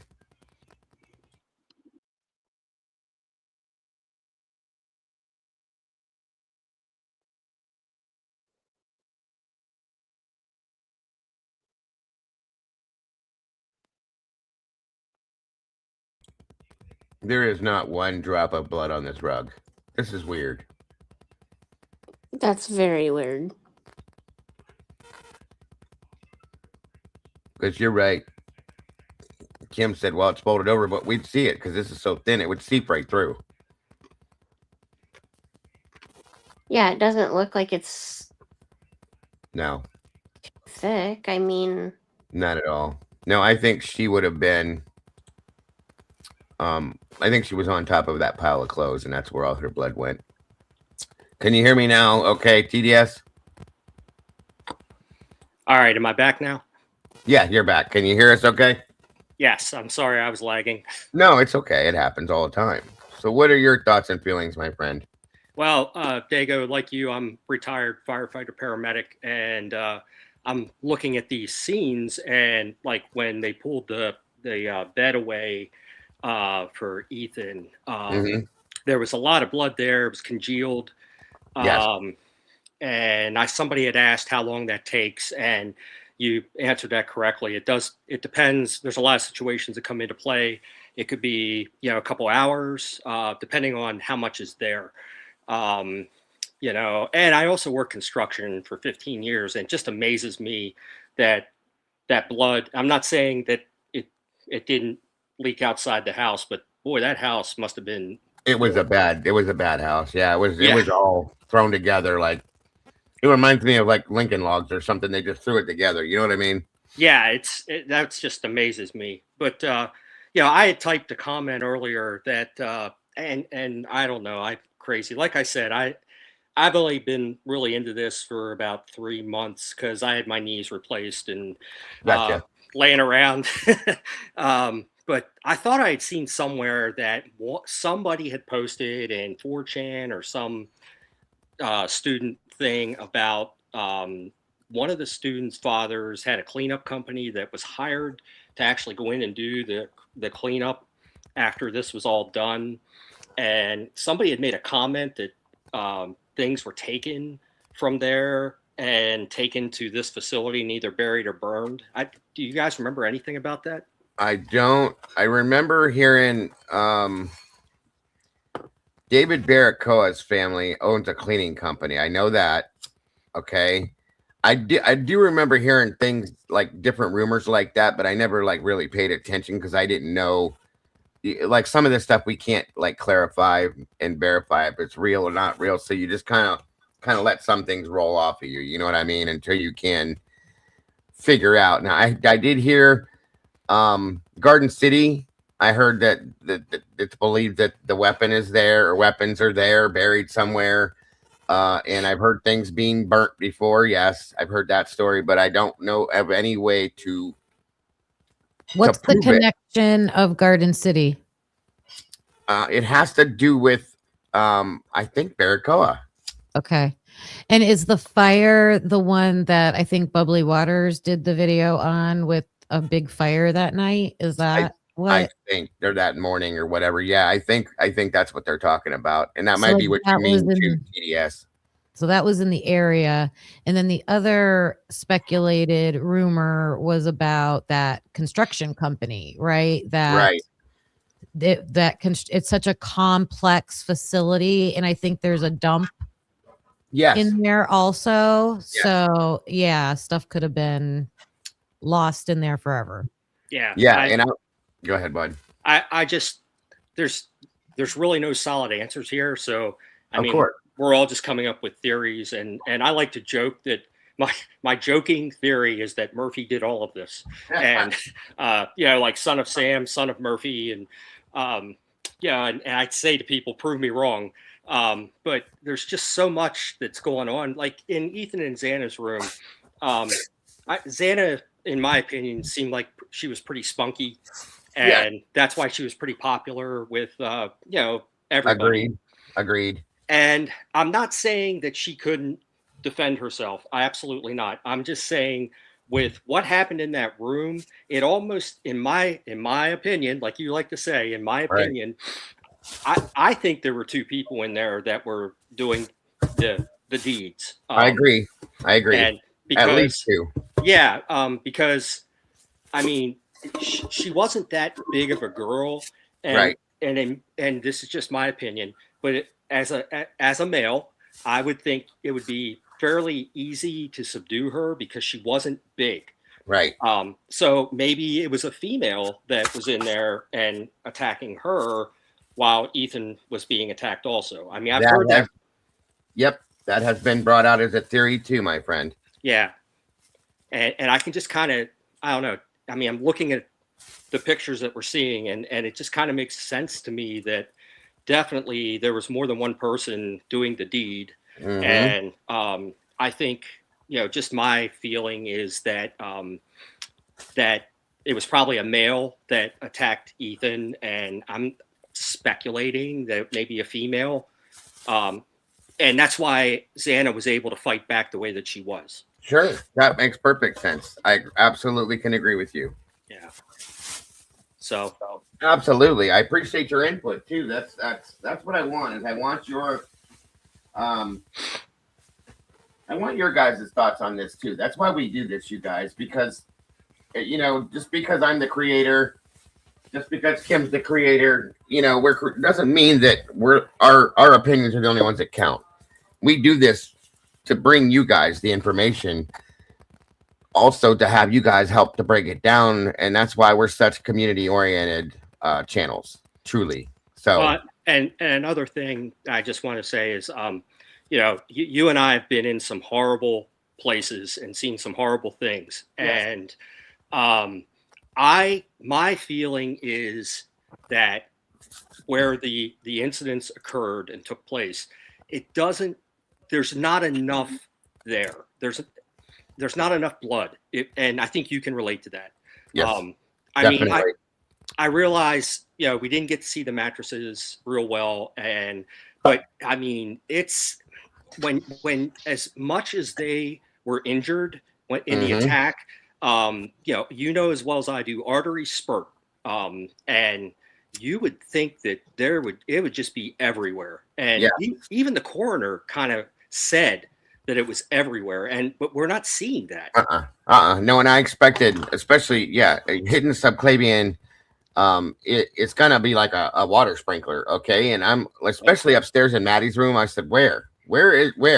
That's why I don't think Kaylee was attacked there. Welcome, 1-1. Can you hear me, bro? Hey, can you hear me? What's up, boss? Oh, I have a question. I have a question for 1-1. Yeah, go for it. So 1-1, I know you're a police, and my question to you is, if when they initially entered the house and he had picked up that knife and then he put it on the table, and that was about the time the officer turned around after he had realized what he had gotten himself into. As a police officer, wouldn't you have at least taken him into custody right there? Yeah, absolutely. Immediately, I think. Yeah, we discussed this. I've gone over this multiple, many times. How they handled that. I mean, I don't, I guess I would attribute it to, lack of experience, or I don't know. Right? Nothing happens in Idaho. I don't know. It seems like everything, but it seems like everything happens. Yeah, that clearing of the house was absolute garbage. Yes. You're going to a call, and the call is for an unconscious. Okay, now many times we get calls, like you said, you were firefighter, EMT. It's probably somewhat, I would say probably somewhat similar to you, but with police, we get calls all the time that it's like, oh, it's two people having an argument, and you get there and it's like a whole like melee fight. Like we get calls that are different. They change all the time. Yes. So Yep. they get there and they're thinking that it's an unconscious, which is also, there's a whole nother thing with that, because I think police were there before the 911 call, but that's a whole nother issue. But Yeah, it's a different show, but we all, right, few of us. right. But that doesn't mean that the whole department is in on it, and every, like they're No. all part of it. So Right. these right. officers that are there, yeah. So first off, once they see that there's no, they can't do any life-saving, that this is clearly like a homicide, suspicious death, and you have this person in the house that's leading you. He should be detained anyway. All of them should have been detained Immediately. Dylan Yeah. and Bethany they live there. They should have been separated, not allowed to talk to other people, brought right down to the station. They're not under arrest or anything like that. But Hunter specifically, now, I mean, I have over 20 years of experience. You would never allow someone holding a knife leading you. He Right. should have been. I mean, my firearm would have been put aimed at his head immediately. Yes. Drop the knife now, and he would have been put in handcuffs until further determined. I wouldn't just let him nonchalantly walk around. I mean, Right. And I've seen it happen, like physically in front of my face. I've seen it happen. I don't know if you've been on scenes like that, TD. Yes, but I know. Yeah. I know that you've probably been there. Yeah. So I mean, it's something we see. We work side by side with PD folks. It happens daily for us. It's just Right. it's normal now. And since you're, go ahead, 1-1. Sorry, buddy. I was just gonna say, just to address real, because I hopped in there after I heard you. So Shanna, I can tell you, I've dealt with many teenagers, and people would be surprised. Don't always assume just because someone looks like they're 110 pounds, they're a female. If someone wants to put up a fight, they may get overwhelmed. You have two large males that are obviously probably stronger. You don't need to be very, very strong, very, very big to put up a fight, especially when you're fighting for your life.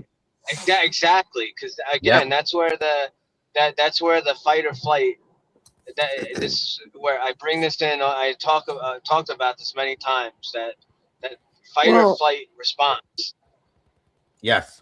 I think fighting for your life would bring on a whole different adrenaline. It does. Yes. I've watched. I mean, I don't know what it's like. I've never done it before. I've had to restrain people myself, JC, as working as a medic, because people will flip out, and when they think you're taking them down, they're running for their life. Yep. We've had to restrain people to cots before, because they're trying, and they're bouncing the cot around on the street because they're trying to get out of that shit. Okay. Yeah. And 1-1, I think you'll agree. Go ahead. A lot of law enforcement says the same thing. Some of the worst people to tangle with are females, because they're just so wiry. They're very strong when they want to be. Yeah. Agreed. But like I said, it was just an assumption on my part. So no, you're good. No, you're good. and this is why that's what it's you all brought about. up, a few good points that were brought up too. Again, about Dylan, you have to. Yes, you don't know how. No two people are going to act exactly the same. You don't know people's life experience. You don't know what they've dealt with. But you have to evaluate people's behavior, okay? And you have like giving the info that we have. What did Dylan tell us? He told us about a month before, right? That they were out, they went to the store, and the door was wide open when they got back. And they went and they got trying to see, catch anyone, or did someone break in? Um, what her response that she says doesn't fit with her behavior and a fight or flight response. So, running to, locking herself in the bedroom. Yeah, that's part of it. But the other, a normal person would immediately, they would be calling 911. She'd be calling her boyfriend. She'd be and that's which is another key thing. A lot of this stuff is what we don't. It's not what we see; it's what we don't see. But So she was I know all it's a she lot was of like also rumors, speculations about. Yeah, go ahead. she was also already in a bedroom though, where she could have locked the door. You know what I mean? Right. Well, But yeah. Well, that's what yeah. she put Right. herself in a position where she could have been attacked by running to Bethany's room, if that's true, Right. in my opinion. Right. But also, it's very different. Like hearing a noise outside, or you see a door open. Now, she actually says she saw someone. Right. She saw someone in a minute. So Yeah. this person doesn't live. Is wearing a mask. You hear screaming and crying and all this stuff. Her story is just total bullshit. It's either she's complicit in setting this up, or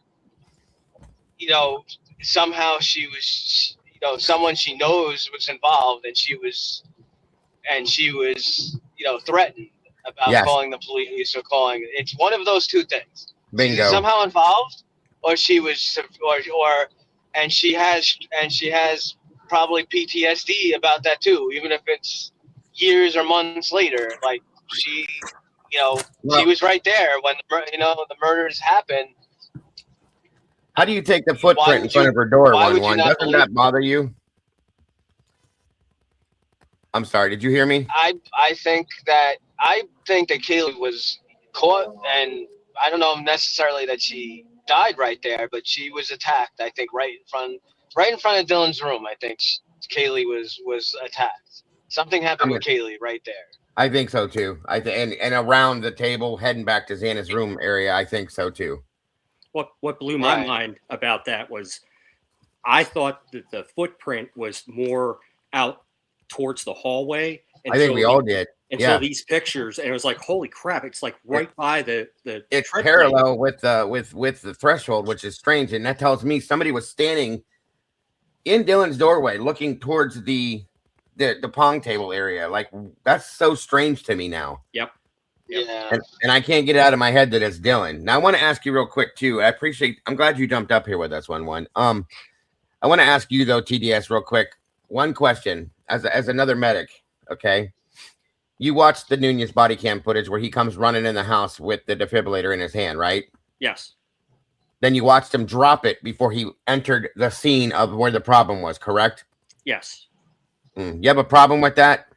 Yeah, I don't quite understand that. Yeah. I mean, as paramedics, we're going to come in with our defibrillator, LP15 or whatever. Everything, yes. And we're taking it all with us to the patient. To the patient. You don't stop and drop it and then go to the patient. Correct. Ever. Right. Correct. And that kind of, and it looked like more than just a defibrillator. It looked like it was like a trauma bag with maybe the defibrillator in it. And that would even make less sense that you wouldn't take that back to the patient. So, and I understand, PD 1-1, you may be able to attest to this. I don't know if NY does it, but here a lot of our PD guys, they carry trauma bags in their cruisers just in case, because a lot of them are cross-trained, like I said before. Never in my life, and I swear to God, never in my life, because I've been to scenes where PD shows up before me, okay? A lot of times they need to. If it's a domestic violence situation, so on and so forth, they have to clear the scene before we can enter most of the times, okay? As you know, this again, 1-1, but Yeah. I'm sure your guys carry some form of a trauma bag, a first aid kit, Yeah. something Yeah. anywhere, okay? Yeah, we Nobody. And I've never, ever in my life seen anybody ever run into a scene like he did in a hurry, and he was nowhere near the victim, and he dropped the bag right there. Yeah. What? Yeah. That's got my head twisted right now, because that It tells does. me, like, do you already know? Yeah. That's all I can say. Well, and for Yeah, everybody, it's weird, and just to say, I mean, this was a big thing that we don't know for sure, but it's what Phoenix brought this up in a month or two ago. You watch the body camera, and it looked like, I don't know if it's either looks like a pool, either a pool of blood, but they redact something under, it looks like the the beer pong table. The beer pong table is definitely moved. oh yeah, It was yeah, definitely moved definitely. because you could see a picture from the through the window. The beer table, beer table, pong table, whatever. It was moved. Now, why would they move?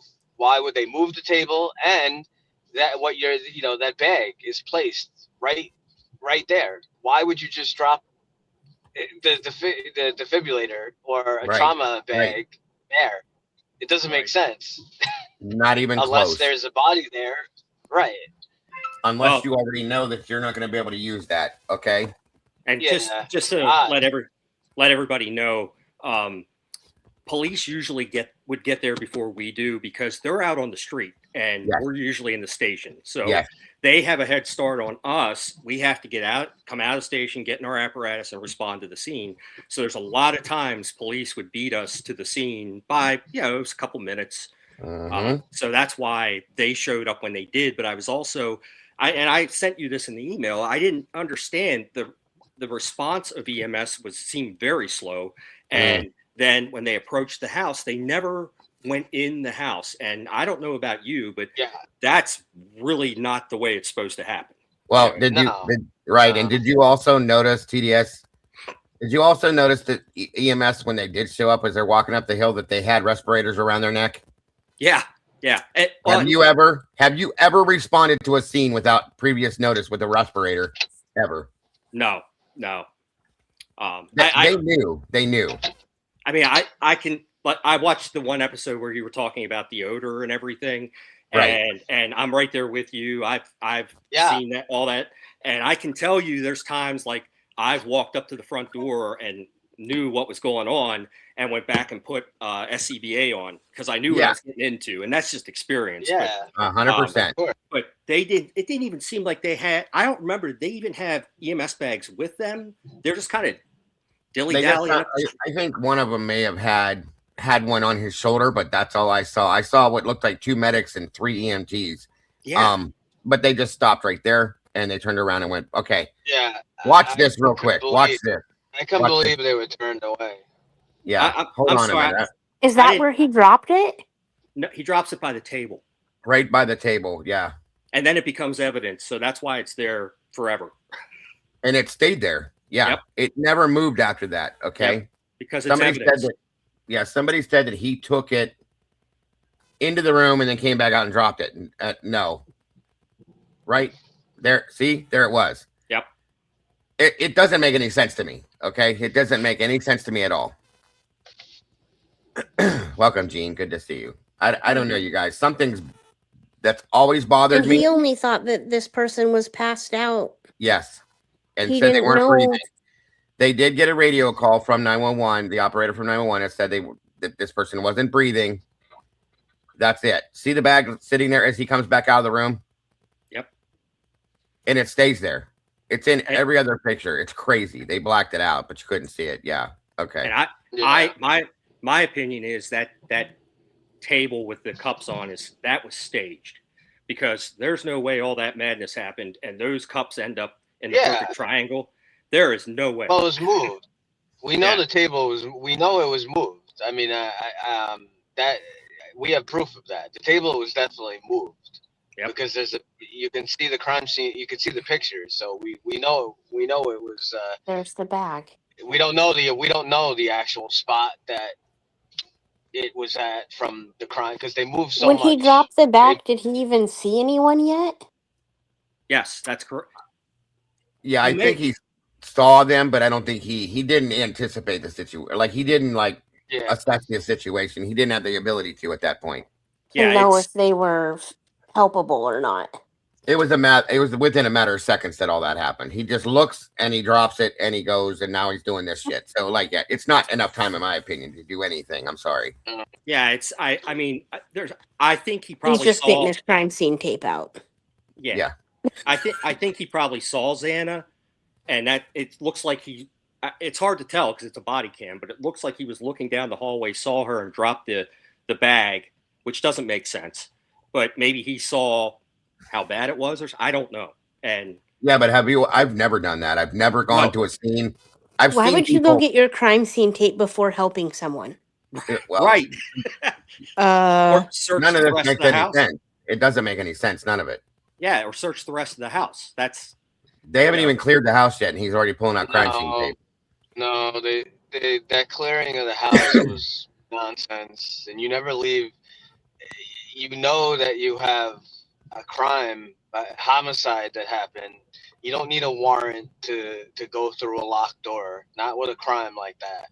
Right? That you don't know. There could be another person that needs help. There could be a perpetrator in there. You don't need a warrant. I mean, you're always going to try. In the back end, you're going to get that's right. Eventually, you're going to have to search through the whole house. But none of that makes any sense. The immediate response, you don't need a warrant to open a locked door. Oh no. Well, that's why Hunter picked up the knife, didn't he pick up the knife when he went in alone because he still thought maybe someone could have been there? Yeah. Well, and then and you have a whole story. And you have a whole story with that because allegedly he says he took the knife from the kitchen, and then you watch the interview with Emily, and Emily says that the knife was at the top of the stairs. So. Right. And I think that's really dumb because I would never do that. If I went in and saw the last thing I'm going to do is go get a knife, I'm getting out of there. Or go touch anything. Exactly. Well, Put One and put Dago yourself and I, there. We come from a different environment, and we know don't touch stuff. Don't.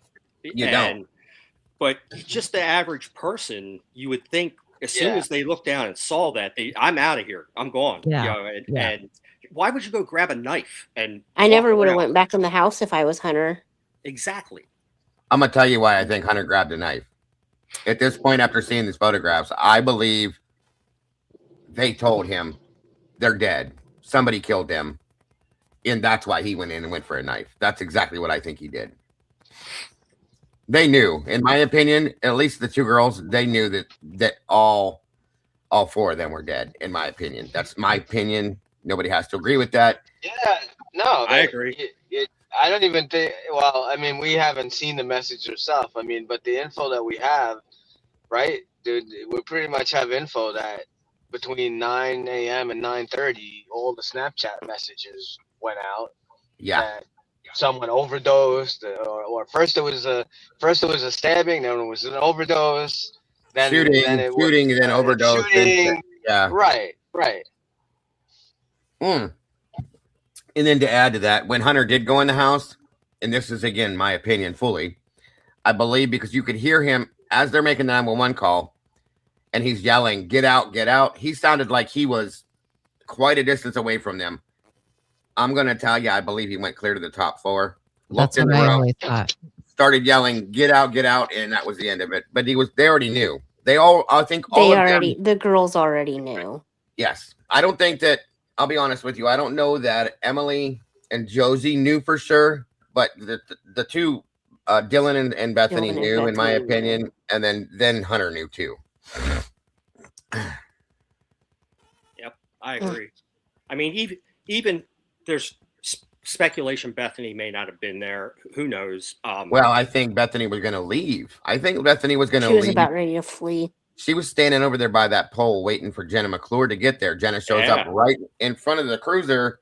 She goes up, turns around, and as he pulls in, and she comes back down and parks. I'm sorry, but I think Jenna was picking her up to take her the hell out of there. I think when Bethany calls her father, he says, you need to get your ass out of there. You don't want to be culpable to any of this. You don't want to be there for any of this or whatever it is. You need to get out. And I think she was going to leave. Yeah. Again, my opinion. I think I would have stayed there personally, but of course, I mean, because people that have morals, we would have stayed there. Yeah. But you know, some people just don't have that though. But I think Dylan was probably there, and her story is such. You could read a fairy tale and it'd make more sense than what she's saying. And I don't believe her at all now. Yeah, it just doesn't make any sense. And it's worse now. I'm telling you guys, that damn footprint that Kim and I looked at yesterday, that spun this for me completely around. I honest to God, now I almost feel like Dylan watched this shit happen now. It's hard for me to believe she didn't. That's all I'm saying. Well, she had some questionable connections, I think would be fair to say. Yes, and I think one of them was there with her and just kind of disappeared conveniently while the police were there. Okay, but I think he was there. I think I am truly, honestly now almost convinced that he was there. One has brought up a good point to this: is why you're in a relationship with a guy, especially a young girl. Okay, your boyfriend is kind of like. I'll be right back. Okay. That offended him. Your boyfriend is kind of like your father to a young woman in some senses. They protect you. Okay, guys protect their girlfriends. Women look to their boyfriends to protect them, their husbands, their fathers, their uncles. The men in their life protect women, vice versa. Okay. She didn't call him. It's not in her phone logs. She doesn't. There's no calls to text or anything made to her or to him. And one said, why do you think that is, Dago? And I said, well, and he goes, probably because he's already there. You don't need to call somebody if they're already there. That would be the first person you would call. Yep. And I can't argue that point. I cannot argue that point. Thank you, Meg. So again, I had a question about something you guys said earlier with the bag being dropped. Mm-hmm. And then you said that becomes part of the crime scene, part of evidence. But I don't see it in any of the photos. Like it wasn't, I don't think it was left. No, I think they picked it up at it is in the beginning for photographs, like the Moscow PD photographs when they were taking all that shit. It's there. Okay. But I don't know that it became part of evidence. I think it's just that it was there. Just that when Moscow was taking their photographs. Yeah. But the ISP photographs, it's not in those. No. No, I agree. He dropped the bag, and I think until the scene was secured and they took some initial photographs, then he was allowed to get that piece of equipment back. But I mean, it's no different on the EMS side. If we go in and into a crime scene and have a viable patient, we take them out and we left a piece of equipment there by accident. You're going to have to do some paperwork to get that back. They clear the scene first, and then I've done that with oxygen, small portable oxygen tanks I've taken in where I've had to wait, and then we get those back. Once they do their reports and everything, then you get your stuff back. Because if it was brought into the scene when PD shows up, it's part of the scene. Okay. Right.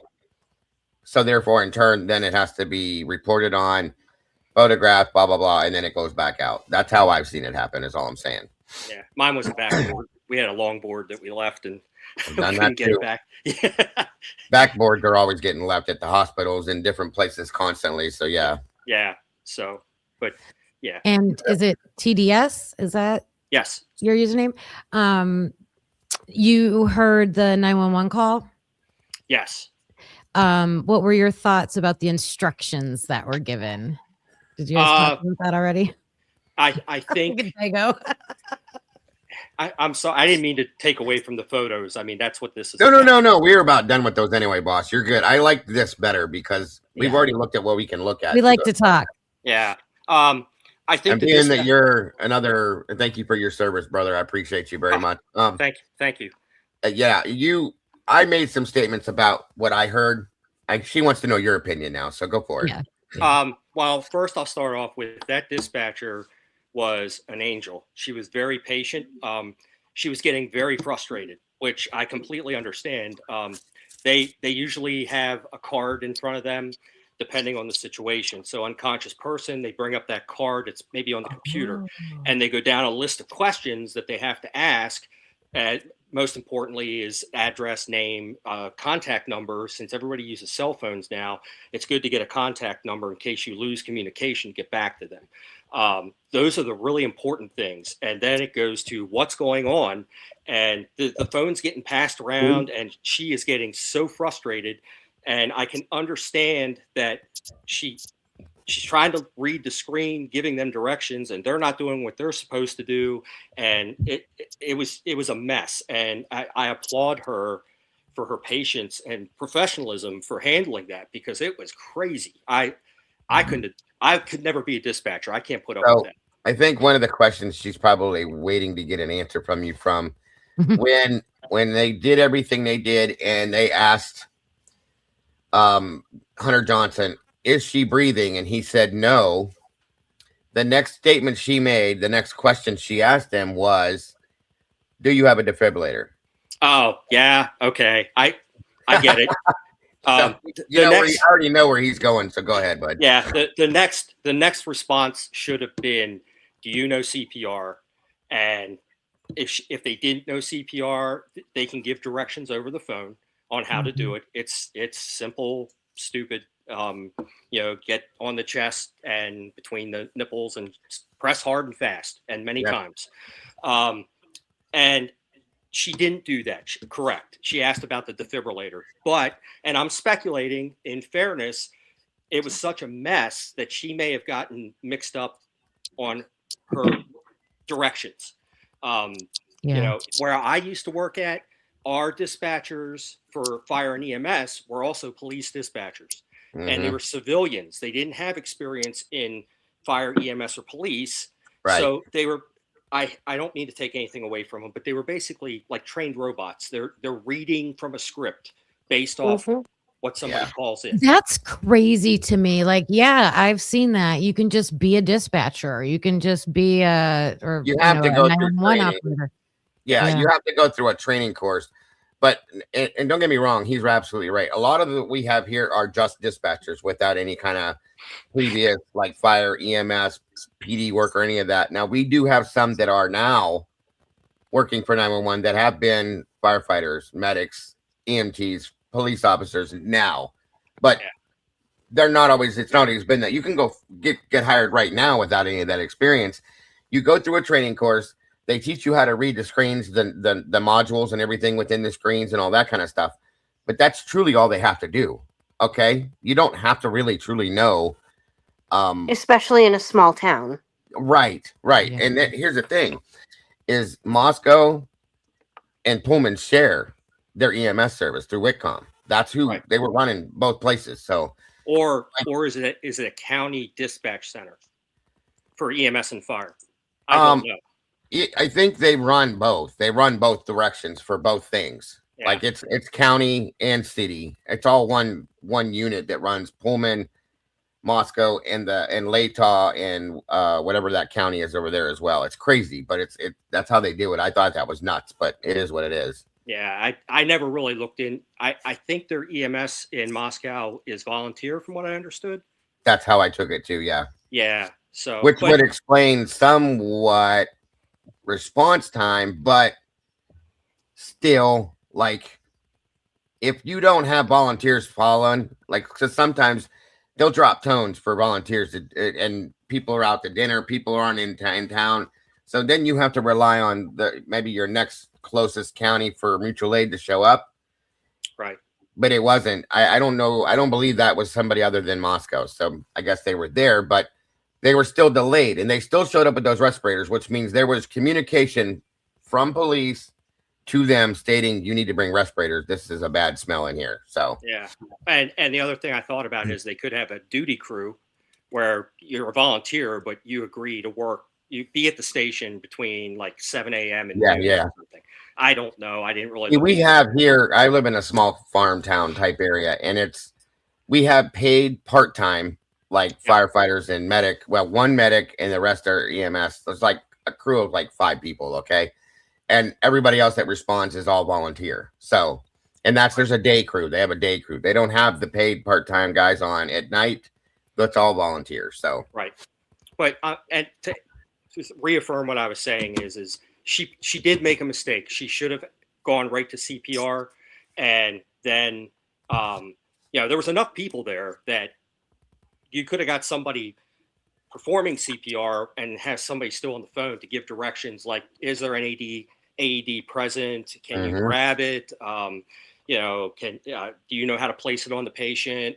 But I think she was just, it was such confusion with getting past between all those different people. And I don't know, maybe she got lost it's an EMD, right, Dago? Emergency. What's that? Isn't it called the EMD, the card that they? Yeah, the EMD modules. Yeah. She may have got mixed up on that. I'm speculating. I don't know. Well, being that they passed the phone around so many times, like he said, that could have confused her right there. That's why she probably said, I need some person to keep the phone, because they're trying to focus on what they're doing. So, but then that brings us back full circle to the very beginning of why we're questioning everything in this case, because who is in a situation like that where you want to help your friend that you think is unconscious and you're not spitting out the information, even if you're crying, even if you're upset, you're still going to get it out that they need help. Like, my friend is unconscious, don't know the details, but we need help. And they were avoiding that. Nobody wanted to say anything, and they're just passing the phone around. They were avoiding. I think they already knew. Yeah. They already knew they were gone. Well, that's what we think, but the other half of America, of the world, thinks that we're crazy for questioning that. Right. Sausage Biscuits just said, I feel like they passed the phone around a lot because Dylan was nervous about lying. That's what I think too. Yeah. And Outcast did an outstanding job. I don't know if you got to see what he did with the 911 call. It actually shows, to me, he showed enough of audio that it sounds like you hear Hunter's voice towards the end, but there's another male voice that you hear in the beginning of the 911. Who is it? I did see that. Yeah. Oh, I gotta watch that. I have. Here's something else. Dago and I, we're out in the woods cutting down trees. I'm running the chainsaw, and I happen to slice my leg really bad. And Dago is going to run out to the road and make a 911 call while I'm laying in the woods with my leg bleeding. Does that make sense? No. And that's the other thing is, why did that? They're their roommates, friends, however you want to define it. Why did they all leave them? If you're hurt, you're going to stay there. And if you're bleeding, I'm going to try and stop you from bleeding. If you're vomiting, I'm going to try and roll you over so you don't aspirate. Yep. Well, you got to remember, you have to remember kind of the narrative that we're given too. Maybe she was there longer, but I don't believe Dylan and Bethany were there for hours and hours. Maybe they helped with the cleanup. No, they weren't in there. Like you said, I heard you say earlier, after 6, 7, 8, 9 hours, you know what kind of smell would have been in there? Oh yeah. And I believe they said the front door and back door were found to be open. And it was freezing out too. So Dylan and Bethany, I don't believe were there. Well, they weren't sleeping and staying in their room all night. They left. At some point, you can see all the leaves on that first floor. That door had to have been open for all those leaves to blow in there. Yeah. Right. Well, the point I was making was they made the 911 call from outside the house.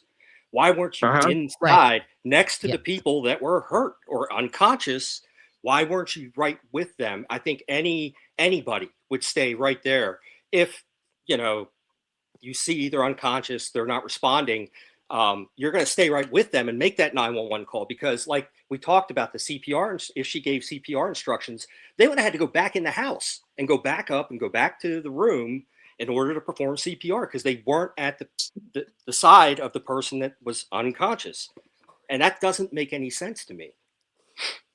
So because the reason we hear Hunter and everything is because they're already on the phone with 911, but they're Right. making it seem like Hunter sees them for the first time while they're on the phone with 911, and then he's telling them, get out, get out, get out. Right. Right. That So he scenario completely, doesn't make sense. yeah, he completely lied too. He said that he said he didn't go to the third floor and all that. I think that's all a lie. Yeah, I think, I So mean, do I. when the officer walked up, the first officer walked up, he met him in the doorway. So we already know he had been up there. And as a first responder, I know, and Dago can testify, and even one, you come into these places and, you know, it could be for a traumatic injury, a diabetic, or a chest pain or whatever. And a lot of times we walk in and nobody meets us at the door and they're yelling, up here, up here, up here. And Yeah. Right. he didn't do that. He met them at the door. He's like, come on, let's go. And that's something I can't get past either. Is I've never seen a law enforcement officer allow a civilian at a scene that they responded to guide them through the house like that. Never. A teenager at that. Well, yeah, but even the age doesn't even matter that much, JC. It's just allowing that to happen. But Period. Yeah. unless he was still believing it was somebody that was passed out, that's the only way that makes any sense. But then once you get there and you see that, knowing that this kid had a knife in his hand, I'm telling you, I've watched this happen. That officer would have pulled his gun, drew it down on him, and said, get down on your hands and knees, put your hands behind your head, and do not fucking move, period. Yep. And they'd have cuffed him. And Yep. Warner would have came up right behind that and cuffed him right there. That would have been the end of that story. They'd have taken him out of the house, and he'd have been detained. Yeah. Until Right. we figured it out, period. For officer safety. They would have done that for I officer mean, safety. And It was also, almost- How did it was the almost officer a- not okay, feel so- unsafe at that point? Yes, well, that's what I was gonna say. It's almost a joke to me how it's like they went backwards. If you watch, so sure, it's great that officer makes Hunter show his hands and turn his hands over. This is the guy that was just leading you in the house holding a knife. What? I mean, Well, it's, you know, They're not. well, and it's not that they're like afraid to do their job. Like they pulled their service weapons out and then went through the rest of the house. So it's not like, oh, we're afraid. We never pull our service weapons. It's Moscow. It's a small town. Right. You know, they pulled We're them out. not and did used a to search. doing this. Right. So, you know, you got a guy behind you with a knife and you just see what you've just seen. Yeah. I would be turning around, have my service weapon out. I'm not law enforcement, but hey, yes, you freeze. would. Don't move. Yes, you would. Yeah, That's I mean, your even firearm would be pointed at him immediately, and he would be placed in handcuffs. that's how the Period. kid in my town got killed, is because he was found at a vacant bar. The officer went in. He had what looked like a weapon in his hand. The Mhm. officer told him several times to drop it. He didn't do it, and he shot him. Well, bingo. There you go. I mean, he obviously felt threatened, so he had his weapon out. He told him to drop his weapon several times, and he didn't do it. I think it ended up being that it was a fake gun, but it doesn't matter. You have to treat it as it's a loaded, real weapon. Yep. And he felt threatened, and he absolutely shot him. And you know, he was put on leave, and you know, the whole thing had to be investigated, and it ended up, you know, he did end up being cleared of it, but he did come back to work briefly and then separated ways. But if you feel even the tiny bit threatened and you have a service weapon on you, you're going to use it. Not sure why this guy didn't, but I would feel very threatened if that would have happened to me. But I'm a female as well, so They put but I don't think that matters. They put their they put themselves at risk. That's not proper protocol. You're in a house, you know that there is a violent crime that occurred. Basically at that moment, without going too deep into what it is, they're basically at a Terry stop. That's what it is. They would, so Hunter would be, he would be forcibly stopped. It's a stop question, possible frisk. In this case, it would be a frisk because he's holding a knife and he's Mhm. in the proximity to the homicide.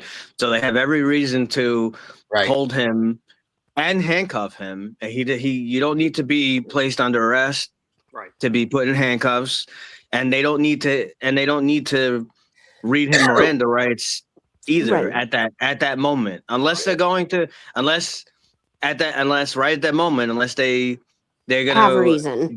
put him under, they're gonna think that that he's gonna be placed under arrest. All they need to do is just hold him there for the Detain him, moment. yeah. I mean, it's just in that But they brief also should moment, have. it's just They just should the have alarm. separated everyone outside as well. Yes. Well, that's a And whole that's a that's whole a whole nother nother thing. can of Yep. worms. Yep. That's a whole Everybody nother should have thing. been. They should have But I'll never tell been. you, Dago, after we saw that contract with the college, Yeah. Mm-hmm. so I think the college, or at least the higher ups at the college, I believe they knew what went down here way before that 911 call. Bingo. 100% agree with you. Do you think they let the MPD know? Yeah, they have the MPD they have a contract with them. So So they were in think that, communication before this yeah, I think 911 there was call even happened. communication, and this was all about narrative control. How are we going to, because everything, it all comes down to money and everything. How are we gonna spin this? It's a targeted attack. Everything is about spinning it for money. Mm-hmm. Or to You gotta look at not hurt that money.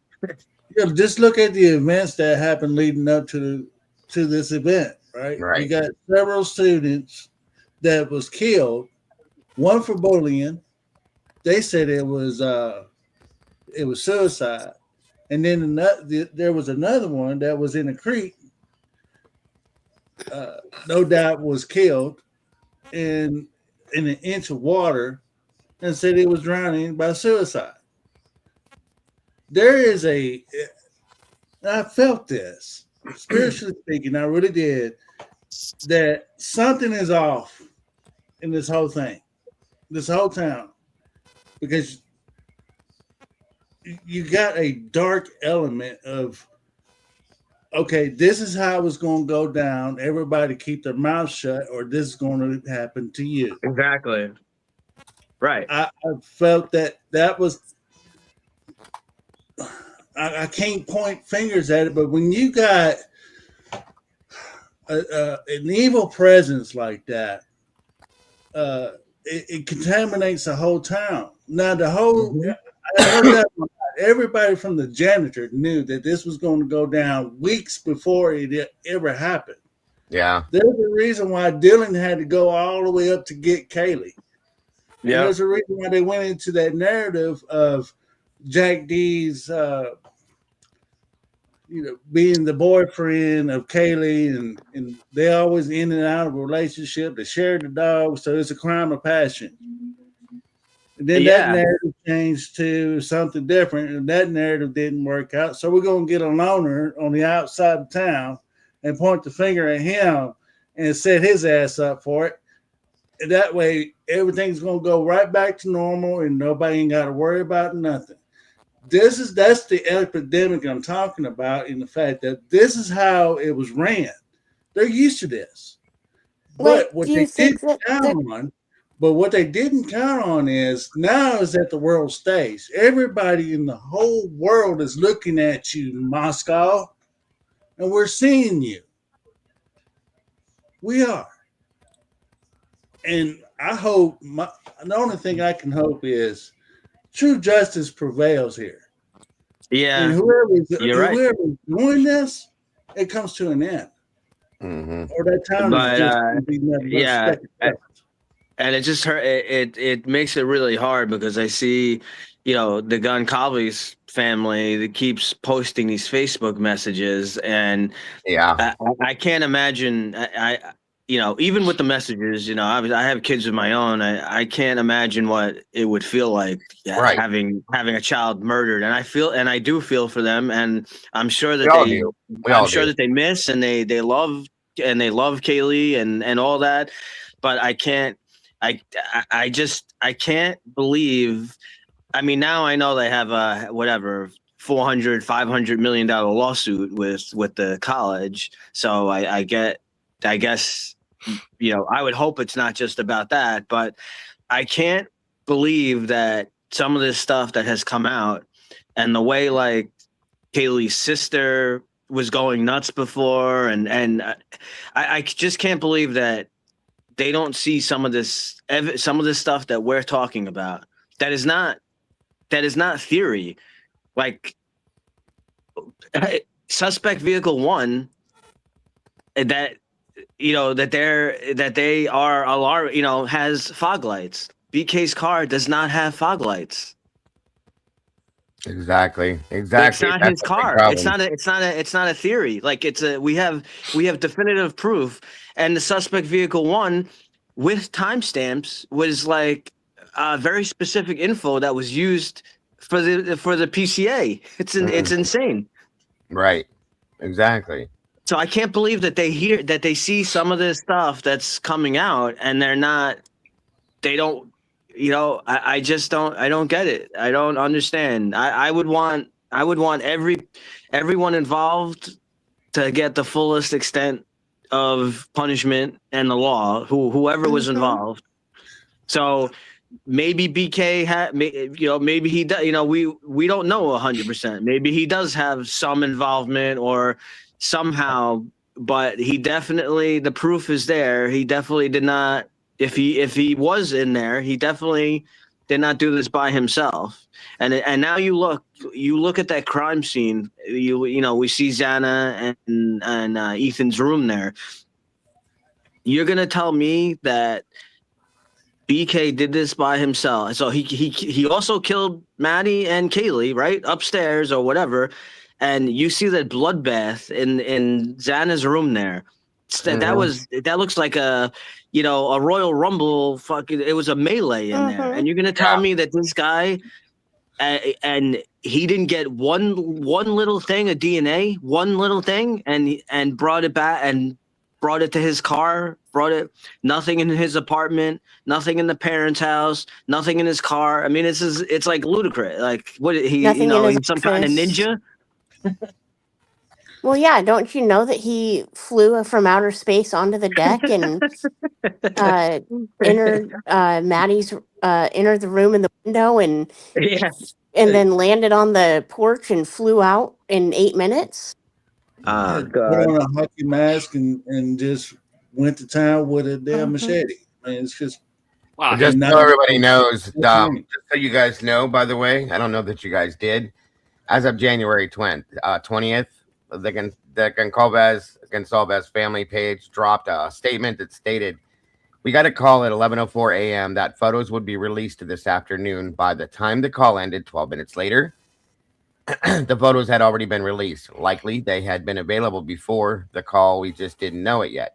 Now, I'm just telling you this because we know that the photos were dropped and then yanked right back a couple hours later. So that's the heads up that they received. Please be kind, and as difficult as it is, place yourself outside of yourself and consume the content as if it were your loved one, your daughter, your sister, your son, brother. Murder isn't entertainment, which is agreeable. And crime scene photos are not content. In addition, we know so many of you armchair detectives will turn this into your show, profit zooming into things, analyzing blood splatter, suggesting that things don't add up, yada, yada, yada. It's disrespectful and gross. And I'm sorry, but in all due respect to them, I disagree with that because, again, we don't know the truth, in my opinion. In turn, that's the only reason why. I'm going to tell you guys right now, there's so many other things that I'm sure Kim and JC and I know 1-1 and Mr. TDS here. I'm sorry because I don't know your name. And Hemi, Troy. Oh, that's right. I know who you are now. I got an email from you. Gotcha. Yes, sir. So good to meet you finally.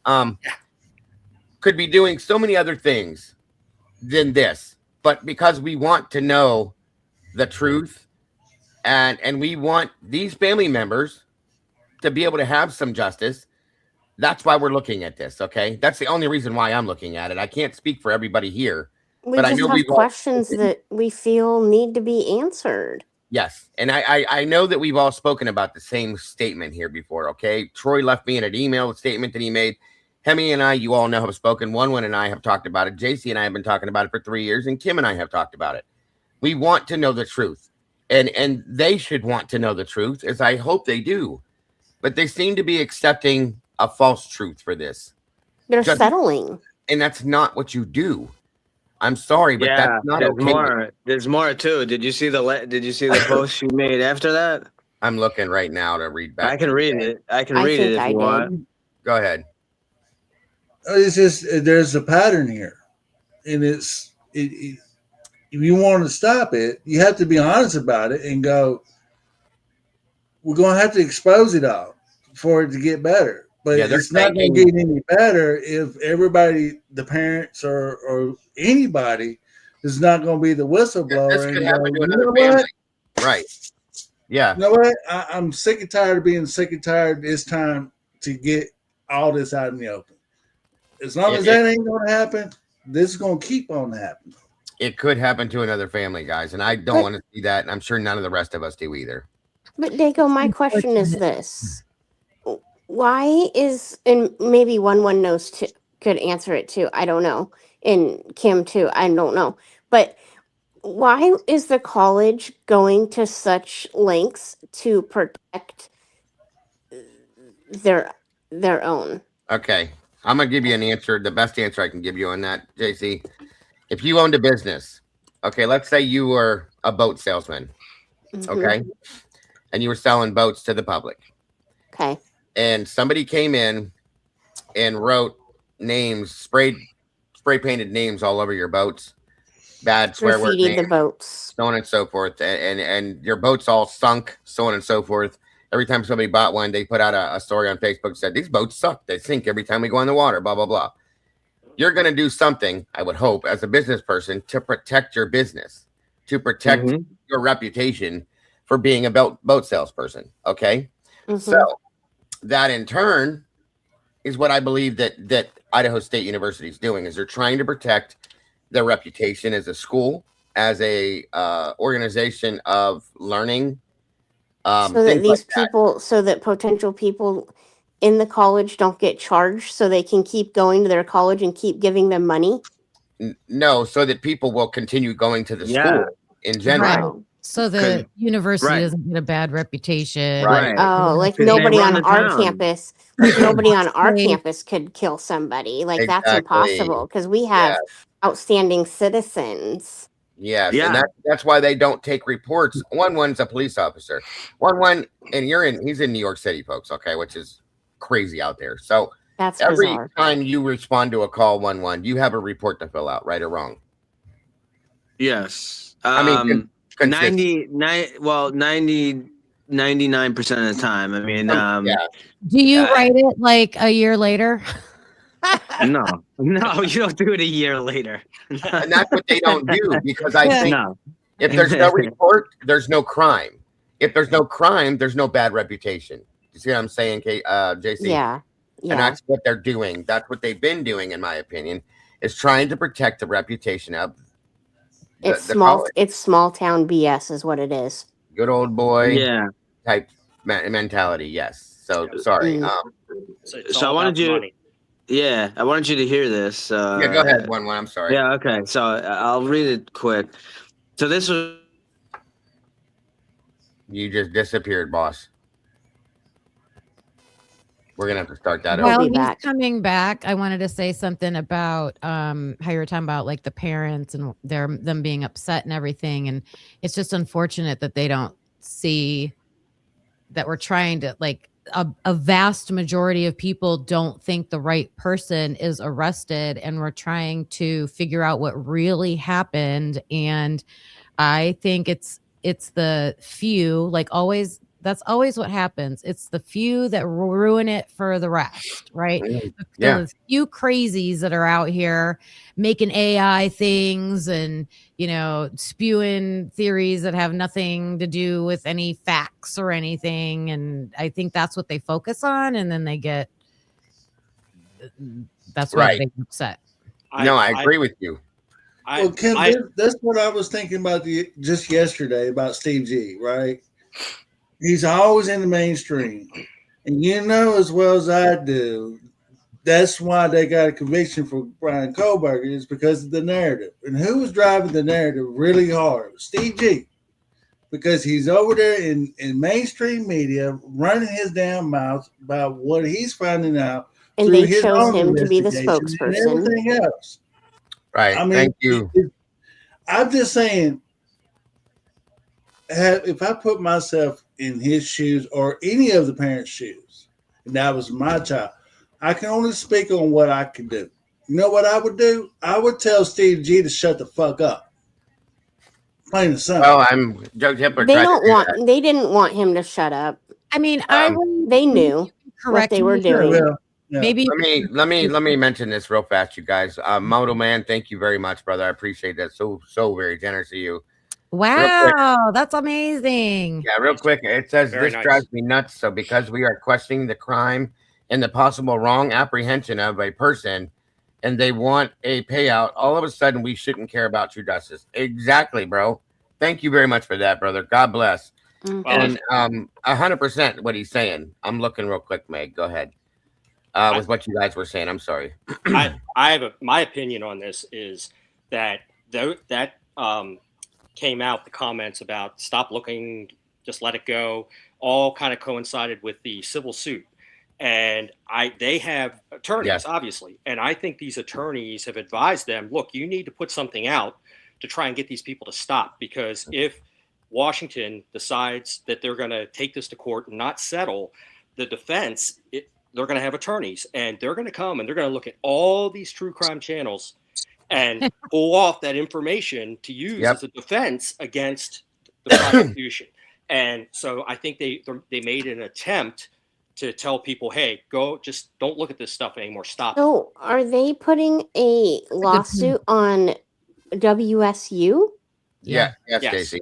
And that may be the problem with TDS, what you just said, is that they're going to look into all what one of us has been saying. Oh, yeah. And say, why are they all saying this? If there's not a reason to say this, maybe they'll look into it and find something that I saw some, find, and that's going to screw up that whole lawsuit. I have a prediction about that, about the lawsuit. I don't think it will go to trial because the university is like a business, and if you've ever tried to file a lawsuit with a business, they will hold you up in court for decades. Like they will just stall the process.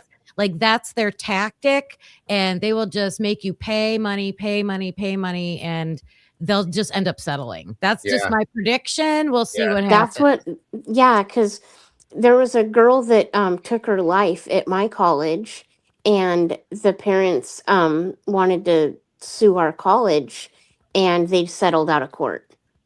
Settled outside of court. But I don't like that. But are they going to sue his high school too? No. I mean, that's what somebody asked. They were like, well, if they can can't sue do the that. college, can they sue the high school? Can they sue his elementary school for letting him go? Like, that's crazy. Of course, that's crazy. So no, Well, that's what I mean. Yeah, I mean, you could sue someone for anyone, for anything. I mean, Yeah, I you think can, they but I were just making a point. Like, this is stupid. Right. Thank you, Yeah. Moto again. Dago, your guest is 100 effing %. They're talking about you, TDX. So yeah, and I agree. It's 100% right on point. 1-1. I don't know. I got kind of, I know. I got because I'm using my phone here. So, I mean, basically, in a nutshell, she's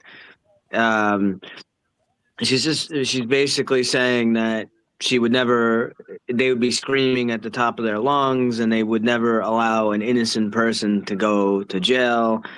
I just don't understand how you see some of the inconsistencies and discrepancies, and you should be screaming at the top of your lungs. Like, where the hell where is Steve G? Like, I mean, I think he knew early on there's no way that there was more than one person involved, unless, again, if this is all just like a money grab now, it's really pissing me, because I agree. I don't think it would be great.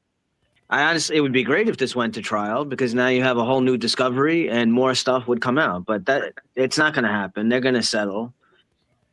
Oh yeah, it says right here, we would never ever allow an innocent person to go to prison there you go. for taking Kaylee's life while the actual perpetrator remains free. We would be screaming at the top of our lungs and no one would be able to shut us up. We are not blind, we are not deaf, and we are not stupid either. Then what is going on? You do not see these things that we're looking at, that we're all screaming at the top of our lungs about. I think Steve G's wife has a lot to do with the one-man perp idea. She's not going to get off of that. I agree with that too. Yeah, Steve G was open to the multiple perp deal, but it was his wife that said no. It was Brian Kohlberg. That's the reason why she came out with the statement through Facebook that she did, telling us to basically shut the fuck up. Yeah. Well, she's also the first one that ever came out with, and it stuck with me ever since, when she said, I truly believe that this was somebody that Kaylee knew, that knew her, that they were close to. That's never been able to get out of my head at that point. And she's promoting a YouTuber who is basically attacking all of us. I would love to send her an invite and have her come right to Devil's Advocate. I'll debate you. And she's apparently a defense lawyer too. Yeah. Show me and prove to me. I could debate. Prove to me that BK is the sole killer. Prove it to me. Show me the evidence. You prove it to me, then I will shut the fuck up. Prove it to me. Show me the evidence. Can we say who the YouTube channel is? I didn't want to promote True Crime. Who is it? The Dark Side of True Crime. Yeah. The Dark Side of True Crime. And I'm not promoting it, but she's been attacking a lot of us. All of us. Yeah. And then you got good old Othram Labs reeling in Stacy Chapin. That's why I put my tagline up there. I'm sorry, but I got to get out of here. I got to go to the store. I'll probably be back on here. All right, boss. Thank you for your input, brother. All right, man. Later. See ya. Yes. There's a lot of creators that are speaking with authority that they're right and we're crazy and how dare we? Right. Just stop it. And I don't know. And Dago and I were, we rode the fence for quite a while on this, didn't we, Dago? Almost 3 years. Until the thing that broke me, I mean, a lot of people, like Willie said, when the PCA came out, he started going on the other side. Dago and I, at least I, and, I think Dago too, until the 911 call and the text messages came out first, right? Mm-hmm. And then the 911 call, that was when everything started getting, especially the text messages, that's when everything started getting crazy to me. And then the 911 call that didn't really give us anything except for the audio, and it sounded like it was staged. 100%. Yes. And then I see the body cams and it doesn't add up to real life, real time action, I guess is what I'm trying to say. Right. It just doesn't add up. Nope. No. I feel like everything in this case, I mean, there's so many moving parts. Waiting for them crazy. to come out with what was in Brian's car. That was going to be the kicker. And then that didn't fall through. Well, the PCA. Every time we wait for something like the sheath, we're going to see the sheath on the bed. And that's going to answer all our questions. And we have yet to see a sheath. Yeah, it never looks the way it's supposed to look. It doesn't match. Well, we have it now. We have, Yeah, it's in the pictures. They released Is it. it? They just but it looks so staged. Oh yeah. Yeah, It I looks haven't seen it. and But it's not here's it's the under answer one to of the why they blankets. Yeah, go ahead. here's the answer to why they removed the links for all the photographs they dropped. Oh. Okay. Yeah, it just hit New York Post, guys. As soon as I can get this. Oh my gosh, they wrote about it in the New York Post. Wow. Idaho police reveal the reason why they temporarily removed Grizzly Brian Koberger murder scene pics. You see what they do, folks, with the propaganda. They put Brian Koberger's name in there. That did not need to be there, but they did it anyway. Okay. Insane. It says Idaho State Police temporarily yanked horrifying crime scene photos off of the off-campus house where Brian Koberger slaughtered 4 University of Idaho students from its website amid privacy concerns, the law enforcement agency revealed Thursday. Thousands of previously unseen photos of the blood-soaked Moscow murder house were quietly uploaded by state authorities on Tuesday, but were quickly scrubbed to further review because they saw the people were seeing the photograph of Xana. I'm going to tell you right now. Police told the Post, following adjudication of the criminal case, the Idaho State Police received a large volume of public records requests seeking the photographs.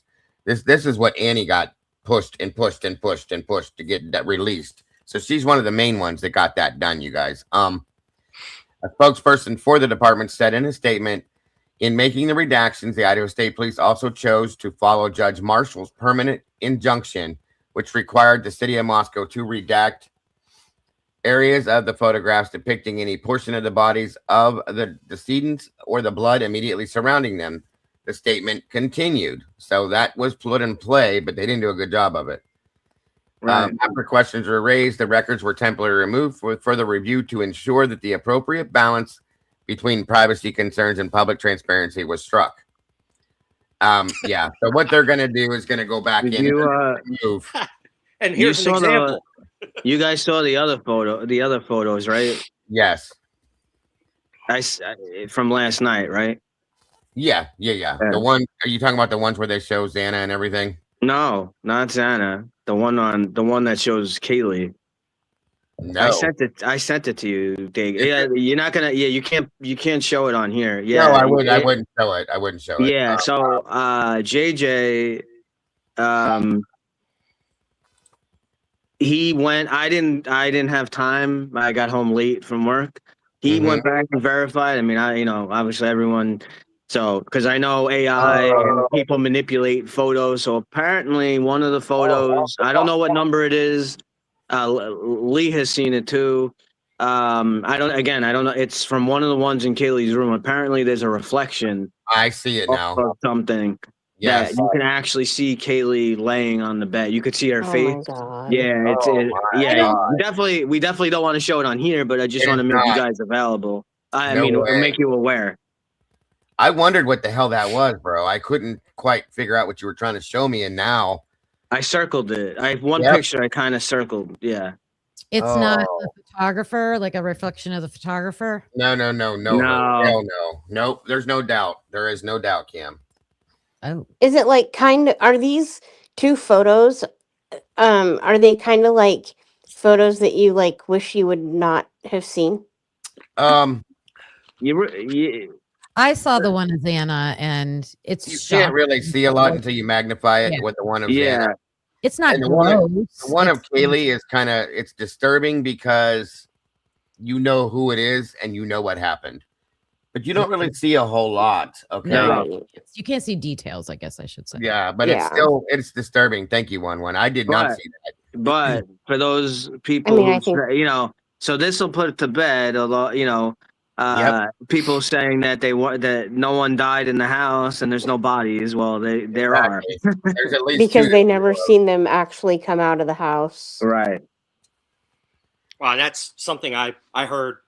Everybody's speculating, and somebody said that they could have repainted the walls, and that's why all the doors were open. Well, these pictures shoot that theory right out. There's no way. With all the blood and the looted blood on the walls and stuff. They didn't repaint. So No, I don't believe they did either. I mean, I think these photos, I mean, And then the house gets torn down, and that's just destroying evidence. Yeah, The whole thing is a disaster. But hey, SRB, I hope you're feeling better. See, here's the problem, though. One that I have with this photograph. I'm looking at this. Yeah. Unless this was something's not right here. Remember when they said that her face was unrecognizable? Yeah.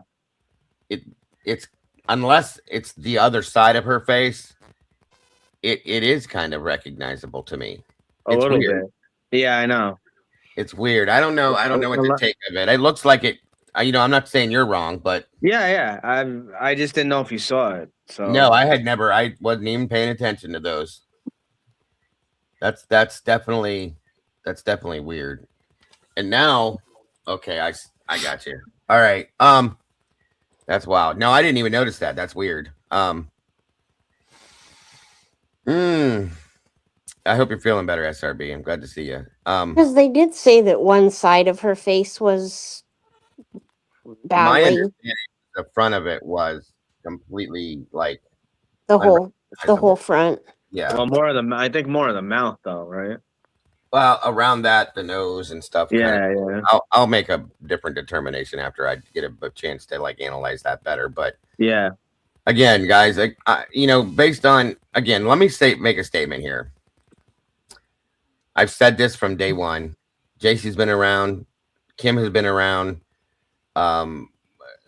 One's been listening for quite a while now. I don't know how long you've been listening, Troy, but it's been, I've been doing this for 3 years. Yeah.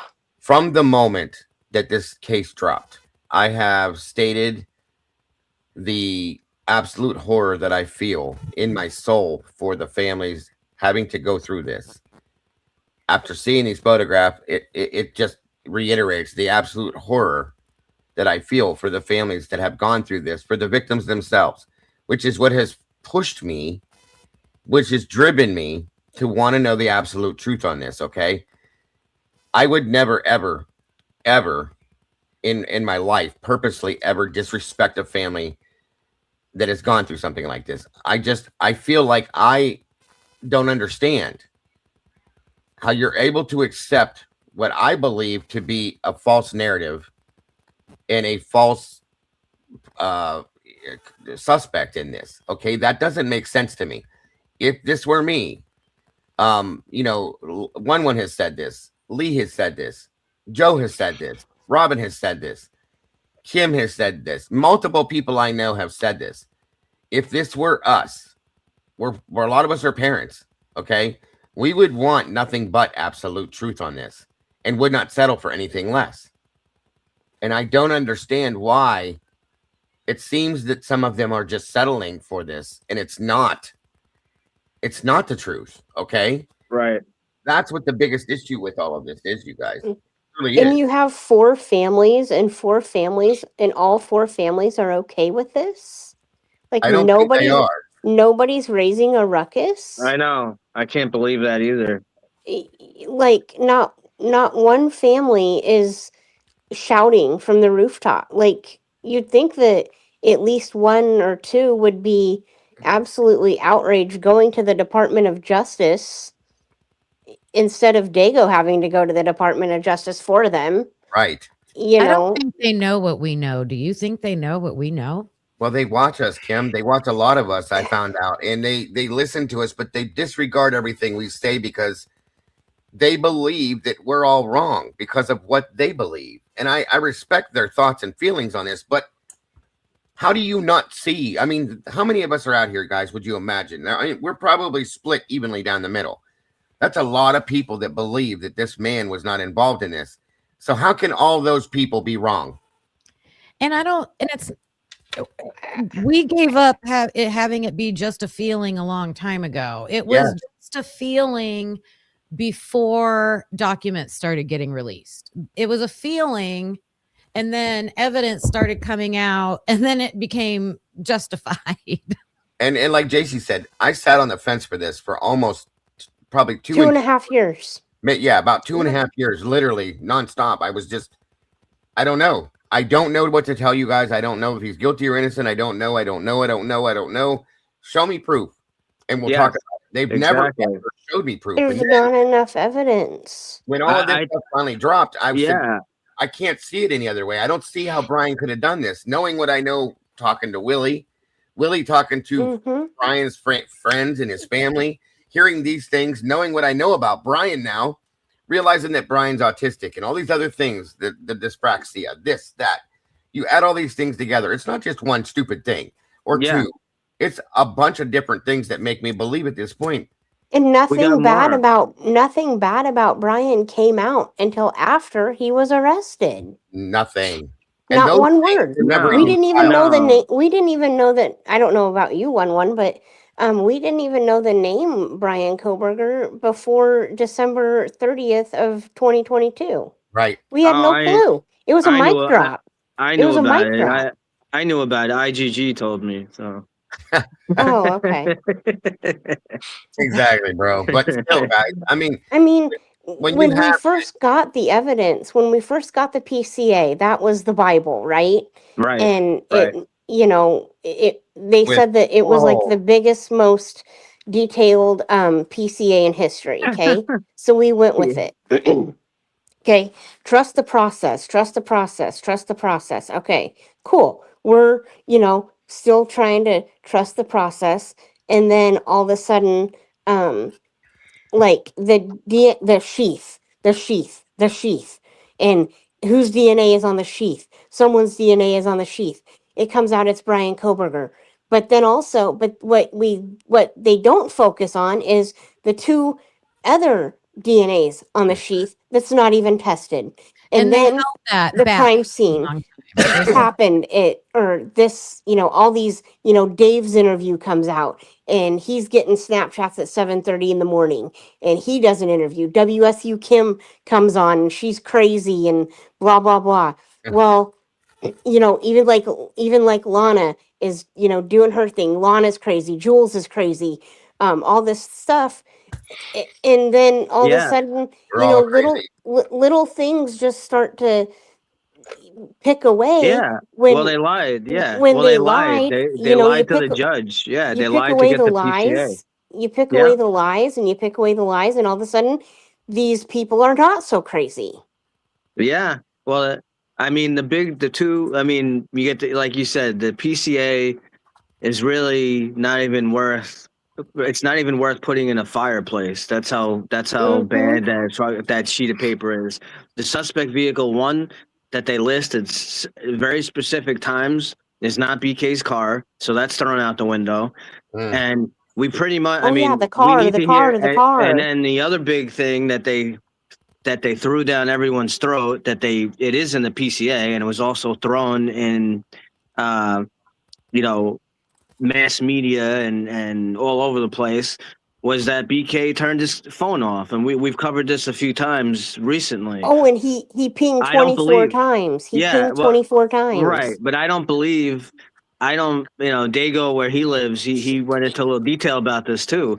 I don't believe BK even I don't think he never actually turned his phone off.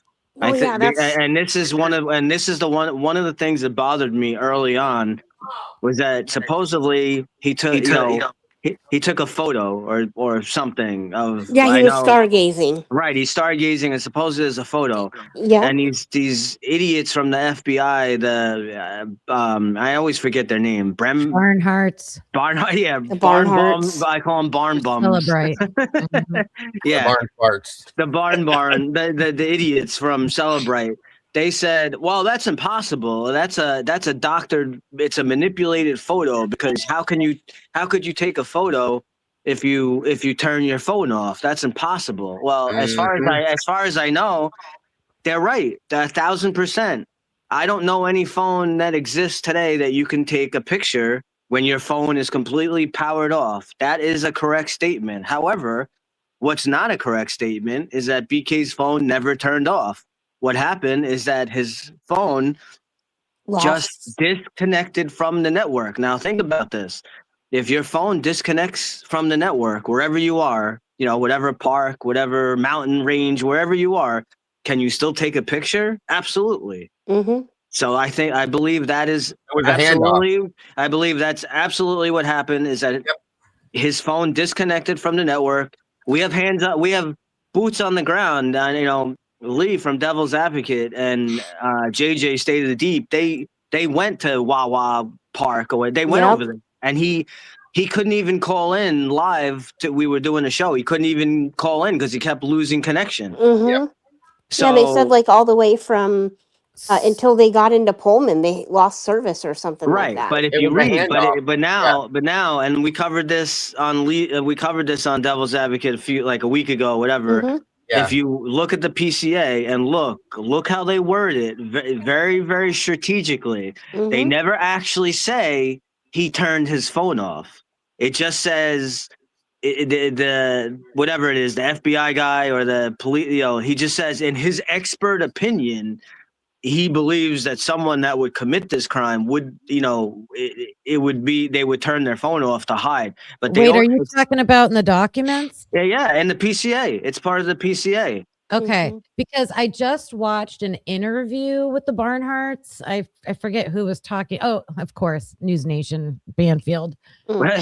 They literally said that they could tell he pushed the power button. Bullshit. That's a lie because you can't. They said Right. You that. cannot do that. They They're said lying. that. No, That's yeah, what they said. They said, we know he pushed the power. no, to turn- they're lying. They're making up shit. And as far as I thank you, know, Kim. and Thank as you, far as Kim. I know too, he had an Android phone, and the phone does log when the battery goes dead or you Yep. turn the phone off, but it recycles itself. That's a And lie. then I guess the main thing that really got me on the other side of this fence, Dago, Hold on, is JC. Let me thank you for this real quick. And drama to put Oh. up here. Thank you for that, my friend. I appreciate that very much. And says what's crazy is my girlfriend passed away in June, which my deepest condolences and drama to my deepest apologies, my friend. This last summer, I got questioned more than any of the surviving roommates ever would have, and that's wild. And I agree with you 100%, sir. That is absolutely wild. Unfortunately, in situations like this, the closest person, the spouse, the boyfriend, the girlfriend, the husband, the wife, unfortunately, is the person that they go to first. So yeah, but thank you very much, my friend, for the super chat. You again have my deepest condolences, my friend, and you're very much welcome to be part of this family here. We appreciate you being here and supporting us. And just know that you're not alone, my friend. That's a horrible thing to have to go through. So thank you for sharing that with us. and Go ahead. then Yeah, the other thing that pushed me over the edge was Cyray's statement. that's He what the has- biggest thing was that pushed me over the Yeah. edge. It's not even He about was- buying Burger to me. It's how about how the many absolute shit on that they did to the Constitution. Go ahead. how many phones did he say was in the study? 1,400 or something like that? 3,800. 3,800. I'm sorry, I halved it. Okay. But anyways, that's a lot of phones to go through, and his not be one of them. Because it was a handoff. He disconnected from the network that they dumped, Yeah. and they never checked that other that other tower that was separate from that. That's where he was, and they did it on purpose, in my opinion, because they knew he wasn't going to be there. That way, they could say that it was what it was. It's all a scam. Right. It's all a scam. I'm sorry. Right. Plausible that's why- deniability. Right, and that's why all of it is about building a narrative that the crime happened at 4:10 to 4:20, which I think most of us don't believe that is the true story. No. I was watching the Custody Queens. I watch all you guys, and they were Thank you. talking about they had the lawyer on, their other lawyer that does Ron. Yes, Ron. And they were talking about like if you're the prosecution with Brady and all that other stuff, you have to turn over all the evidence that you have and blah blah blah blah. But if you don't collect certain evidence, you don't have to turn that over. So like the tower thing, well, he was probably over on that tower, but we don't want to look at that because then that'll prove he was there. And so now you don't have to turn that over. And it's just funny how you think everybody's upfront and honest, but the prosecution, they can very easily just say, don't know. We never looked at that. And so you don't have to turn that over. And it's crazy. That's just dirty. Yes. Right. And you're right. It's they don't play fair, but this is where Hitler comes in, and he's not supposed to give his opinion on whether he thinks Cy Ray is credible or not. The defense shows this is our expert witness. Here are his credentials. He's testified in this many cases. He has this much experience in law enforcement. He is the expert in like cell phone analysis. It's not for Hitler to say, "Oh, he's a conspiracy theorist." See, just for that alone, this is where Kohlberger could fight for post-conviction relief. Just on the Cy Ray issue alone, his expert was not allowed to testify. Well, and the other thing is that Cy Ray himself said he's never, in all the cases that he's done, he's never been for the defense. Correct. It's not once. This is the one time. But right, you're 1,000% correct, and this is where Hitler, if he, whatever it was that he didn't like about Cy Ray, that basically the argument should have been to the state, either you come up with your way of cross-examining Cy Ray to discredit him or to say that he's full of shit, or you have your own expert to counter what he does. But it's not for Hitler to say, oh, he can't, he's not. I mean, what does Cy Ray have to do to be proven to be an expert in his field? Does he need a Nobel Peace Prize or something? Like what? Right. He shouldn't have to do anything. The man's done his job. He's created what they're using. Okay, and that's. He trains law enforcement, doesn't he? Yep. He's not an expert. He's the expert. The expert. He's the expert. That's like forensic pathology. That's like if you had Cy Reck, who well now he passed away, or you had Dr. Baden. Yeah. Like, but why wouldn't you want someone like that? Exactly. Right. Yeah. Exactly. Thank you so much, Andromeda, for gifting these memberships. We got 5 new memberships dropped here. It gives us 9 in total so far. It looks like Chloe 58 squared, I think. I don't know what that. Sorry, guys. Let me see that one more. Let me try that one more time. Chloe FY8SQ. Either way, whoever, congrats, welcome to the sauce. Thank you. Shay Weaver, as well as Kaboom, Coral Beauty, Nanny of 8. Let's see, 1, 2, 3, 4, all 5. Congrats. Welcome to the sauce. Thank you again, Andromeda. God bless, brother. I appreciate you. And again, you got us all behind you, bro. You're not alone. And condolences and love to you for your loss, my friend. I appreciate you being part of the community and the family now. And look forward to seeing you more often, my friend. So thank you again. Go ahead, guys. Sorry to interrupt. Thank you guys very much. But I think, honestly, you guys, I just realized we've been here 5.5 hours. I'm going to need to bring this to a close. Yeah. Thank you, Troy, again for joining me. You're welcome to join anytime I put a link up, my friend, just so you know. I appreciate you and thank you for your service. Of course, 1-1, you know, I love you, brother. Yeah. I thank you for joining us. Of course, always an honor to have Miss Kim join me today. As always, guys, we saw a lot and we're going to be breaking it down still because there's other things that are going to be coming up with this stuff to look through and talk about and figure out. And JC, thank you as always for joining me, dear. I appreciate your input, thoughts, and feelings. Yep. Thank you for having me. Are you guys going to be on tonight? Yeah. Over at good. Crimes After Dark, Devil's Advocate. Yes. Okay. I'll see you later. Have a good day, guys. Appreciate Thank you, Dago. Yeah, absolutely. Bye, guys. Kim, do you have anything? Does anybody have anything you guys want to say before we get out of here? I know. No, this was just amazing. And thanks for coming up and talking to us. I forget the initials again. Is it TDS? Yeah. Troy. Yeah. Okay, Troy. Yeah, this was a great discussion. I sat back at the beginning and just listened to you guys with your training and experiences that you had. So I appreciated that. Thank you. Very Oh, informative. hold on, And everybody. I He really dropped think another we 5. picked out some ideas too, like some more. Yeah. I've got new ideas from this, so it was a great discussion. And Thank that's what it's all about. Kim is trying to figure things out. Andromeda dropped 5 more. Thank you very much for that, my friend. And it looks like Wow. woman power, Trace Australia, Elaine Elizabeth, Nin 14 2000, Truth Scudder, and all of you. Welcome to the sauce. 14 new members again today. Thank you very much again for that, Andromeda. Much love, brother. Very much appreciated. So yeah, go ahead, Kim. I'm sorry to interrupt you. I didn't mean to. No, I'm gonna hop down. You care if I put a little plug real quick? Please do. Always.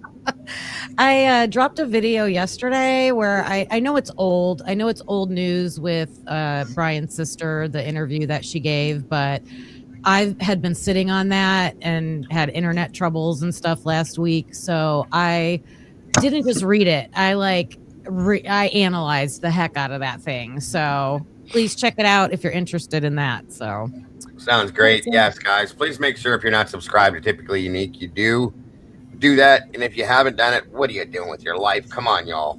Make sure you subscribe. Miss Kim is awesome. She puts out awesome content. She's just an awesome person, period. So, and I of course, she's part of my and awesome Blue Crew too. So, it is what it is. So, yep, I'm sure I'll see you later. So thanks for having me up again. yes, of course. And for the mods that aren't busy, once we end this, I am going to want to jump in there real quick and have a little bit of a discussion with you guys, if you don't mind. But it looks like Andy dropped another 5. Good Lord. Nice. Nene TNT, Angela Tarkanen, plus Shrimp, Daniel Faith Love, Miriam 1271, and Tiggy. Nope, not Tiggy. Good Lord. I can't read them. Miriam 1271. All you guys, welcome to the sauce. 19 new meatballs floating in that sauce. Thank you very much again, Andy. I appreciate you, brother, so very much, and God bless. So yeah, thank you, Kim, again for joining me. Hopefully I'll see you here soon. Hemi, as always, I appreciate you, brother. Like I said, 1-1. Can't wait till tonight, bro. And I won't be there tonight, though. Well, fine then. Fine. Bye, guys. I'll be I'm back tomorrow. Down. Bye, Kim. All right, 1-1. I'll talk to you tomorrow. Then, All right. Jesus, thank you again, Andy. He dropped another 5. What the hell? Jeez. Looks like CAO Kane, Angela Florence, or not CAO, I'm sorry, Angela Florence, Natasha Hill, Mud Lover Lori, Jamie Ann 1882, and Kat Ferda 8614 all got new memberships. We got 24 new meatballs floating in this sauce. Wow. Thank you again, Andy. I appreciate you, brother, so very much. And guys, again, very generous people in this community. I love these people, one and all. Every one of you guys are amazing. So yeah, at that point, Andy, you got to get a couple of these at least, bro. Just 1 second here.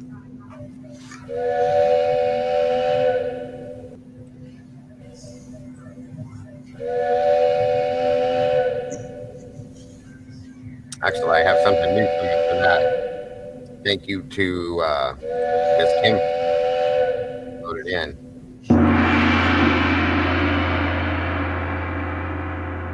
Thank you so much, bro. Tell me you didn't drop another 5. Did he really? Jesus Christ, he did. Penny Monroe, Ran After Dark, Marlena 926, Kenny Smith, Fiarfi, and Lori Jean. Congrats. Welcome to the sauce. We're up to 29 new members, new meatballs floating in the sauce with us. Welcome, Bethune. Thank you so much, bro. God bless. Damn. That's a lot. Thank you so very much, brother. Appreciate you more than you know for dropping those memberships. You are absolutely appreciated more than it's so very generous of you, friend. Very much. Very, very much. Thank you.